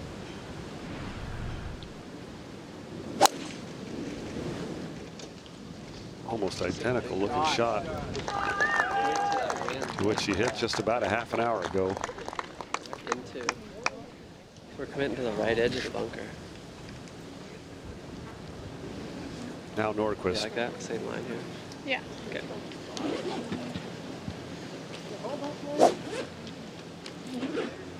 With driver. She bogeyed this hole twice. Both times she drove it in that left fairway bunker. See if she can avoid that.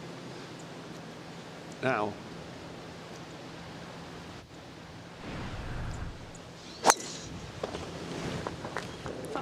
Uh-oh. Okay, here we go again. Finds it again. Well, we'll take a break. We're on 17 in this Similar playoff. spot. Still even. Middle of that left section. After 73 holes in this major championship. Hit a couple.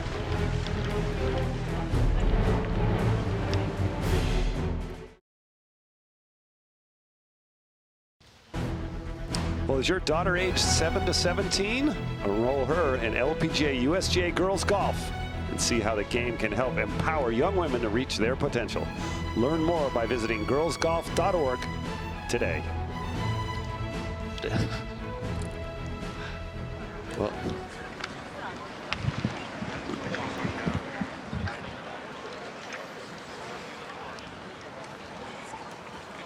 there's Anna Nordqvist in the left fairway bunker. Brittany Lang is down the right side. The fairway bunkers have given the women a lot of trouble this week.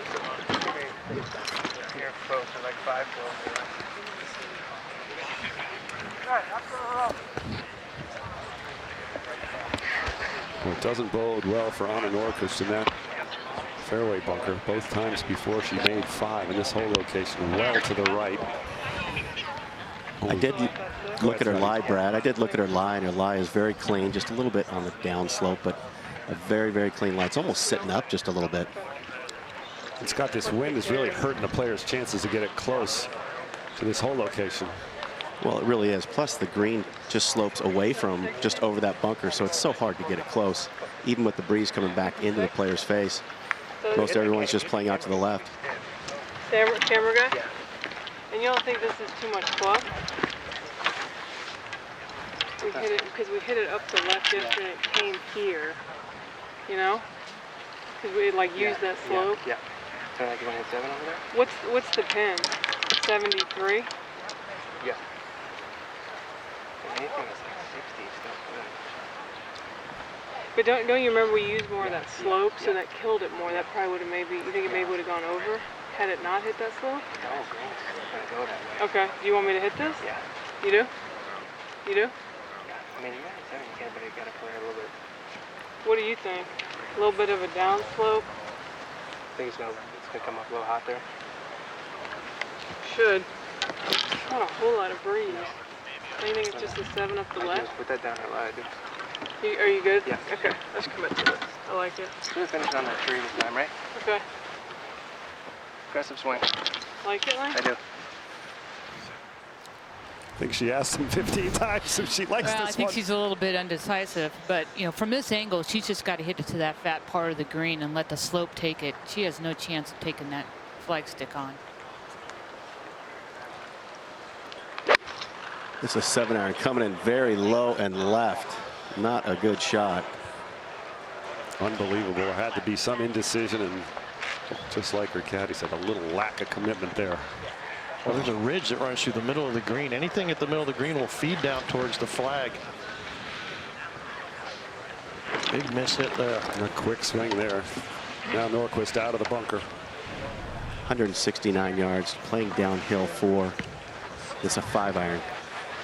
Scott, from this angle, we can see this lie. It looks like it's setting up beautiful. The rake, Yeah, the rakes really. going down the right angle too.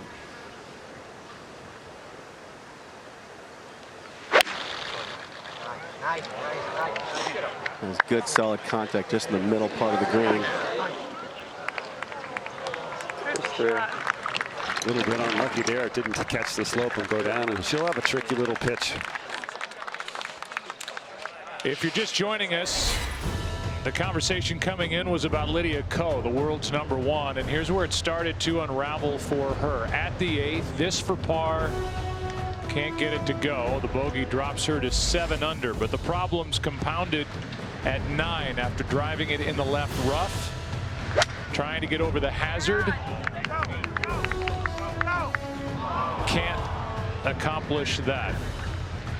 A double bogey and drop out of the lead here at 9. Now Anna Nordqvist here at 12 for birdie. Remember, she started this day 6 shots back. Able to roll that one in to move to 4 under par. Then at 15, second shot at the par 5. Well, this was just fantastic. She blasted a tee shot, only 182 yards to the par 5.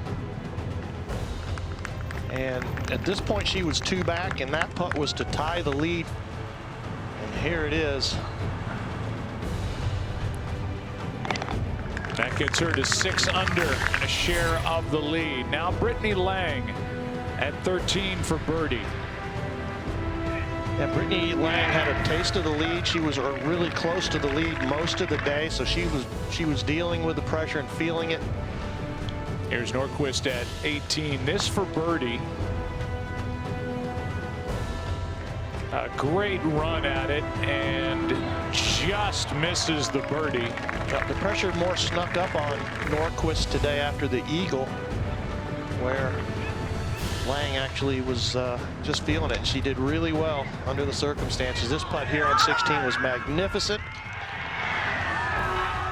She takes the lead at 7 under, so 2 holes to go with a 1-shot lead in the U.S. Women's Open, but a 3-putt at 17 costs her the lead. She falls into the tie with Anna Nordqvist, and they still sit tied after 1 playoff hole as they play the 17th.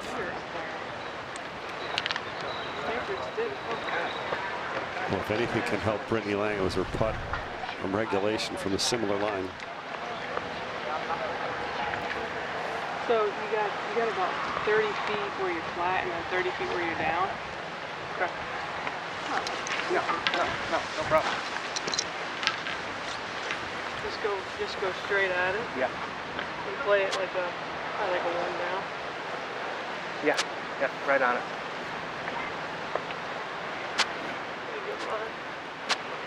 So just go straight at it, she says. Yeah, this chip will actually break a little bit to her right, and anything with a little bit of speed could run off the green in this little collection area, so she's got to be very careful with this. Back into the breeze. If you like stats, she's been good around the greens this week. 69% of up and downs. Looks like she hit it hard. Nope. Get loud. Okay, Rick. Yeah, nice pace there. Tough shot.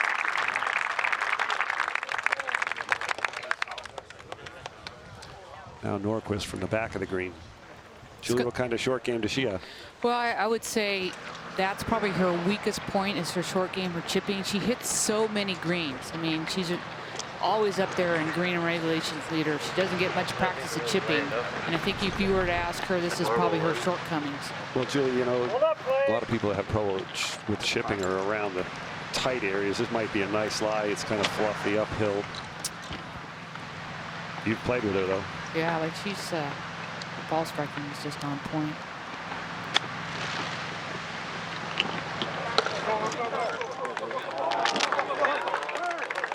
No, it's very nice. Very well played. Now the pressure back on Lang.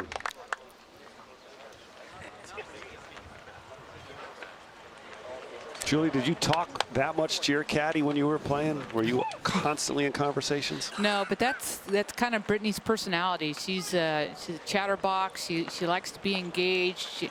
She likes to talk. She's got a great bubbly personality. She likes to talk it out with her brother. That's the way they play. Did she call you Inkster? Yeah, she calls me Inkster.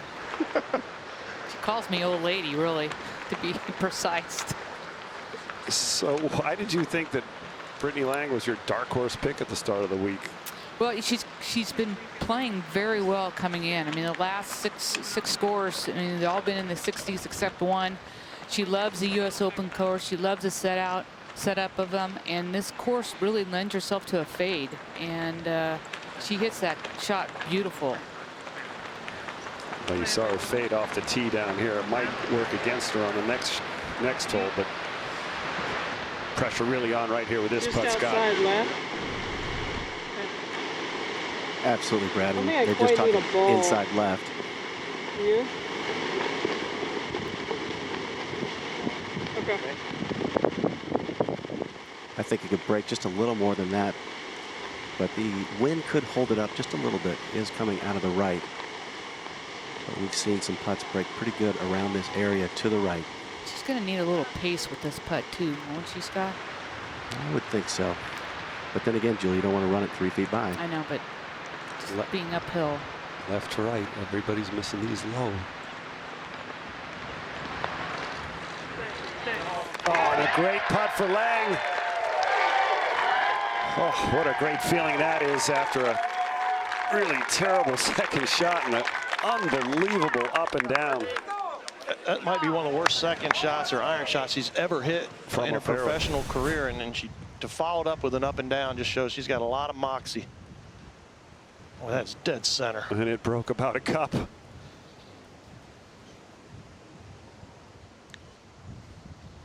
Now Norquist can't take this for granted, obviously. She works really hard on her putting. She does a lot of drills. You know, this time I can't see her missing this. This is going to be straight in. Julie, while she was practice putting before the playoffs, she had a chalk line down. Helps you with alignment and just seeing that straight line. Nothing here. See the line on her ball. 2 pars. 2 great pars. They're probably thinking, boy, I hope I don't have to play that hole again. Or I'm glad I don't have to play that hole again. Well, it's just the 18th now. Well, an 18 is definitely reachable. We know that for a fact, but the players are going to have to make a decision as to how far they want to drive this ball and whether or not they want to take a chance. Here's a look at the 18th. It's a slightly downhill tee shot. The fairway runs out, hazard up the entire left side. The rough is not so deep on the right that if you bail over there a little bit, you can get a decent layup shot. You got to watch for that oak tree, though. And then the hole is tucked on, it's on 10, or only 5 actually over that area right there on the left. We've seen that today. It's very difficult for a player to get it close, even with a wedge.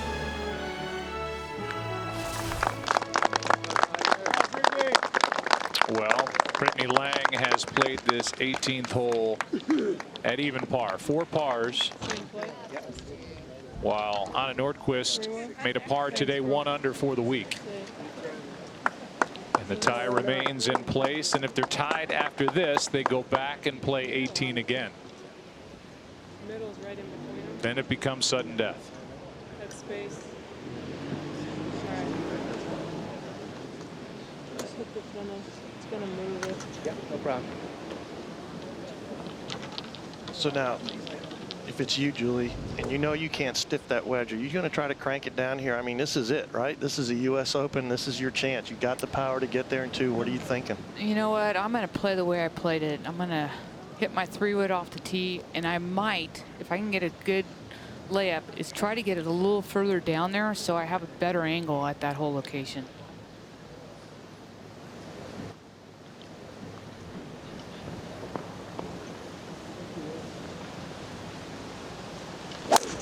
not one for putting all my eggs in one basket. I like to spread them out a little bit. Spread those eggs out. Well, birdies are about as hard to find on this hole as a deviled egg after a church picnic. That's an old Southern saying, but it's the truth. Well, she's found the rough on the right. That's a sure enough. That's a sure layup for Brittany. And now Definitely gonna move. Yeah. Marquis also laying back. Anna has Kyle Morrison on her bag. First year for that pairing. Kyle used to work for Bo Martin.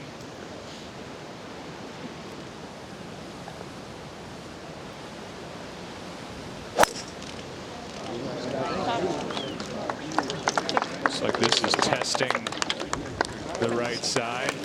And into the rough goes Anna Nordquist. It looks like she drew a little better lie than Brittany there. We got us a wedge Same spot. contest now.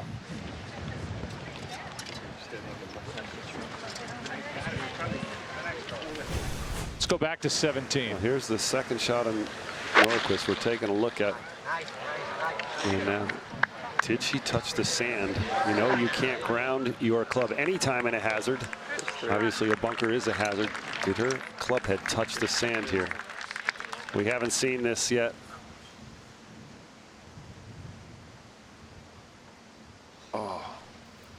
There's no doubt about it. Brad, crushing. That is crushing. That's a 2-stroke penalty. So do they tell them right away, or do they wait? They don't know, Julie. Oh. I asked them. They're just seeing it. I've alerted Thomas Pagel to the fact that there may be an issue. Unbelievable. One of our camera operators saw that when he was shooting it. And so that's the first time any of us, either in the booth or down in the truck, have seen that. And so now there's information and a 2-stroke penalty. You know, and where that sand fell, I'm guessing she didn't even see it because it was underneath her club head, it looked like to me. Well, we'll look at it one more time. Right now, David Fay, you heard him dip into the coverage. You know, and every player before they start to swing, Right they have, there. you see it. They have a little trigger where they move the club head around, and there's no question. Oh, I hate to have to make that phone call. Yeah. Or walk up Well, and they're tell going to her. have to take a look at it. But if she did, if it's concluded that she did touch the sand, it's a 2-stroke penalty. Certainly looks to be the case, but Anna, with you, Paul, that the sand that moved was right underneath her club head. Probably has no idea. No, your head is slightly behind the ball when you set up, and that happened almost. That was actually behind the ball. So. No, if she knew that She'd she say moved the it. sand, she would definitely say it. There's no doubt about that. That's the. She has a huge respect for the game of golf. And there's no question that that's what happened here, and she's going to get a 2-shot penalty. Well, I just hope people don't come down hard on the rules of the game or the USGA again, because absolutely every player in the field knows that this is a penalty without doubt. And she can't argue that that club had hit the sand. And everybody knows that's a basic rule of golf. Yeah, Zing, you said it correct. There's no way she would have known that. Well, I don't think, you know, looking at it again there, it actually was just ever so slightly in front of the leading edge. But, you know, players don't set up with their head in front of the ball. They set up with their head behind the ball. So it's quite possible she didn't see it. And it was just one teeny little clump. One teeny little grain. Second shot here for Brittany Lang. Right. You do? So the USGA, we're told, is looking at that video right now and coming out of the rough. You want me to do that? I think we can. They saw it when we did, Joe, so they're seeing it right now for the first time. And I'm telling you, as a competitor, you don't want to win this way. I mean, but it is the rules of golf. It's just going to be hard to stop. I was just going to make the point that here sits Brittany Lang on a par 5 in the rough, tree semi in her way, not really aware that she's in essence leading by 2. Yeah, makes her decision. It's no way she's going to know that. You like this? Aggressive swing. You go just right at the USGA. Can't get it over there a little bit. There can be a birdie and a bogey here as well, so She doesn't know it, but she's still got to put this ball in play, thinking she's tied.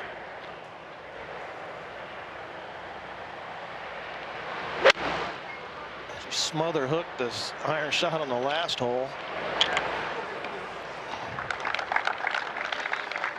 That's not very good, really. You know, now there's no chance of really getting it close. She's going to have to bail a little bit long and to the right.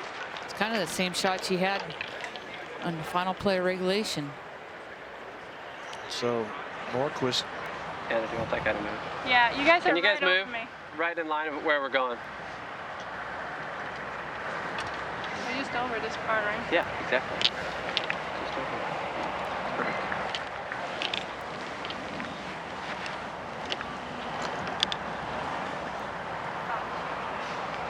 This is a pitching wedge. She's just going to take it over the left side of this tree.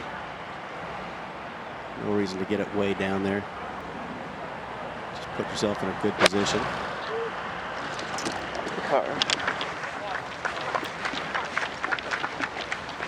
The point of this all is Anna Nordquist plays this 18th hole. There's a possible two-stroke penalty hanging over her head, which she is not aware of. So she may have to make birdie here at 18 to have a chance to continue it, but isn't aware of it. Back after this.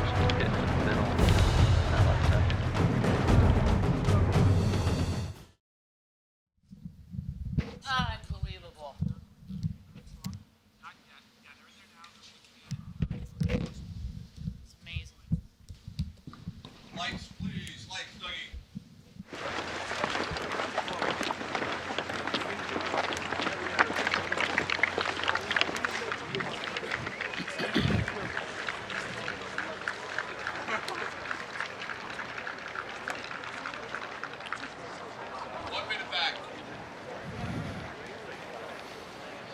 So let's think about this real quick. You know, how do we want to react to this? Well, it's. I mean, it is what it is. It'd be a sad conclusion, but it's not over yet. The problem is, you know, if there was no camera there, no one would know, and they'd play on. That's right. You know. But that's not good either. Yeah, you can't say that. No, you can't. You can't. Sometimes the camera reveals things that you can't see. It's like our ears in a microphone. Right. Old Tom Morris didn't have to worry about that. He ground his club on every freaking bunker. 99 front.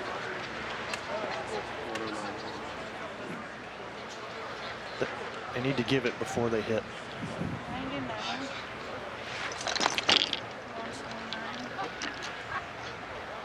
Well, just to update you, the United States Golf Association has looked at the video in our truck.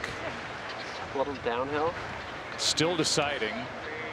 So obviously, as Anna Nordquist is about to play her third shot here, If anything, because unaware of what is looming and hanging over her head, which is a likely two-stroke penalty for grounding her club in the bunker at 17. I hope she finds out before she hits the shot. I don't know if that's possible, but I'm hoping that because, you know, then she'll take a chance. The carry is shorter too. Good lie. Doesn't look like that's what's going to happen. A little bit. Okay. That's perfect. Quick committed one right at the 18. 112 yards. It's just a gap wedge, Paul. It'd be great if somebody could make a decision and call on the radio and put a stop to the action right now, but that's not likely to happen.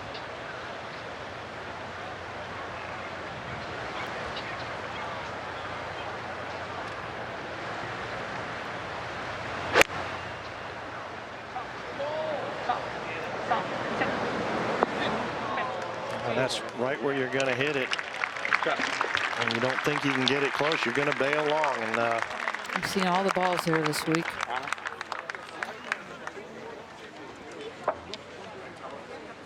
So on the heels of what happened at Oakmont, here we are again, and now the conversation is happening. Well, I don't think that was right to, you know, have Anna hit the ball, and she's going to know now, and Brittany, you know, Brittany's going to know now, and she's going to play it differently. They have seen that you sold the club into the sand. Oh, really? And sand moved. That's it. Oh, really? That is a two-stroke penalty. Okay. We wanted to let you know that now. So they told Anna, and now they will go over and tell Brittany. I don't think he did. Based on video they had from the 17th hole, we have assessed a two-stroke penalty on Anna because she grounded her club in the bunker. We Okay. just told her that for the first time and wanted you to know that now. Thank you. Okay. Yeah, because she put her club in the bunker. Well, this is obviously a huge advantage for Brittany Lang when you've got the water lurking short of the hole.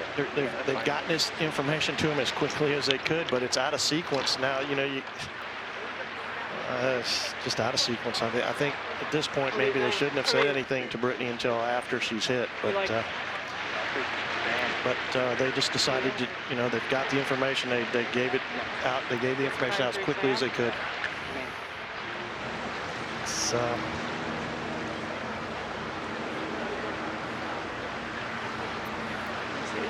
Anna unaware when she hit.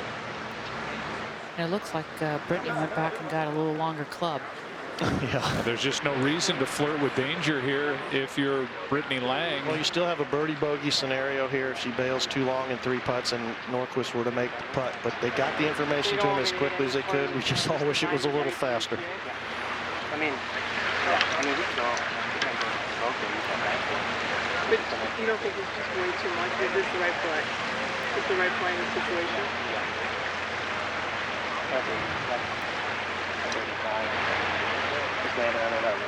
You think it's they're just stupid to hit this go up? Yeah. Okay. And this shouldn't go over the green. Right? Just commit. Right at that microphone? Yeah. And you don't, this won't go over? No. Nope. No problem. Press the point. This is it? Yeah, perfect. 91 yards, just a sandwich. The ball is sitting down just a little bit. I just think it changes your whole mindset. You know, I think it's almost tougher.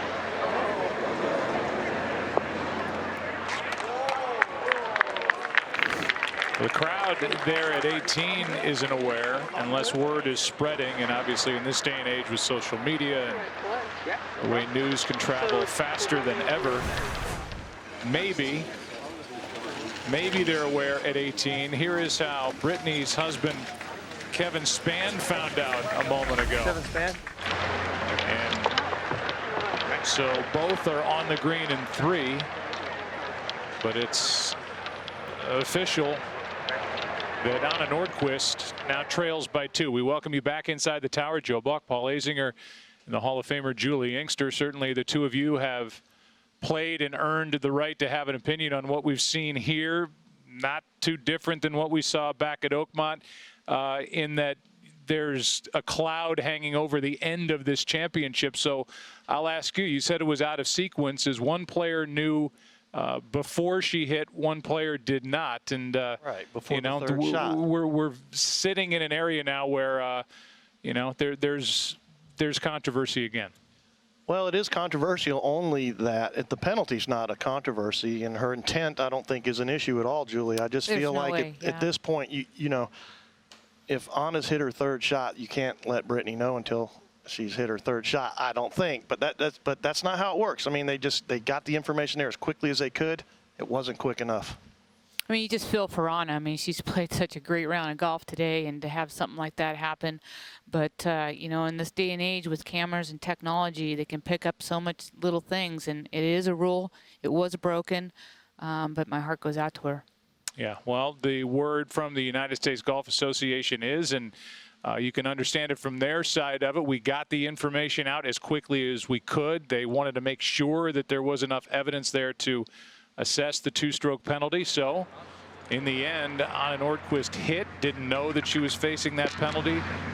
The news came to both Anna, then Brittany hit, and they are both on the green here in 3 at the par 5. The difference being now Brittany Lang leads by 2. Well, she does, and she bailed way to the right because she knew what was going on, and Anna really didn't try to hit that as close as she possibly could because she didn't know what was going on, and that's too bad. But that's what's happened. It's not over yet. Lang, you never know. She could, you know, fumble here and 3-putt, and Nordquist could make, and we'd be off to the 4th playoff hole. But it's just, it's a shame that this had to happen. It's been a great championship to this point, and it still is a great championship. The rules are the rules, and the rules are hard in this game. They're really hard on the players. I mean, you feel like how her mindset has changed in the last 5 minutes from Brittany Lang. I mean, she goes from just, okay, I want to get it close, and now I just want to lag and 2-putt and get out of here. 2 putts to win for Brittany Lang. It would be her first major championship, her 2nd tour win.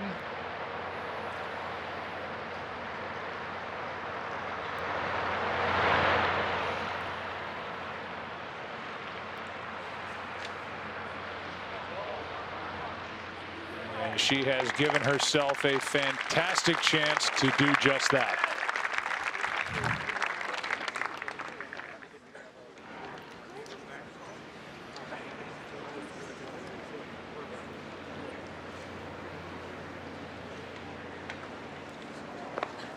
And now Anna Nordquist, who hit grains of sand with the sole of her club in that fairway bunker at 17, which has cost her 2 shots.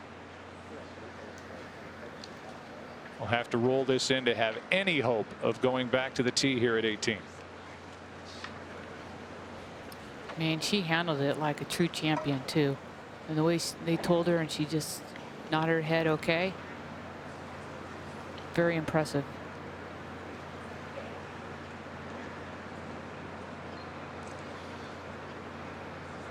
It's not like you can take the camera out of that scenario. I mean, when a rule's broken and the camera's on, it's no different than the NFL. This has to go in, and it's not. And Brittany Lang.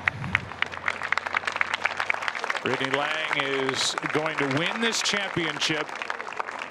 A reminder that Anna Nordquist started this day 6 shots back. An incredible finish for the Swede. Made that eagle at 15. Played well here in this aggregate playoff, but the 2-stroke penalty will cost her any hope of winning here at Coeur d'Alene.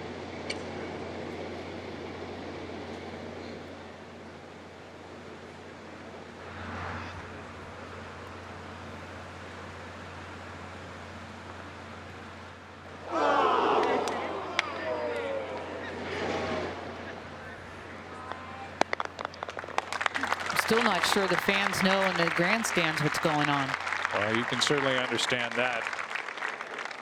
And the stage is now set for Brittany Lang. Nothing here, right? This will change her life. No doubt about that. She played great all week. She did all the things she needed to do. And Brittany Lang is the U.S. Women's Open champion.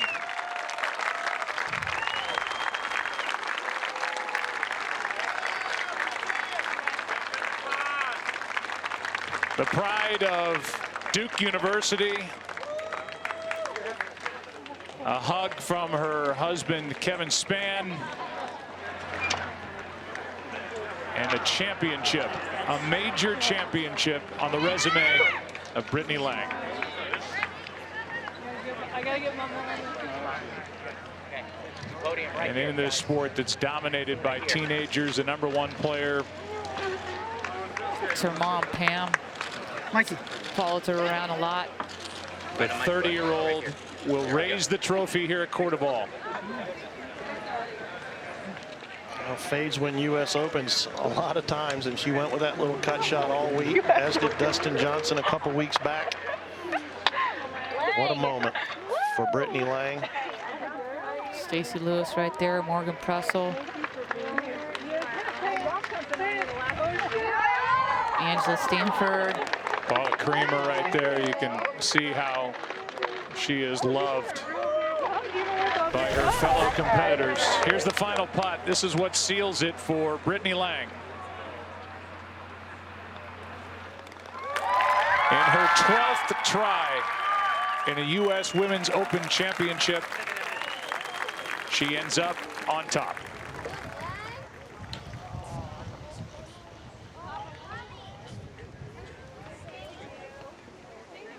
Here is the picture that people will be talking about tomorrow. The grains of sand that topple over. Let's go down to Scott. Anna, did you have any idea on 17 that you touched the sand on the second shot? No, I really didn't. He just told me after hitting my third shot on 18, so obviously that was very disappointing. It's blowing 35-40. I had a 5-iron and I didn't do it on purpose, so, you know, what can I say? I touched the sand, so apparently I did. I hit a really good shot there and good shot in on 18. I've been playing really good today, but it's just hard to lose that way, but that's the game of golf. Well, you played so well all week. What do you take from the Women's Open? Yeah, I mean, I finished second in the U.S. Open, and if it wouldn't been for that penalty, I mean, I would have a good go at it on the last there. So we just kind of lost a little bit of focus there when he told me, and that changed her plan too.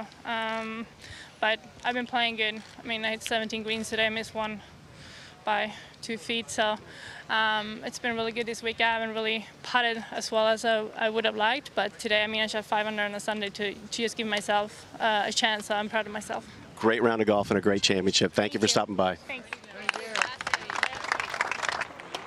Nice by Anna Nordqvist to stop by and talk with Scott McCarron. It's a classy lady right there. She really held herself together well. Got to be heartbreak for Anna. Elation, ecstasy for Brittany Lang, who in a playoff is the 71st United States Women's Open champion. We'll take a break, come back and hear from the champion on the other side. What a week it's been at Cordoval. Brittany Lang, the winner. Good. You just got all in there. We just want to make sure you get out bigger. I'm going to go up. Brittany Lang is the champion here at Cordoval. This picturesque setting, winning in a playoff over Anna Nordqvist. What a week of golf. What a setting here in San Martin, California. Now for the trophy presentation, down to Shane O'Donoghue. Ladies and gentlemen, good evening. Please join us in welcoming the President of the United States Golf Association, Mrs. Diana Murphy, and our new champion.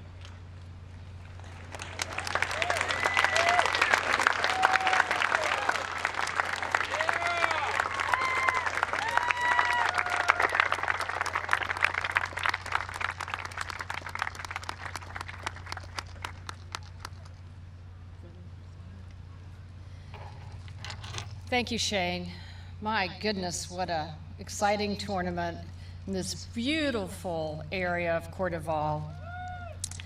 On behalf of our championship chairman, Stu Francis, and our women's chairman, Stacy Collins, and all of us at the United States Golf Association, please join me in congratulating the 71st U.S. Women's Champion, Bethany Lang.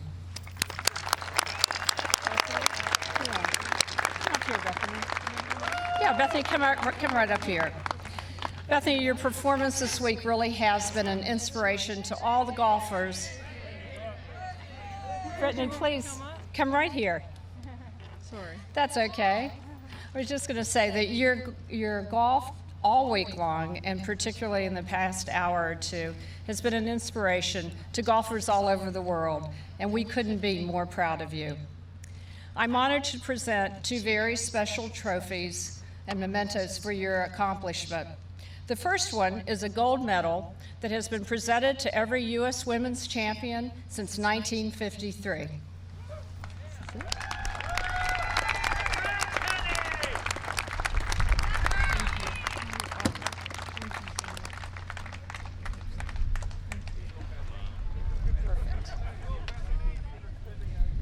And second is the beautiful Harton S. Semple Trophy, the true prize of our champion.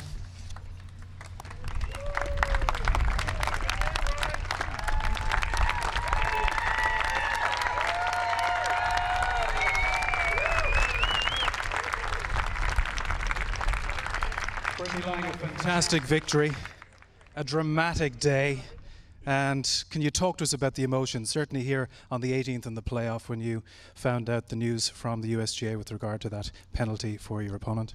Yeah, it's definitely a shame for Anna for it to come down to something like that. You never want it to be because of a penalty. You want it to be because of better play. So, I mean, I'm ecstatic. I feel for her, but definitely took a little bit of pressure off me. So, yeah. An incredible performance. You were 2 shots back going into the final round. You know, the benefit of experience. It's your 12th US Open. You were tied second as an amateur in your first US Open 11 years ago. What did you go out with what was the game plan going out there today? Yeah, I've been playing so good all year, and I'm just trying to work and stay in a process, and I'm super proud of myself for doing that. I did such a good job all 4 days, and it's not easy to do when that's on the line. So I'm really proud of myself, and it was an absolute blast. But 12 U.S. Opens, you learn a lot. You learn to chip out and make pars and make bogeys, so definitely played smart golf. You are the new US Women's Open champion. What does it mean to you, Brittany Lang? I can't believe it. It means absolutely everything. I know all my girls who came out, for a young American girl growing up, this is what you dream of. I mean, you dream about winning tournaments, but the U.S. Women's Open, this is everything. It's amazing. Well, you're going to join an illustrious list of champions. You're going to be there forever. It's the 71st hosting of this championship, and you are the winner. Well done to Brittany Lang. Congratulations. Thank you so much. Well done, Shane. Congratulations to Brittany Lang.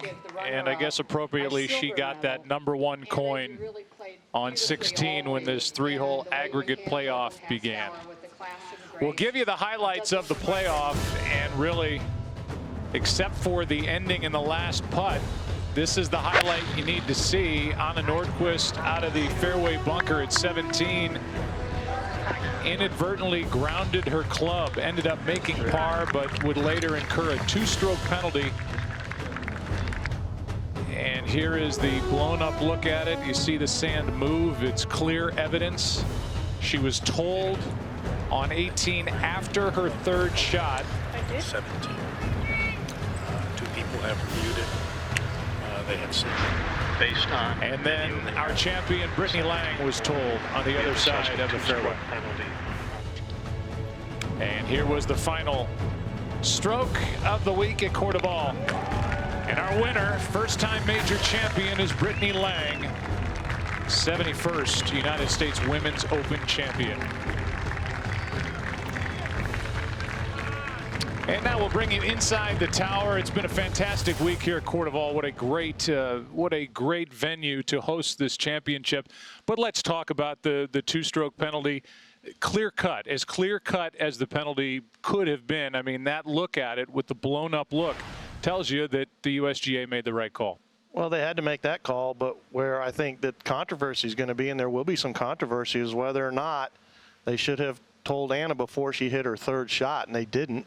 And that changed the way she hit it. Brittany said in her interview that it changed the way she hit her 3rd shot. So I just feel like that they would have served the players better had they both known or neither known. And once you didn't get it to Anna before her 3rd shot, you should not have gotten it to Brittany.